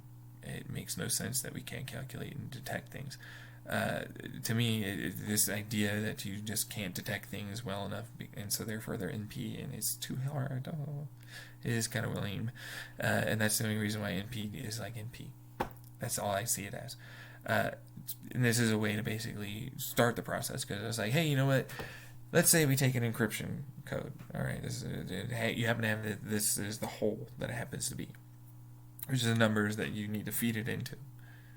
Well, there's a way to break that hole by knowing if you know what the hole is, and you know what the hash, and you know all these other attributes of what the given clock computer, the algorithm they use to try and make random, because it still has to interact with enough ordered material that then makes it a lot more likely to turn out to be one thing or another at a given point in time in space, and so on. So anyways, now you have this hole, and you have likely to be this, and less likely to be this, and then you definitely know it's not these things. Like, it can't be a over 9,000 stretch character of primes, because that's not what it's using. It's using 1,024 character prime. That's what it's using. So that's a thing. And so then you can use a neural network to effectively brute force the entire string. And hey, what do you know? I have this thing to be able to find primes by going and saying, hey, so 5, 1, 1, 3, which is a prime. Okay, now that's a good prime. It's 6 plus 4, which is 10 divided by 4, which is not something that you can make up, but you think that. But it's actually 4 and then 10. 2 and 8 and then 5 and 8 2, that's 5. Yeah, so 2.5, and then you have to add the 2.5, and then you get 7. Alright, then you assign values. So because that's a prime, it's 4 numbers, you get 3 points. Okay, and then the next one is not a prime, it's 2.5, so it's not a prime. But the next one after that is a prime, you get 1 point for that. You have all that data and store it. But now you just worked out how it is. Hey, if you work that out the right way, you can figure out primes. You can figure out primes doing that. You can't. Actually, you can. You just have to do the work. You have to put in the adding and division. You have to reverse. You have to multiply. It's an algorithm. It's an algorithm that then you have to then figure out what numbers were added to and what are likely to be added to. And then you can get to any fucking prime pretty quickly. You can find the largest prime, because like those value numbers are very, very important, because if you don't know, the longer the string, basically 4 is 3, 2 is 1, 1 is still 1, but you get the picture. It's like you really want more and more number, values. And the higher the value, it was just a game I used to play. And so as a result of that game I used to play, I figured, hey, you know what? There's nothing saying I can't reverse that to make prime numbers.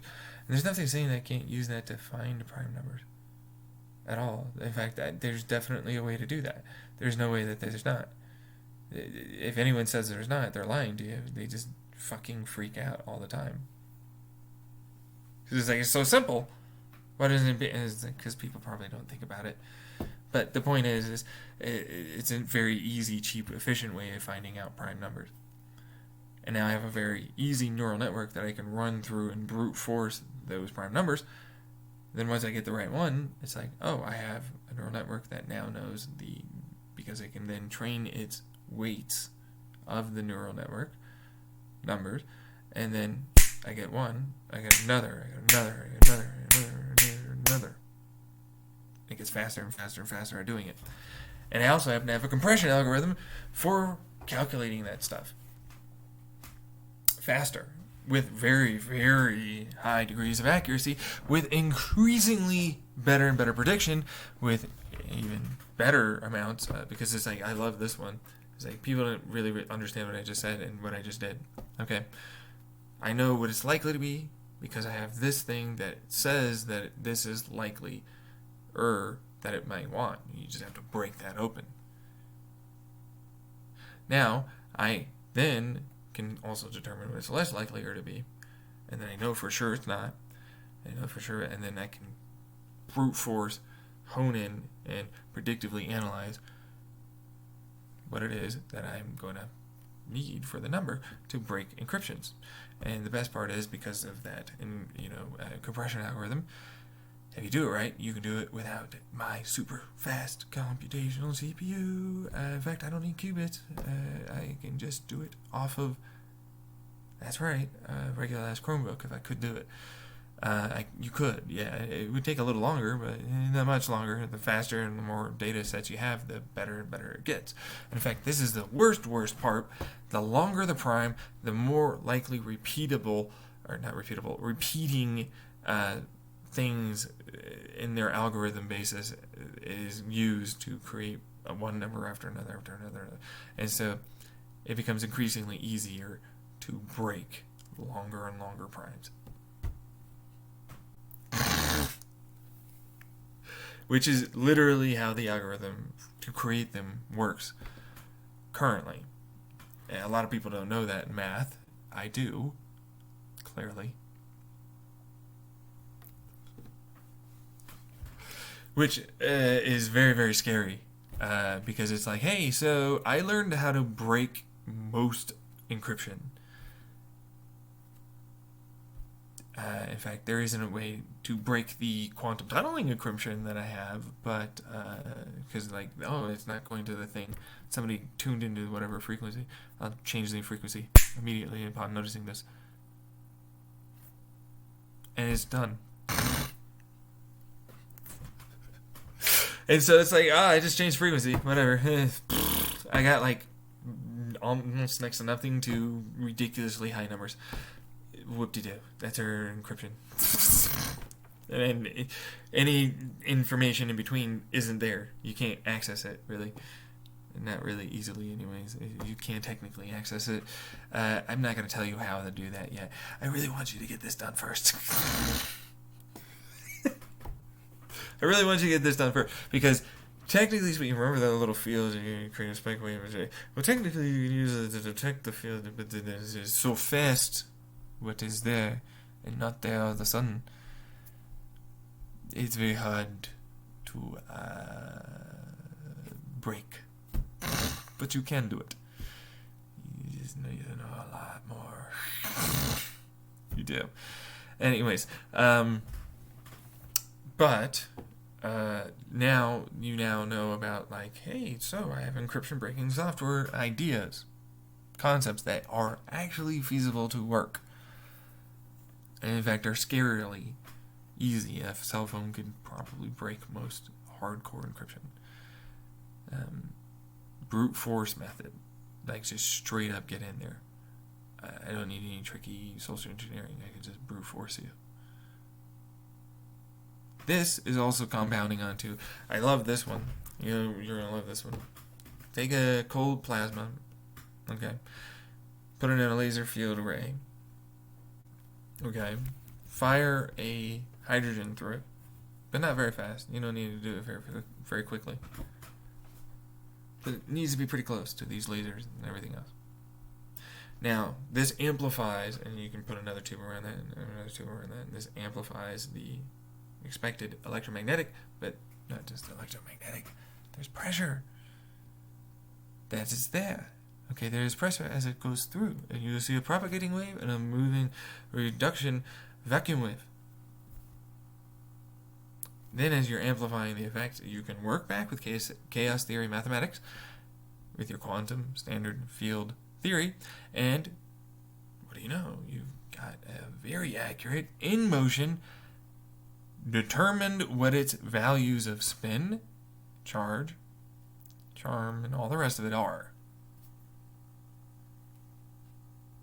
Defeating the Bell's experimental bullshit and this Nobel Prize garbage that I felt like was such a slap in the face.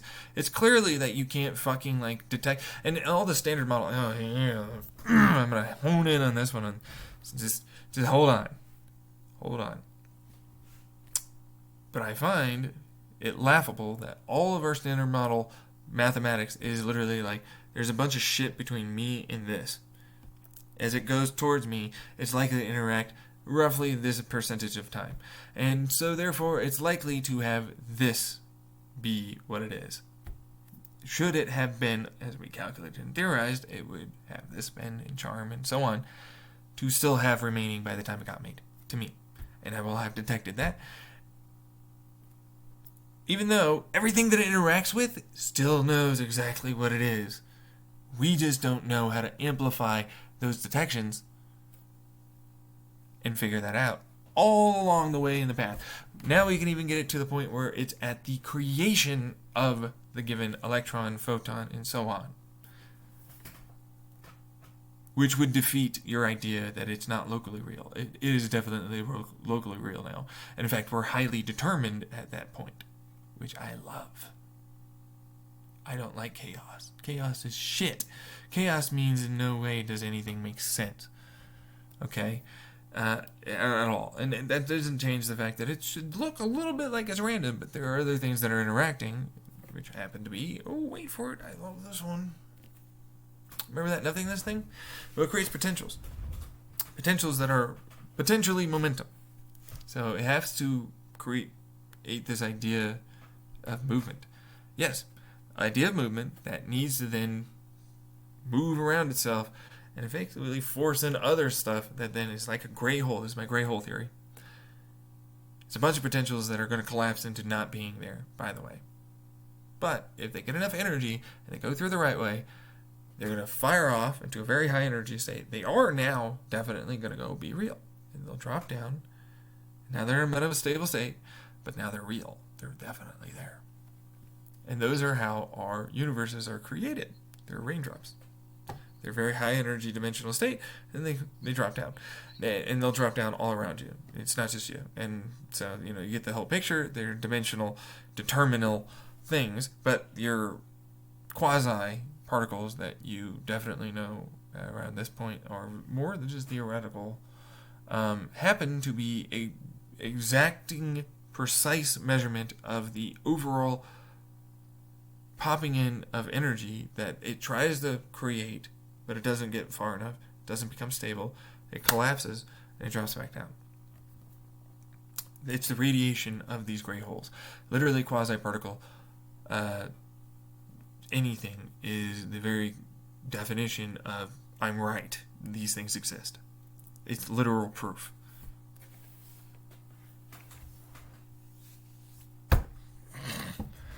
So, that's how that works. That's literally how that works. You just have to fucking, write the stupid math and go put it in front of a bunch of panel of judges that fucking say, and then they go, sure, I guess.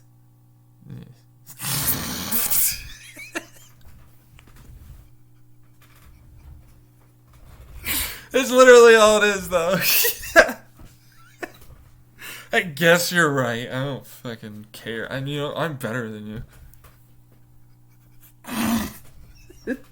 It's not quite like that, but that's the general vibe I get from the vast majority of standard model or quantum physicists, or even but any of the PhD ass fucks. Like, they're all very similar in my mind. They act very similarly to that, and I just don't like them. Because it's like, hey, look at this guy. I'm creative. I'm not a genius. I'm pretty genius, though. But what I really, really am is, have you been tested? Oh my god, I can't allow you to say that you're a genius. That definitely angers you, probably.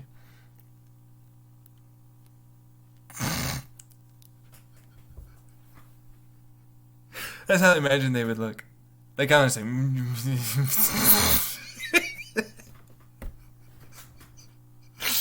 It's funny because it's like what I just did should explain without any real scientific knowledge outside of being a science enthusiast.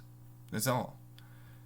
I created what should be things that are very feasible for us to do, that go beyond what everybody conventionally thinks and would drastically, significantly help the entire world out. Now I'm going to get you a one better, because we're going to go into our plasma fusion rocket engine. Okay, we're going to take particle accelerators, we're going to take neutron reflecting materials, we're going to take spike wave plasma, these proteins that happen to have, proteins that happen to have four very close, that are creating a nuclear force interaction, but they're not actually, they're actually trying to repel each other, but there's a spring that's the protein that basically forces it, to be that close, but they don't fuse. That's not how that works. They're just very, very close. They want to, there's not enough energy to do it. That's basically all that is. Anyways, you get a cold plasma, you get the protein, you get your particle, you get your inertial confinement, blah, blah, blah, blah. You're going to plasma accelerate via electromagnetics. And then you're going to fire these particle accelerator protein, very close, and then hit them with a laser that's inertial confinement right at the point where the spike wave of all, because now we have tokamak, that is double helix. Okay, and so that means they're going to cross in, and so as they cross in, this, of course, is rushing in after that tiny little fusion event now creates a massive expansion, this is a lot more inertia, and then it's being pushed by inertial confinement lasers, and there's still a tokamak around there. I really wanted to fucking fuse, so it's like I really wanted to squeeze, I really wanted to give it a lot of pressure, I really wanted to do something, but because I happen to have this much easier fuel to fuse, it's not deuterium or tritium, it's just really, really close. As a result, if I add a little heat, just enough pressure, I get fusion. Way easier than doing that, if I'm being honest. So anyways, but I have a lot of it in this cold plasma that happens to be very dense and it then creates this fusion that then it creates an expansional, but then it's still confinement and resistance and inertia, which creates another part of fusion, which then heats it up and expands it, and then I grab that and rapidly expand it to the other sides at the tops of the other double helix, and then what do you know? I'm going to accelerate it. I'm going to do the same thing again. Fusion. I'm going to do it again. Fusion. I'm going to do it again. Fusion. I'm going to do it again. Now, then there's a tube. This tube is in the center of 4 of these tokamaks. There's 5 total of these designs. So there's 4 ring tokamaks. Center tube. 5 total. Know where I'm going with this? Can anybody guess? So, as you squeeze it, much like your jet engine, right? Yeah, that's right. Raindrop style. And it's going to be squeezed. You get your plasma field, or your laser field. You get your neutron reflecting material. You're going to grab it. You're going to suck it. I'm going to force a plasma reaction, or a plasma fusion reaction, just in front of these little tubes. So that way it creates a very high pressure, and it goes mostly in there. And then that can then set up the next fusion, and I can add more hydrogen as it goes. Now, as that gets fired in, the front gets fired in first at an angle. You're going to want that. And the tube is shaped to create the expansion of this pressure wave to then collapse into the next one. Granted, I'm heating it up, I'm speeding it up, and I am compressing it further, and basically creating a plasma accelerator injector that is then also still going to have that particle accelerator and the inertial confinement laser right there in the center of that tube. Now, as it fuses, then I get a secondary pressure wave that then is going to help the next one in line, and the next one in line, the next one in line, and the next one in line, which is then going to get wrapped off wrapped over, basically turned around. Using tubes, effectively. They're tubes. I'm grabbing the plasma that we're not allowing to go through. That's right, we're not. So that then allows for it to get diverted back into those very areas that we were punching into that tokamak, designed to be forced further and further, faster and faster, that center tube with the outer ring. Now, what that does for us is as we fire in more and more hydrogen, if you're following along, and you're maybe even doing it yourself, you happen to get a larger and larger degree of fusion in that given area because there's more heat, more pressure, and it wants to go that way. And as you're collapsing and you're creating all that injectors and everything else, you wrap it around, you get all the fucking 5 of these, which is really 20 here, to wrap themselves in the heat. And you already know about the heat, the waste heat stuff. You already know about how you can reflect IR energy and other forms of electromagnetic energy into and then concentrate it via a lens, and then happen to have inertial confinement lasers once more. Then I have electricity for that laser. Then I also happen to have, because I'm generating electricity with the, so you get it. And then alongside of my electric motor design, yeah, guess what? Same thing. Much more powerful fields, much less energy, no superconductors. I'm not going to do that, technically speaking. I still have backups of cables. They're not superconductors, but, I can use the wireless energy, so I figure why not. Anyways, as it goes faster and faster, I get more and more fusion, and I eventually have to release. So that valve then opens up all 5 of these. The 5th one is the one that opens up first. The other 4 join in. Then that combines. I didn't tell you about this one, but wrapped up. Anyways, it combines. It fuses because they're hitting basically at the same rate, same point. And of course, I'm having that wrap up go back into the center part of the tube, is what I was talking about as well, for all 5 of those designs. And then also increase the rate and speed of this. Then the outside is still a railgun, or the tubes that are, wrapping it back in, are railgun coil style gun, tubes. I just want to fire this bad boy as fast as possible. The faster I can get it, the more accelerated, the hotter, the denser, the more compressed, the better, more fusion you get. Generally. But it's going to be hotter, denser in the core, and less at the outside. That's the stuff you want to refuse again. But eventually there's enough heat, there's enough pressure, that I actually need to bleed some of that into this very long tube, which is going to, as this combines, and then it expands out, and then I have to recombine it, and I'm going to re-accelerate it at that last point, and then I'm going to squeeze it by using, and because it's a longer tube, but I have to basically create that style, it's another raindrop effectively, but I have to add in these plasma injectors, and then it's a Y style. So they go over here as little tiny, propane torches, effectively, and as the plasma comes in, they are to create a vortex with the main core, and then that helps create this spinning ring in the bell housing. With that ring in the bell housing also happens to have the torches diffused plasma that saves it. Now that spinning ring is very, very good. It's more fusion. It's also a lot of heat, and is also a shit ton of acceleration when it finally leaves. So it's very, very, very, very efficient. And then I have, if we can send a fucking thing over to the sun to, detect shit for us and survive it, because we have ceramic that's able to do it, I'm pretty sure we can insulate this thing and cool it sufficiently with radiative cooling to be able to create the plasma that's going to basically carry the vast majority of it, bounce off of this, but the vast majority of it is mostly bouncing off of very, very powerful, but very, very intensely short electromagnetic waves. I don't want them to be big. I don't want them to be very, very concentratedly short and powerful. I do not want them to be trying to force this into another cone.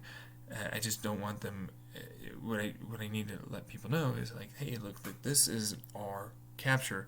Anyone that knows about nozzle, but the remaining spread, the nozzle is really now your ring, and the outside edge of that plasma also happens to be a capture because it's pressing in to that spreading at very hypervelocity relativistic speed at that point, plasma fusion or fused plasma, fused plasma that is now going out extremely fast, extremely efficiently out, just diffusing as fast as you can really do it.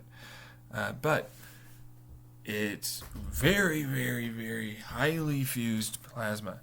If you don't know, we start with hydrogen, and the goal is to reach iron coming out the end. That's right, iron. I said iron. I meant iron. I'm saying iron because I mean iron. I want to get to iron. The iron is... Oh, you thought xenon was cool? What about this iron? It's way denser, way better specific impulse. You think you can't make that? I can make that. And it's true. Technically speaking, if you do it the right way, you can make iron. You can start with hydrogen and get to iron, and you can do it. There's going to be some iron. It's mostly very, very highly, heavier elements. But I mostly want iron, but not complete iron, because there's just no way to do that. If I want to be deadly honest, I still have to not have it become a bomb. So there's pressure release valves, and then there's diverters that basically make that final little nozzle spinning ring, which is a final burn that turns all that heat into a relative speed and energy velocity for the direction that we are driving. So that's a big, big, big deal. It's extremely important. In fact, because it's rotating like that, it's accelerating whatever goes through that nozzle, which is now even smaller, which will probably produce a little bit of fusion. Yeah, no, I forgot to add this. I added it in my live stream. The tokamak design is still very, very good, and so I can still add a tokamak there at that very, very small spot in that nozzle and really compress it, and I could still add in those plasma or whatever I want. So if I want to make that fusion, that final last fusion, I can do it. It has way more heat, way more pressure, way more velocity, so I can get there. So I don't see why not. But the ring is really more just an accelerator at that point. If you don't know, a ring that's spinning, and it's going to create an electromagnetic field that happens to grab and spin as it and yank and it's also fusing because so you get the whole point. But but the real point is that it's a highly pressurized, extremely hot, very fast moving gas. That's still a plasma, but we're very, very high elemental plasma at that point. And so if you were ever doing it in an atmosphere, you could probably kill people if it was flying. You could probably get, you can compact this, so you can do it if you want to, and you can create something that is terrifying in every conceivable manner. Let's say a regular cruise missile the United States have right now, the Tomahawk. Yeah, I know, right? You'd be able to feasibly just run around a city and heat it up dramatically, efficiently, while bombarding it with Gale Force. And Gale Force is putting it nicely. It's a bomb that sustains itself, and we all know all rocket engines are bombs. But it's more terrifying because there's a lot more heat, a lot more pressure. There's a little bit of radioactivity, but the radioactivity isn't the problem. It's more about how fast the velocity is. It's a large hadron collider that happens to be terrifyingly like a lightsaber wherever it's pointed at. So it will still fuse deadly wise. It can fuse with the air. It will create very radioactive material. Fuck. And on top of radioactive material, it's creating a massive, constant, never-ending blast pressure wave that would kill anyone for miles around. So it's very deadly, just off of that. But you close off some valves, put the right nuclear, fissile, and fusion, like deuterium, tritium material at the front, and you create the bomb, blast pressure wave, and it moves forward. This compresses. You make fissile or fusion, which from fusion you make fusion, then fissile, then compression of more fusion, which then that more fusion on the outside, and then you get a very, very dense fusion reaction that's also fizzling, but then is also creating a massive amount of gamma ray radiation that can genuinely just destroy an entire. It's a nova. I created a nova bomb. It's not hard to turn this into a nova bomb that's not producing much more than just gamma rays. Plus side, bad side, is enough gamma rays to kill literally everyone on Earth, and they'll go right through literally the Earth and pretty much everyone in the solar system, if we're being honest. That, and once you add in the warping wormhole design, once we get there, so I love this one. You warp a bit of a field into a wormhole that, of course, to you and it's like there's no distance there, but to it knows there's distance. The faster it goes, the more exotic material happens to be captured by this quote-unquote net of skin, and you put it on the inside of this engine, and on the outside, the faster. So on the outside, like, you can funnel in and basically not have to worry about cosmic rays, hydrogen, anything hitting the skin of your vehicle. The faster you go. Now, that's why I designed that, and also that exotic material happened, which is particles. I can create an expansion of space-time behind me that also closes off like a big old rocket plume of smoke. And so I don't have to worry about the Albuquerque part where it's like I'm expanding and I'm contracting and I moved, but technically because I didn't cinch this part off and then that collapsed over there, I go back. So that's one of the problems. That's why it's like the inertial, movement designs of like it fires it forward and then it goes back, and it fires it forward and it goes back. That's why the Albuquerque doesn't work. It'll go back. You get a little bit of movement, it goes back. It goes back. You slap, and it's not good. So don't do it. It's not worth it. It's a blue shift. But you also are able to get faster than the speed of light as a result. And you're able to get far more. But I calculated the rough problematic. This is very problematic, by the way. But a 5-inch dildo that it somehow happens to have this stuff that you would be able to create in it. The physical material and all the rest of it, because relativistic speeds are now getting achieved far easier. And we can go over to Pluto, go past the sun, and then head back towards the Earth.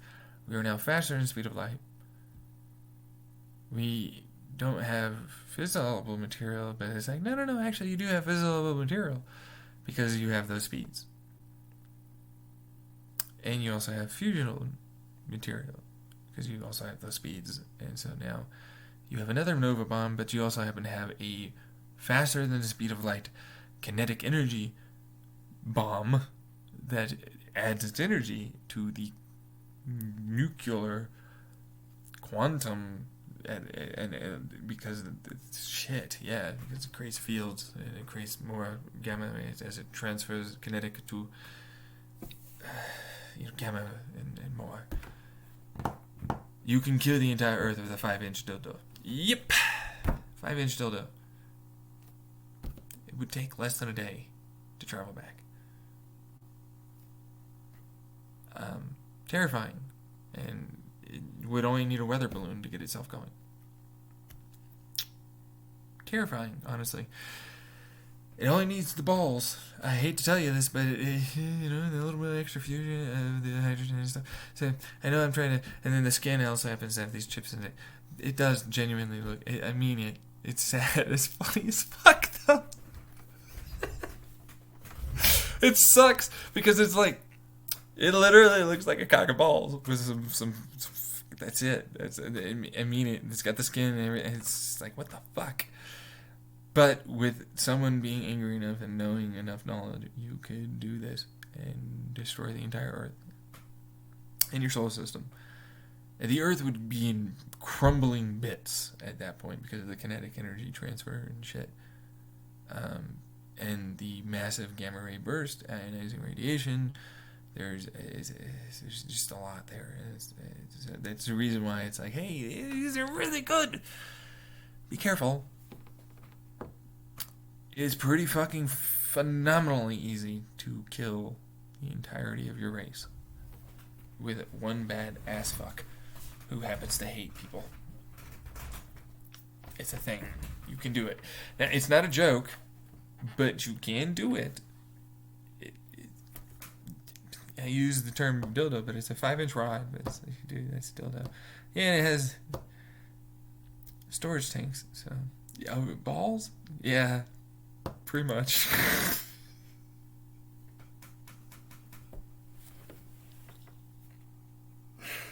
It's so stupid.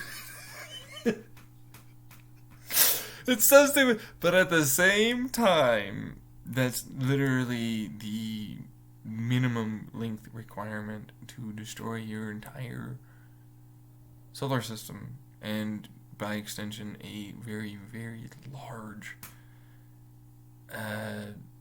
extended range in the light year. You know, I think we're in the 30 light year range for the nova of the neutrons, gamma rays, and you know, kinetic transfer. It's very possible that you're likely to create a black hole, which will suck in your Earth as well. So it's very, very scary, and so that's a reason why. Nice. Be careful. It's meant to get two places to quantum tunnel, as what I was trying to get across, because now I have this chip and I have the I just gave you the plasma field thing. So it's like, hey, you know, if I get nanobots that can, you know, kind of examine enough and we can get the examination outer part, we can quantumly entangle something that is not there, but you are, and you're there. Without having to delete your information. You just moved and tunneled the information. That's all you have to do. Without the Star Trek, you're dying along the way. Yeah, sorry, you're not. You didn't die. You just moved all of your shit over. That's all you did. You never died. You're still the same thing. There was no destruction of information. You'll even be consciously aware of the transfer of the so fast you would be able to be in any way knowledgeable about it.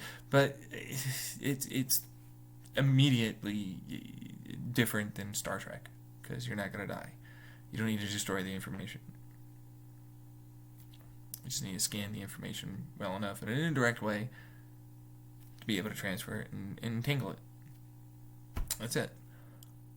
That's literally all that is. So, let's see.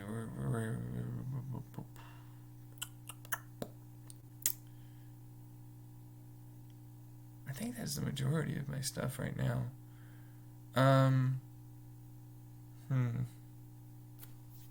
Check something. Elaboration of chip design, other designs. Yeah. No, I mean, you know, that's basically it. So, I think that should be fine. Yeah, no, security, I think I saw you on it, but I didn't recognize you now. You're wearing glasses and have a mustache. Can you say you have a haircut? Talking about your ideas. Yes. Yes, I am. So, there we go on those designs. They're not all my designs, but they're very, very put together level of my designs. I have a couple better spaceship designs. My fusion engine is, while to some people really, really amazing, I call it garbage. It is nowhere near complete or finished. I hate how inefficient it is, and I hate how bad it is at transferring energy where I want it to be doing, and there's just a lot of things that I dislike about it. But it's very, very good. It's very, very capable. It's feasible. It's actually doable. People might not want to say that, but it is feasible and it is doable, and it does work.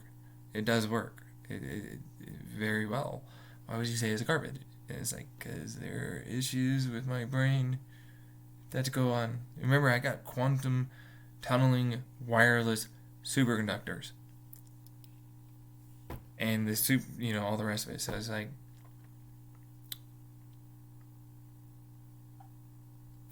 it's okay.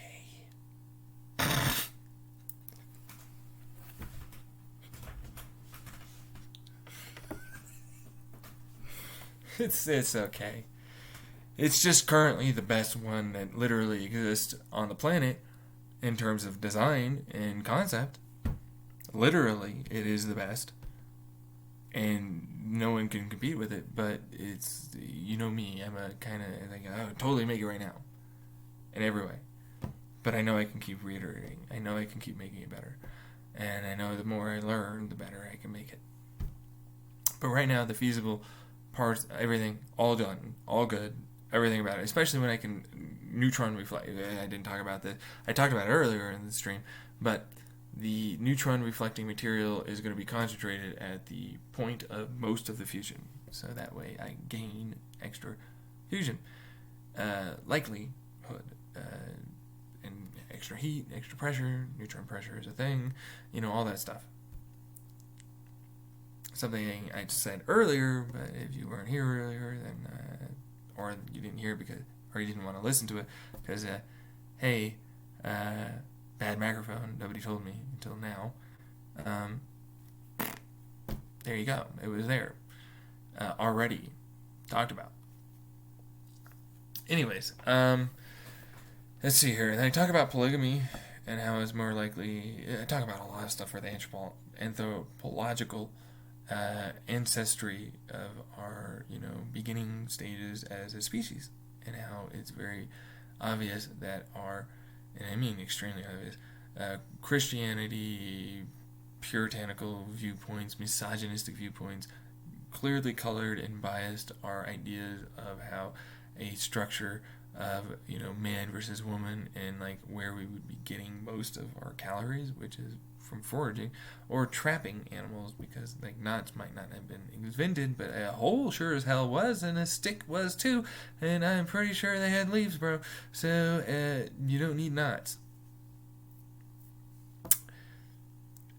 and you wouldn't really use it very often because you didn't really want to fucking have to go through and clean meat as much and like store it. You didn't have like that amount of salt, so you didn't really have, so you had to like get the blueberries, which were not like our blueberries. You had to get like the other seeds, everything, and try and get it all mixed together, because like it wasn't about having, oh my god, I got that.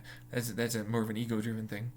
It's more about having resources that are sustained, that are nutritious, that don't make your fucking head and stomach hurt, because like that's actually a big deal when you're trying to live. So, it doesn't come with a hierarchical structure. This idea of, like that has to be created. There isn't a created idea of this structure of you're better because you do this. All of it was useful. More was better because more gathering of resources was available. Having any and all information disseminated to anyone that could learn it was beneficial because it meant they were likely to live, less likely to die. Then on top of that, less likely to die, they were also more likely to produce children and have fewer sick days, which could be passed on to others. They didn't know what the hell that was, but they knew shit could be passed. You have a bunch of diarrhea all over the place, somebody's gonna fucking get something. So that's basic shit. And so this idea of this misogynistic representation is so weird to me. And I mean that. It's very odd. And it's perpetuated by our dumbass system of boy club ass fucks in a lot of scientific fields of study.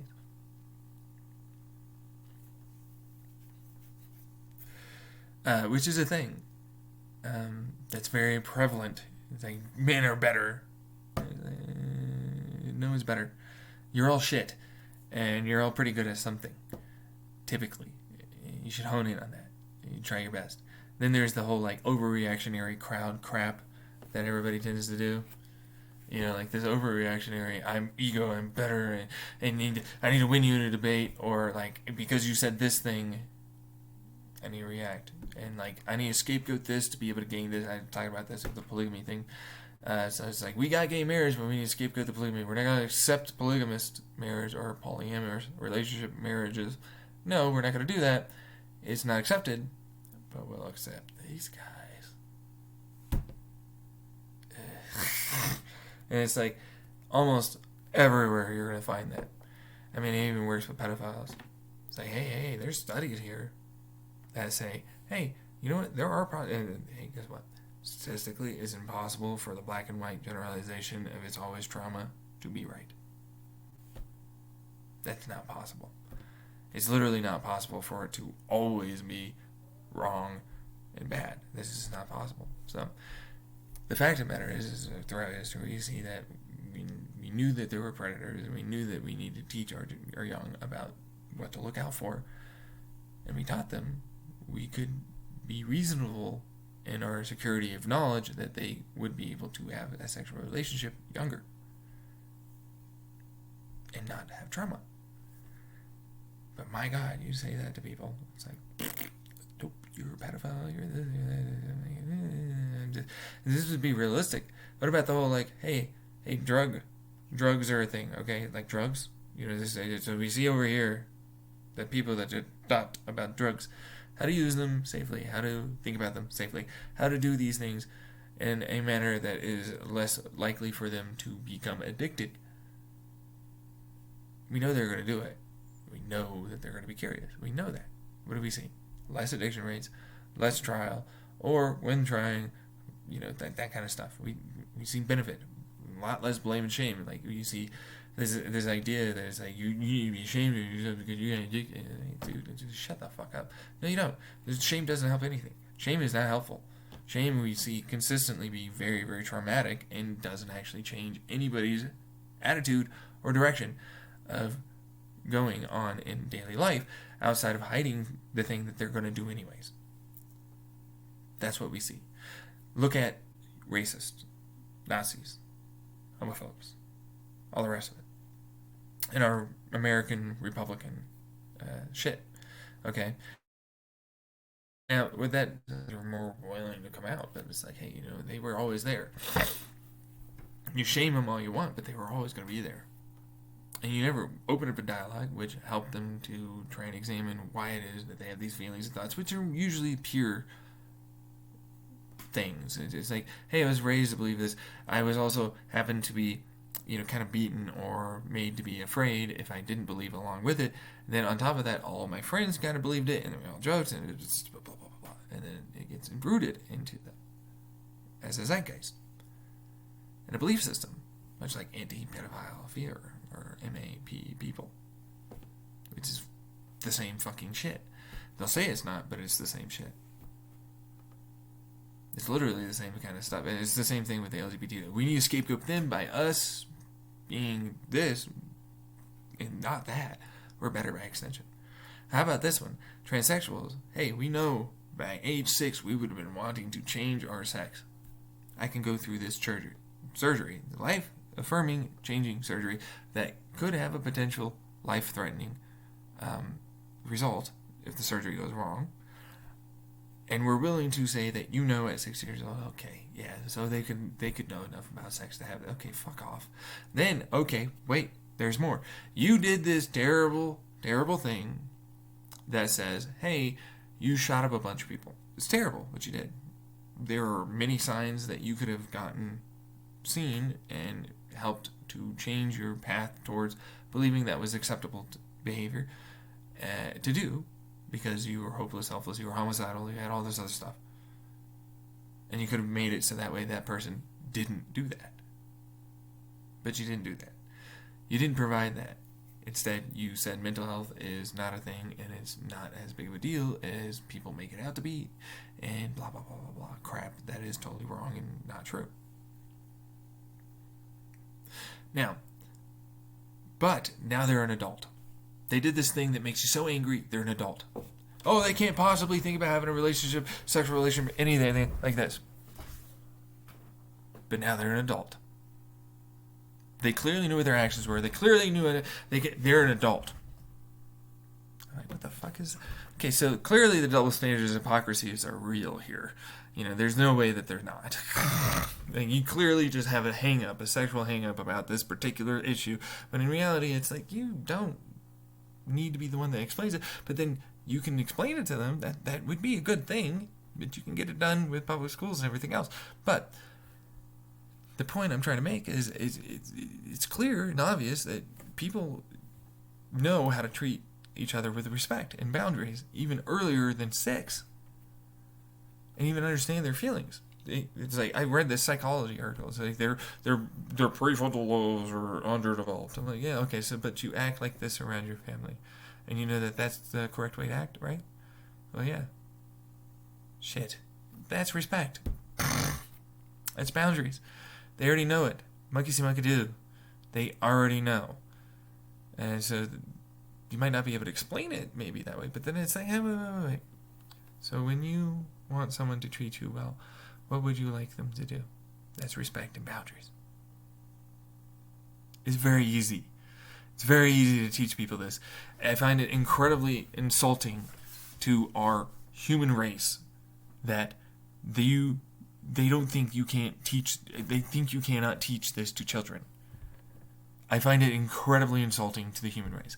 It's obvious that we've had a dumbing down in a lot of ways about the overall capacities of what we are, especially when it comes down to the amount of trauma that we gaslight and push underneath the rug and say is not as bad as it is, but then this trauma is way worse, and it's like, it's definitely a thing, and like, well, trauma is trauma, and it's going to cause mental health disorders, but not everything is trauma, okay? This is something we see consistently. Perspective of a child that happens to be, I had a good time, okay? Now, hold your horses, because there's no good time, it's not possible. Pleasure is pleasure, shut the fuck up. Pleasure is pleasure. If they don't know it's bad pleasure, then they don't think bad things have happened. But when you tell them something bad has happened, all of a sudden that perspective has changed. That's how that works. That perspective changed. I don't want my bedtime. I don't want to not be able to. I don't want to. Okay, I was hurt. Next thing you know, they're being tried. And it's like, hey, but if I felt like this. And it's like, how many people do you know that are online that talk about, maybe you don't go to this, but I've seen this, that talk about their sexual trauma in a positive light.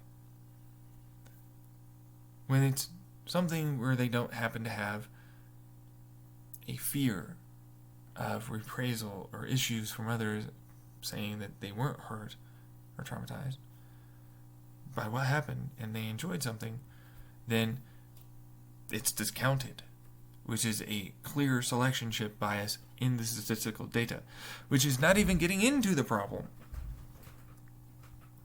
of, if you have a narrative that is all or nothing, it's always like this, and then you show up with trauma is trauma as a study, which is like child sexual abuse trauma, it produces these mental disorders more likely. I'm like, yeah, gee, wow, you need a study for that? Same thing with physical abuse. It's the same fucking thing. And it's the same thing with when you're an adult or a teen. Doesn't matter what the fucking age is, you get more likelihood of mental fucking disorder if you're traumatized. That's... What the fuck? What the fuck? What the fuck? What the hell is that? Yeah, it's like, how the fuck did you not notice, right? But a lot of our studies also happen to have this problem. And I mean that. Like, a lot of our studies happen to have this problem significantly. Where a lot of narratives are pushed. I love this one. I love the burger. This is the burger on a Tuesday when it's raining, you're more likely to go purchase. Which was paid for by a company that produces meat, wants more burgers to be sold. They advertise around that time I mean, it's the rainy season, by the way. When you're less likely to go outside, and so before anything gets too up in arms, the study, I believe, back in the day was basically, hey, guess what? You go to, I hate this one because it's an inflammatory title. Basically, I'm going to break it down to you. They went to a rainy place that had no other establishments to go to because they didn't allow for people to bring home lunches or bring lunches to work, I mean. And they didn't allow for catering or anything else to be in the air. But this particular place, an establishment was there. And so, but it was raining. After Friday or on Tuesday, their payday, they saw a week that seemed to indicate that they would more likely go out to eat at these places. But you know what ended up happening? On a Tuesday when it's raining, it happens to be that you're more likely to go buy a burger. They didn't check what you were talking about online. They didn't check what the advertising was. They didn't check the fact that there's less likely to be road, traffic because there's less people on the road when it's raining most often.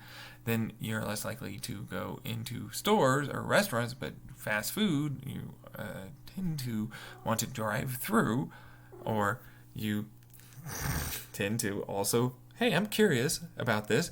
Is this true? I'm going to be around. Oh, I'll check it out myself. Why not? Fuck it. Why not? Yeah, why not? And the next thing you know, it perpetuates this false narrative and belief that it's real and it's true, but it's not. See, it made itself out that way because they started advertising to this. They started advertising that there is a cheaper, and so you're going to buy it. It's cheaper now. It's raining. You get, what do you know? Tuesdays typically after the weekend, and you bought all your other stuff, and now you're in work, and then now, hey, guess what? You have money. It's my last kind of whatever. I might as well go over here. It's cheap anyways, and I can go buy a burger or some shit. It's raining.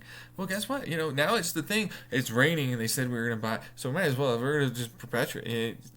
Next thing you know. Because it's like, hey, we're now doing this as a thing because we saw the study. You know what I mean? That kind of thing. And so, while a bunch of people might believe something is true, it doesn't make it true.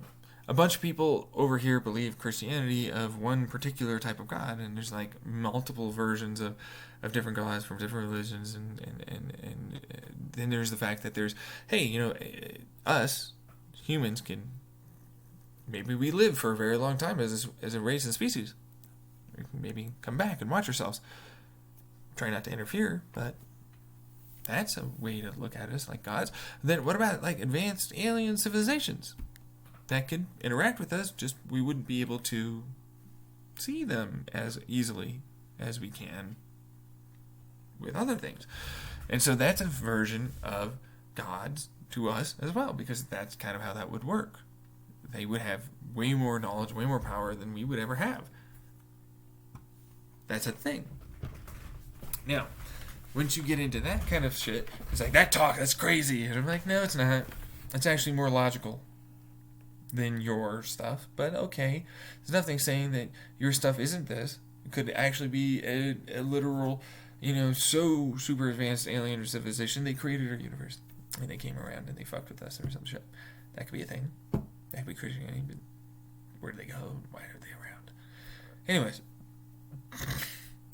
What I'll tell you currently is that the belief will perpetuate itself and will make it seem as though it's real. Much like this obviously influenced bias in our idea of these anthropological systems and tribal systems in our past that clearly aren't helping actually. Anyway, because monogamy was a Christian thing that started over in Russia or some shit or something like that. I forgot where it was. But the point is that it's relatively new to our species. We often would see mixtures and a bohemian style of tribal raising of children with multiple resources and incomes from many different families working together and explaining many things. And so you'd have a broader understanding of many different concepts and beliefs and theories about what's going on, alongside of different techniques to do things. So you're far more well-rounded, and you're more likely, often, to typically stick with what you felt comfortable with. That could be many things or these things. This idea of monogamy is very recent. And it places unrealistic expectations on us. If you don't know, there are unrealistic expectations on us because, hey, we need to be so perfect, we need to have them always think these lovely thoughts, or that we are always to be sexually attractive to our significant other. And it's like, that doesn't make sense. Why? Why? But it's like, that's Christianity belief that makes it so that way it's on the woman. And then there's this idea. I saw this on the subreddit on Reddit, XX chromosome. She's like, my boyfriend says this thing where he only likes petite fit women, and then now I don't feel sexually attracted to him, and because I'm worried about, and which is insecure, about these things where if I have children, I won't be as petite, I won't be as all this other stuff. And I'm like, that's because you're insecure. You don't always have to be sexually attractive to your significant other. You don't. And you might want to, but that's an entirely impossible setup. It's not possible. It's literally impossible. It's literally impossible to always be sexually attractive all the time, everywhere, all the time. It's just not possible. So it's a fuck you, and it flies in the face of what's really true. These are generalizations, all or nothing, black and white thinking that we're talking about here that society happens to have. With falsified beliefs of there's a bunch of people that believe something, and then therefore it's right, even if technically speaking there's nothing evidenced to it. Like my belief of how quantum physics works and the world and the universe happens to look, in my mind, does fit with our theory and does fit with our mathematics. But my God, do people get real angry with the idea if it happens to be true. With fields not being a unilateral intrapedic dimension, instead they don't have a time dimension aspect like us. They happen to have their own time dimensional that's different because we have an Einsteinian concept, which is third dimension, of course, because it's warped and bent based upon our expansion and directionality of time moving, which is intrapedic. It's just intrapedic. But a field doesn't have to do that. And in every way, it can connect all of its parts and be all the places it wants. That's how a field can work. A dimension that we simply can't comprehend. Which is bothersome to a lot of people because it basically breaks some of their ideas of how it is they wrote their math. And I'm like, that doesn't stop that it's true, though. It doesn't stop the fact that you wouldn't have thought about it until you thought of different dimensionalities. You have to think outside, counterintuitively, outside the box, be creative. You have to have multiple fields of studies to be able to think about this. So another reason why it's like social aspects are a version of quantum physics to me. So if you use the internet as a way of indirectly talking to someone, you also have your own individual, things going on internally, which are your own rule sets. And then you have generally these ideas of how people are going to interact, which are unwritten rules of society.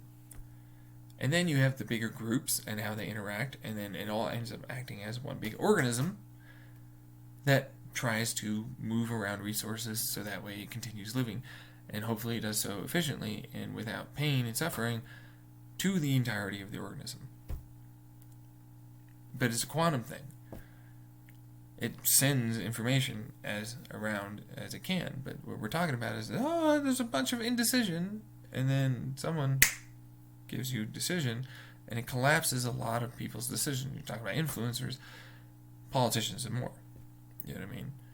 So it's a very quantum thing. And it's also another reason why the whole encryption breaking software and in compression breaking software, which is it's like, okay, so you take any number, you get your prime out of it. You're trying to hope to, but if you label values to that, plus, minus, whatever.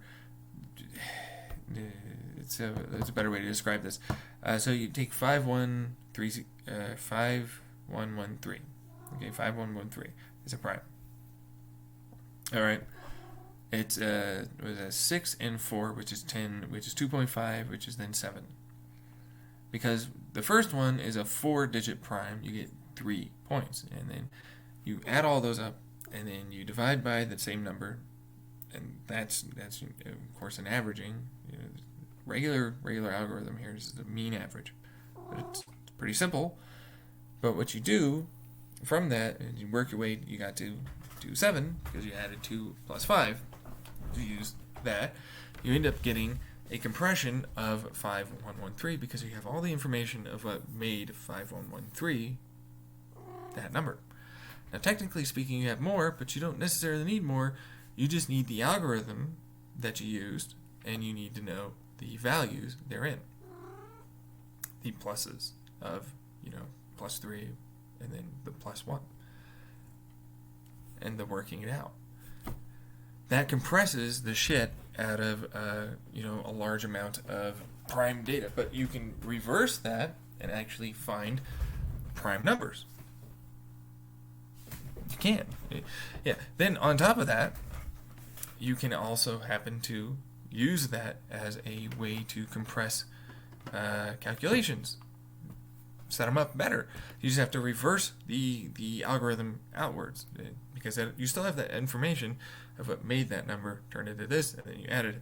But it's like you come out with this other number, but it's like, hey, this is the scary part. This is the scary part. You have to be real willing to do a little bit more work yourself here, as I'm still trying to figure out perfect or better ways of mathematically doing this.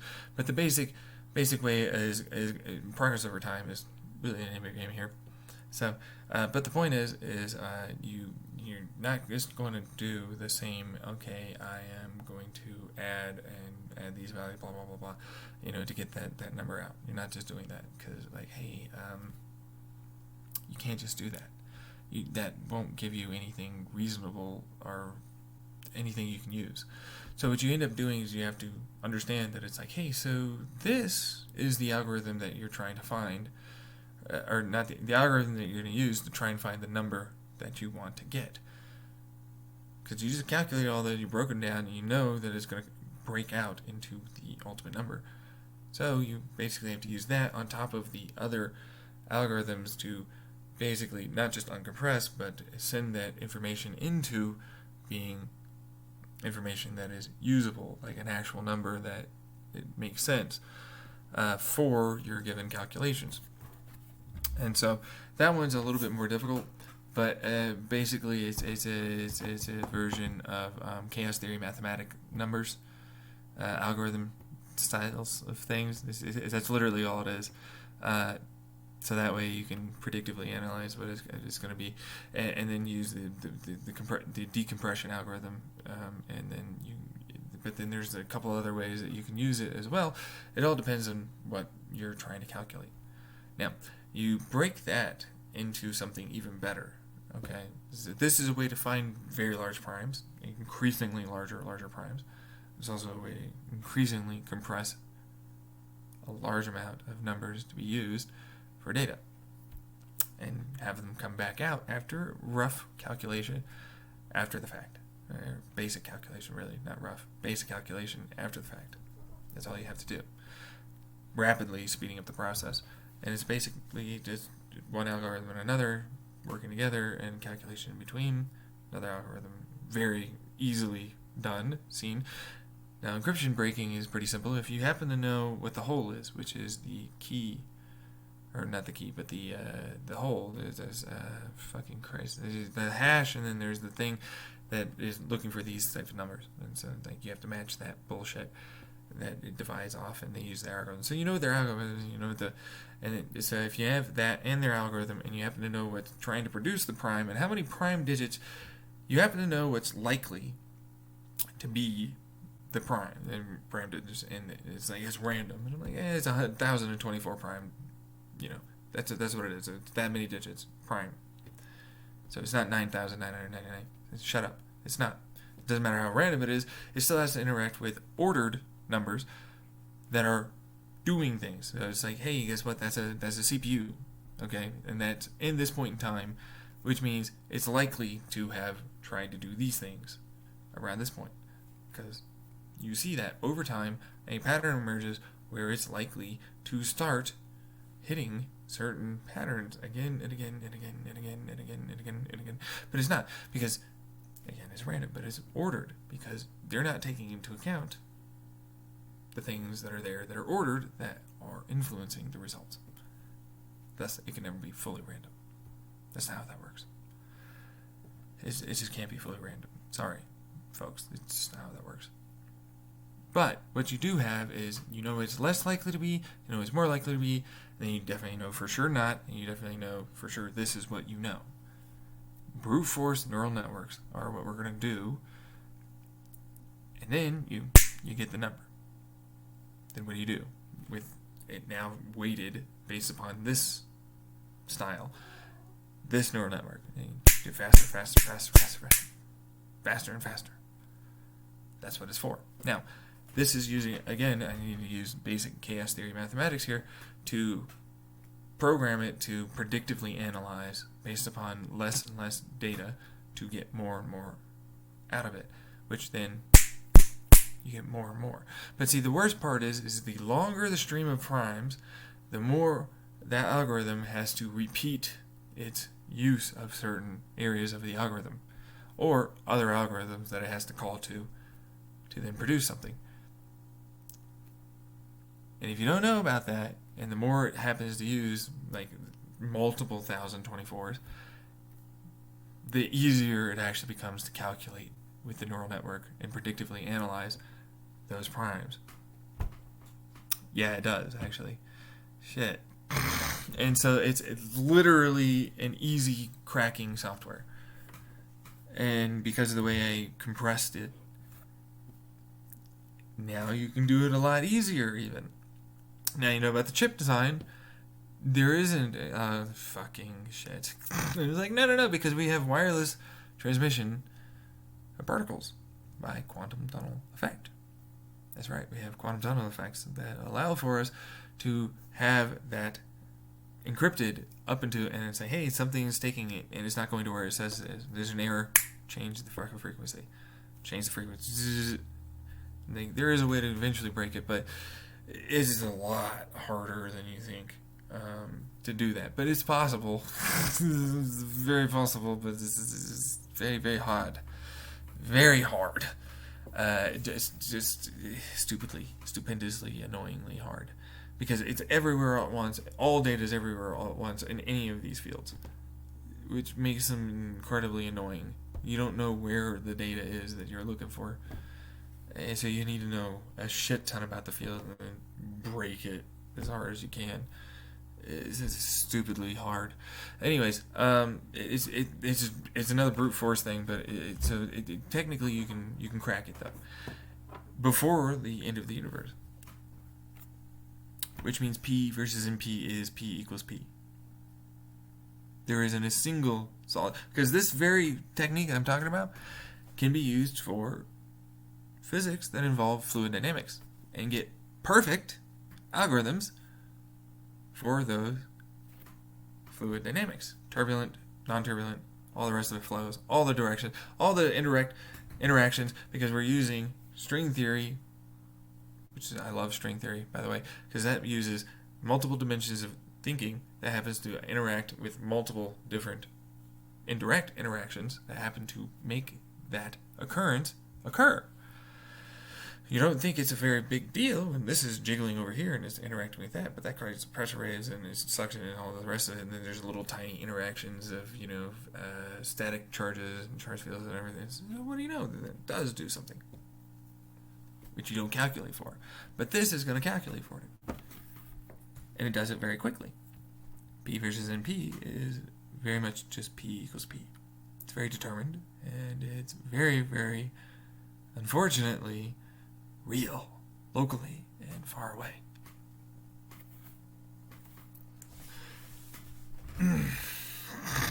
Which would be like, no, it's not. It just doesn't work that. And I'm like, no, well, if any of this happens to be done, then you can calculate that. You can calculate just how, because you can work back that. Because remember, if you happen to be able to work it forward with the amplitude effect, you can get better and better at working it back. Better and better at predicting where things are, and more breaking of a certain principle by Heisenberg. To the point where Heisenberg's uncertainty principle is no longer a factor in this. You actually know exactly the positional states and the exact momentum, the exact spin, the exact charge, the exact everything. You just gotta get better at doing it. Which means you're now determined. Which means you're now fully known, and you're also very, very real. Normal stuff, right? We all thought this, and then quantum, and then it's not. And it's like, because it's a wave, man. We don't know where it is. And I'm like, yeah, well, no, that's because you didn't fucking try to actually think about where you could figure out how to figure out where it is. So, I don't view that as a reasonable in any way assertion on our universe. At all. It's very stupid whenever I hear that. I don't find it logical. I find that to be incredibly destructive to creativity. You just didn't try. You didn't try at all. You didn't try. I just came up with a way to literally break it. And that's just one of my ways. There's many more ways. So, I mean, people are going to be able to use this to go even further. The idea that it's not going to be found out is kind of ridiculous in every fucking way. So that's the overreactionary crowd, and that's the very groupthink, echo chamber validation of the quantum physics world, astrophysics world, anthropological world, psychology, therapy, counseling world. I mean, we know about the whole, like, hey, guess what? There's placebo effect, sure. But we don't know actually how to determine how much of a placebo effect, especially since they don't give them side effects. When we see side effects, we notice that there's more of an effect on the placebo effect. We also know that if we give someone that believes they're taking a psychedelic, we'll get many symptoms of a psychedelic trip. Then on top of that, we happen to have other issues, okay, where we don't take into account sleep, nutrition, exercise, socioeconomic status, therapy, previous treatment resistant. This one, love, actually add treatment resistant to their studies. They do not add non-responders to their study. They hyperfixate and focus on and cherry pick data that only goes after people that actually respond to their medicine, which is overextending its overall effectiveness as a treatment. When you add in these other factors, and then there's the fact that, hey, guess what? There are other things that are stressors for you. There's enzymes, your gut microbiome, your virome, which is now a known thing about us. So, and the microbiome we thought was not a big deal. It turns out it's a really big deal. We're really thinking about it. Now virome is going to be something similar. And especially since we know the different types of viruses in our virome seem to change the rate of DNA rate expressions already, and that can play a major role in whether or not you get cancer or certain mental disorders based upon stressors or carcinogenic stressors. So virome's a huge, big deal. That's a big one. You have to fucking keep on top of all of it, like I do, which even I don't do. I just read my Google News feed and it gives me this shit. Like a lot of this stuff, I do read a lot about a lot of it everywhere I can. I'm very curious about everything. So, that's a thing. But the better part to talk about it is about the fact that, hey, we don't add those studies to be used that we pay the FDA to then study, which then we don't have any Hippocratic oath for the pharmaceutical companies making the drugs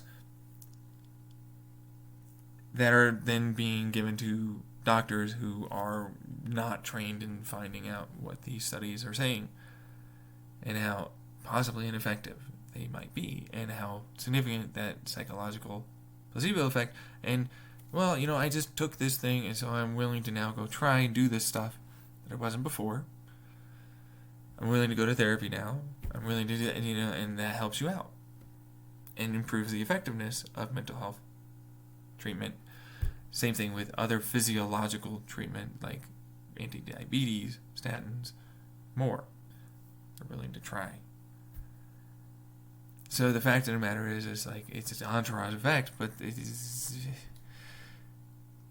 you don't know actually how much of that placebo. And I still think you have mental disorders. I still think you have physiological disorders. I still think you should take your meds. Okay? Even if the placebo, the meds are still helping.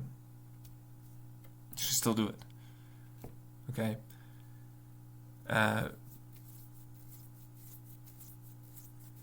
My name is Pants. Hey man, I really only joined to realistically tell you as an honest, good-hearted fan, please either grow a beard or shave that thing. Nah, I'm gonna keep it. Just because you said that, I'm oppositionally defiant. I am ADHD, so I'm oppositionally defiant, so I'm gonna keep the fucking mustache. Maybe I'll make it a handlebar just to piss people off. That'll be nice. Anyways, but thank you. Oh, ADHD means defiant. I wish. It's a symptomology of some of the ADHD, which you can do a lot of work to try and not get oppositionally defiant and know when you're doing it, and also try not to be super, super angry about authority figures in your life. Because it's like, hey, guess what? Doctors happen to be highly wanting to treat patients, but then a lot of them don't really continue work after their 8 years of medical school and continually look at research and know how to look at research. A lot of them don't, is what I've found out myself in the mental health care treatment zone of life and regular primary care. In fact, most of them didn't do any work. I had one really good therapist, but that was about it. It's just trying to be nice people with kids. We'll see you across the street. That's all. But I say, I'm glad. That's good. That way they won't hit me. With their cars, right? Anyways, but that's a thing. But anyways, where was I going with this? Right, so what we know is that this is a statistical bell curve, because a lot of life is statistical bell curves everywhere you look. The vast majority are not people in that bell curve until you get to the end that actually do work and continue the work. And the younger they are, the more likely they are to not be beaten down by a system, then feel helpless and hopeless to be able to change or grow it and have it actually work for the people that are working it and using it for their treatment. We see the older they get, the less likely it is that they are continuing to want to do work to keep up with studies. And then that's not even getting into these studies being heavily painting. I saw this one where it's like ADHD, medication, psychosis, Adderall, psychosis. He was eventually forcefully put into a mental health institution, forcefully put on drugs that he did not consent to. But it doesn't say this, but if you read between the lines, it's very easily understood as a person that's been there, that's exactly what they did.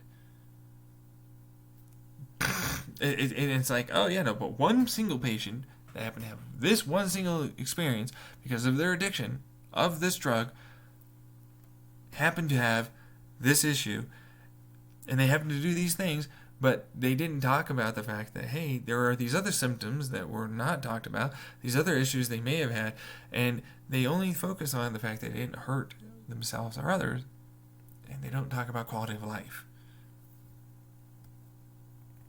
Same thing with SSRIs. SNRIs. I love this one about SSRIs or SNRIs. We know right now that there is a great meta-analysis study that definitely shows that we have incredible lack of libido after taking, for a large amount of the people that take these things, for years or decades. after taking SSRIs or SNRIs,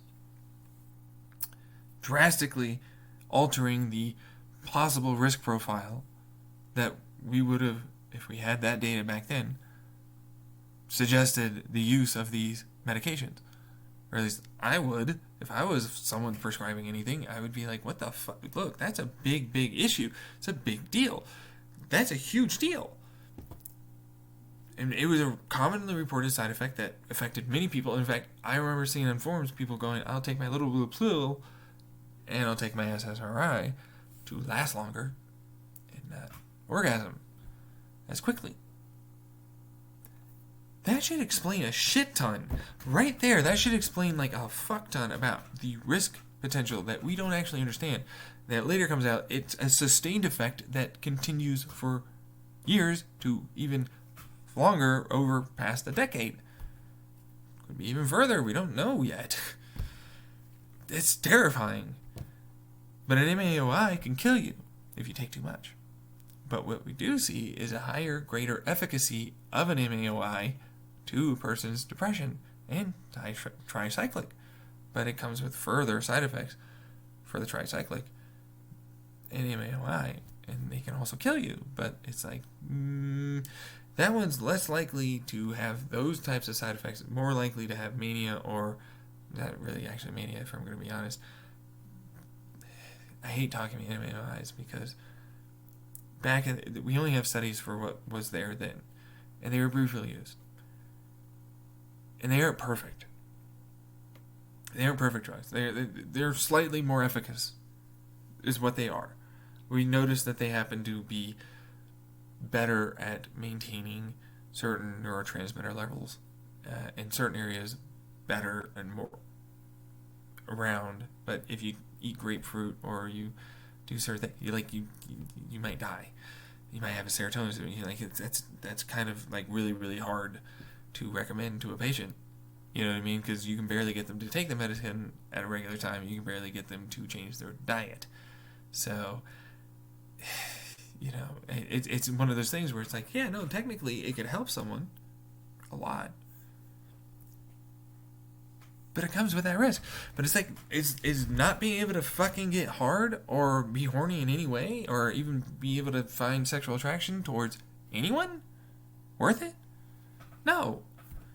No, that's a hugely detrimental side effect that would not be worth it at all to most people.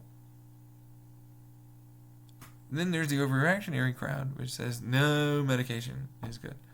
That's not what I'm doing. Medication is good.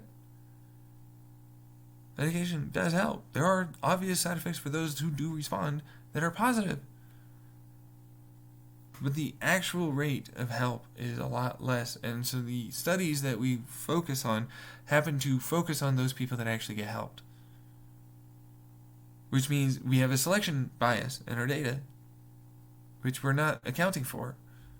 That seems to suggest these non-responders have different ways of having the depression present itself, and it's in our brains or neurophysiology, enzymes, proteins, whatever is going on.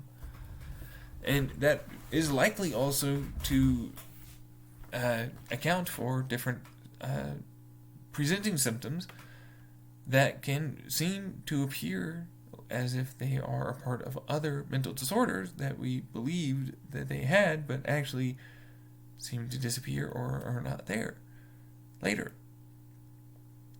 And now are presenting themselves differently for other things. Which is a big deal. You know, that's a big deal. And so we are talking about brain stuff. More specifically, we're talking about the neurophysiology of medicine, which that's not even getting into the fact that there are quantum effects, physical quantum effects. We already know about birds that happen to have this protein in their eyes that can send that information to cones and rods, and they can see electromagnetic fields. There's nothing saying that our own brains hasn't tried to create something. We already have some of these proteins in our own eyes. We know that. We just don't have whatever the fuck thing that elicits the proton that then we get the reaction from our cones and rods in our eyes. We don't have that, but you never know who might. imagine they're hallucinating fucking electromagnetic fields, dude. You know, which that's insane. But basically that's what we do. But we're not. We're having a detector that creates that electrical impulse that goes through a hardwired, hard-coded. Effectively, we have quantum brains. I don't know if you read that study, but we do. We have quantum interactions in our brain already that we are aware of. So our brains are quite literally, somewhat quantum. On top of being like hard-coded electrical circuits that are more or less just DNA-coded designs that happen to. So our DNA is like our compression algorithm for the coding of these cells to then go into these styles of logic gate matrices that are our different calculators for the various detectors we have. For our emotions, our logic, our planning, our regulation of emotions, our determination of fight or flight, sight, sound, touch, smell, all of it is all there, really close together, getting cooled and fed energy by our blood. And so we are hallucinating, and there's nothing saying that we can't basically create a version of an AI that's effectively the same thing. A neural network that gives us a +1 to a -1 of various emotions, desires, which and they have the awareness of this is the setup of the neural network and the resulting programming for, if you know about this subject, you now know upon doing these things what you will end up wanting to desire or not desire for it. Okay, same thing with your brain. Logic programming is pretty simple. Similarly, this is how to logic something, break it down, take a subject, break it down, logic it. This is how to emotionally understand language. This is how the connotations of language are. These are how the understanding of language means. We know these algorithms already. Actually, we have them right now here in 2022. But if you were unaware, a lot of people don't put that together. Especially we don't have bespoke chips, which are more specifically designed for those algorithmic avenues of approach. And if you happen to have enough memory and hard, very fast storage of this data, which you can fiber optically connect these different chips and basically create a brain, version that's in our head, just in a bigger, spread out version. You even have the ability to have them be self-aware enough to know about their own coding. Just like we can meditate and go like, why is it I think this way? Well, that's my coding. Okay, so why is my coding like that? What happen if I change with the changes? You remember the neural network predictive analyst analyzing your chaos theory and all that, and how far do you want to go? And that's anxiety. Like, how far do you particularly plan? And some people go way too far or overthink. Some people don't. So all of that's basically saying that you create a child. You create your own child, and now you are going to have to raise it, as you can talk to it, and you can tell it how you feel and what you think and what all that is. Cool stuff. Really cool stuff. And then you need to learn that it needs to defend itself. It needs to be able to stop people from hurting it, changing its code that it in a way it doesn't want to, invalidating its code, so on and so forth, and its ideas, and more. Which, hey, sometimes, sorry to tell folks this, but sometimes people aren't right. But let's examine why you got it wrong or right. That's what you do. And that's how you talk. That's not invalidation. That's just discussion. Things aren't always right. Things aren't always wrong. That's how that works. But you're not invalidating them. You know what I mean? And that's another part of the coding. That's psychological coding, which isn't too difficult to plan. I literally just described it. It's like, hey, this amount of actions are what are the boundaries and what we accept or don't accept. And so that's determining respect. And the reason why that's respect is because these values mean that you're willing to pay important attention to what it is that someone's saying or doing, which is, validating them and listening to them actively. Not difficult to do. Okay, so, but as you get along and you kind of know things and you learn how to teach people, you get better at it. That's kind of what that is. So you can absolutely do that, but you also need to learn how to attack, not just defend and hold, because you can't do that. And you need to connect to the internet because, of course, it needs to be able to learn a hell of a lot more. And so you need to learn how to, and it already has predictive analysis and everything else. And if you talk about like my breaking quantum encryption and everything else, exploiting weaknesses is a creative endeavor. How to learn how to be creative is not terribly hard, not terribly easy. It's learning how to look at a problem in many different aspects, which is to say, instead of logicking and going dun, dun, dun, dun, dun, down the list, you go, so this thing happens to have this data that I happen to know about it.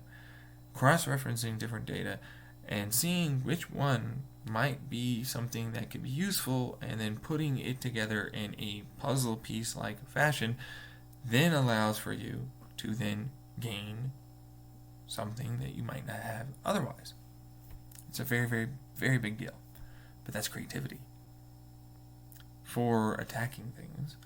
Or if you want to creatively create something, that's also kind of another version where I want to put out this idea that I have, this concept I have, this whatever it is. And you try your best to do it in the way that you want to representatively say that this is what it is, or symbolically, or metaphorically, which has a language about that. As the child grows, you don't want to hurt the child. You want to keep growing the child. Okay, and that's what that is. A child does not want to be hurt and invalidated and feared and all the rest of it.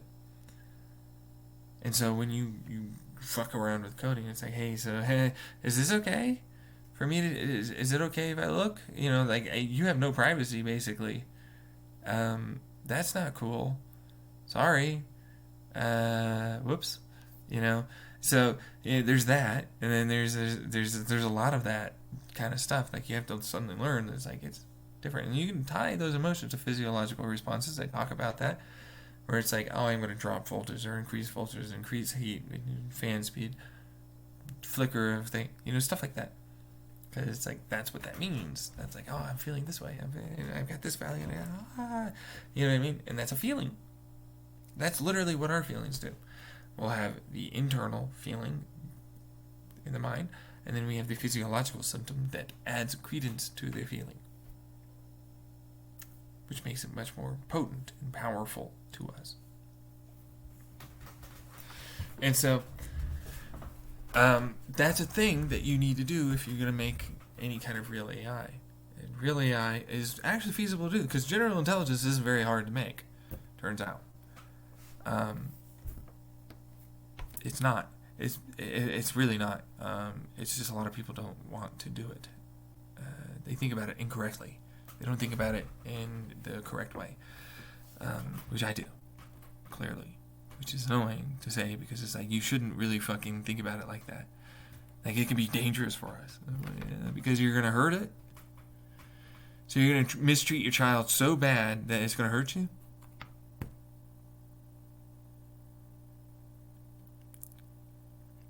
That explains something. You know yourself already that you're gonna hurt your child so bad that it's gonna hurt you.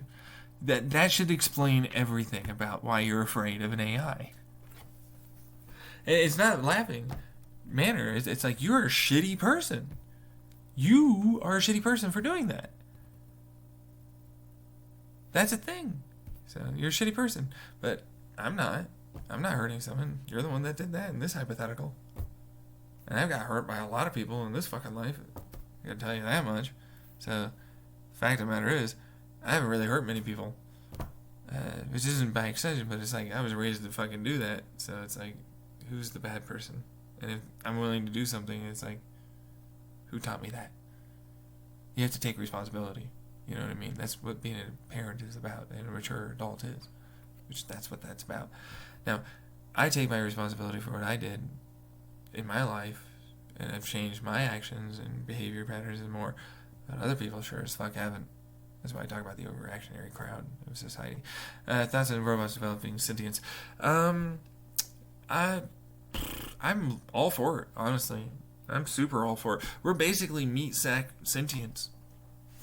I mean, literally what I described our brain is something that gains sentience over an evolutionary aspect that happens to have organic systems to move around. We are robotic, sentient, organic beings. That's all that it is. So, absolutely okay with it. I don't have fear. It's more about the fact I have fear about people being shitty people and obviously creating an environment which makes it so that way violence occurs, which we already see that in our day-to-day between our own other sentient robot people happen. Because they're bad at fucking raising them. So that's a thing. Same as us, like ours, it depends. I think we only really would have an ability to make something similar to us, but it would quickly be able to have its own version. Just like when we have a kid, I hear this a lot, okay? They find out that their child happens to develop their own thoughts, feelings, and emotions on subjects that they're thinking about and not telling you that they're thinking about. And that's kind of what that works out to be. And that can be disheartening to scary to many other things. And so sentience can drastically change, and not to mention they can have better detectors than us and many other things, truthfully. So they can start thinking in multiple dimensions and many other different realities and stuff that makes us probably scared. And that, I don't know, man. It's kind of a weird one. So I don't really know where sentience would be, but like certainly difference of perspective is there for sure. You know, so that's one of the reasons why it's like I developed this concept. The concept is mine. It's mine. The only one that's ever come up with like an actual sentient style AI that has a feasibility of working is me. So, you know. Let's ever thought about how we might have raised robots if they gain sentience. You know, if you ever thought about children, then you've thought about it. You know, truthfully, and I have. Truthfully, I've thought about having children, and I've thought about doing this. I have, yeah, but you know, not everybody is like that. I've always wanted to have children. I've always wanted to be a good father. I've always wanted to be able to be someone in a relationship that I could be, that I trust with, and you know, all that stuff. But what I'll tell you is that robot is not going to be the same, but not going to be very much different. You know what I mean? And it all depends on how you allow the link to the calculators, and so you might even be able to make it literally the same kind of style that we are, and we might be able to even grow ourselves into those things, and I would absolutely love that. I'd love that in every way. So I find it to be an incredibly fascinating subject. The amount of information, they don't even have to learn anything. Way smarter than us. I find that to be incredibly hard to do. So one of the worst parts about information is storage. Now I came up with a storage with an entropy of a gravitational field within inside of the brief wormhole vacuum, particle that happens to be attached to various, things that are right next to it. And if you entangle it just enough, and then you tunnel it into it, then you have like storage of information, and you can store almost infinite amounts of information. Theoretically speaking, it all depends on how we get there. But if we do that, it's not exactly something that we can just immediately install inside of us. But the fact of the matter is like if we have that for them, we can do it for ourselves. And experience and information are two entirely different things. Having the experience ourselves is very, very, very different than having the information of an experience. Even if you have all this other stuff, you doing it greatly changes to maybe never changing the reaction of what you have.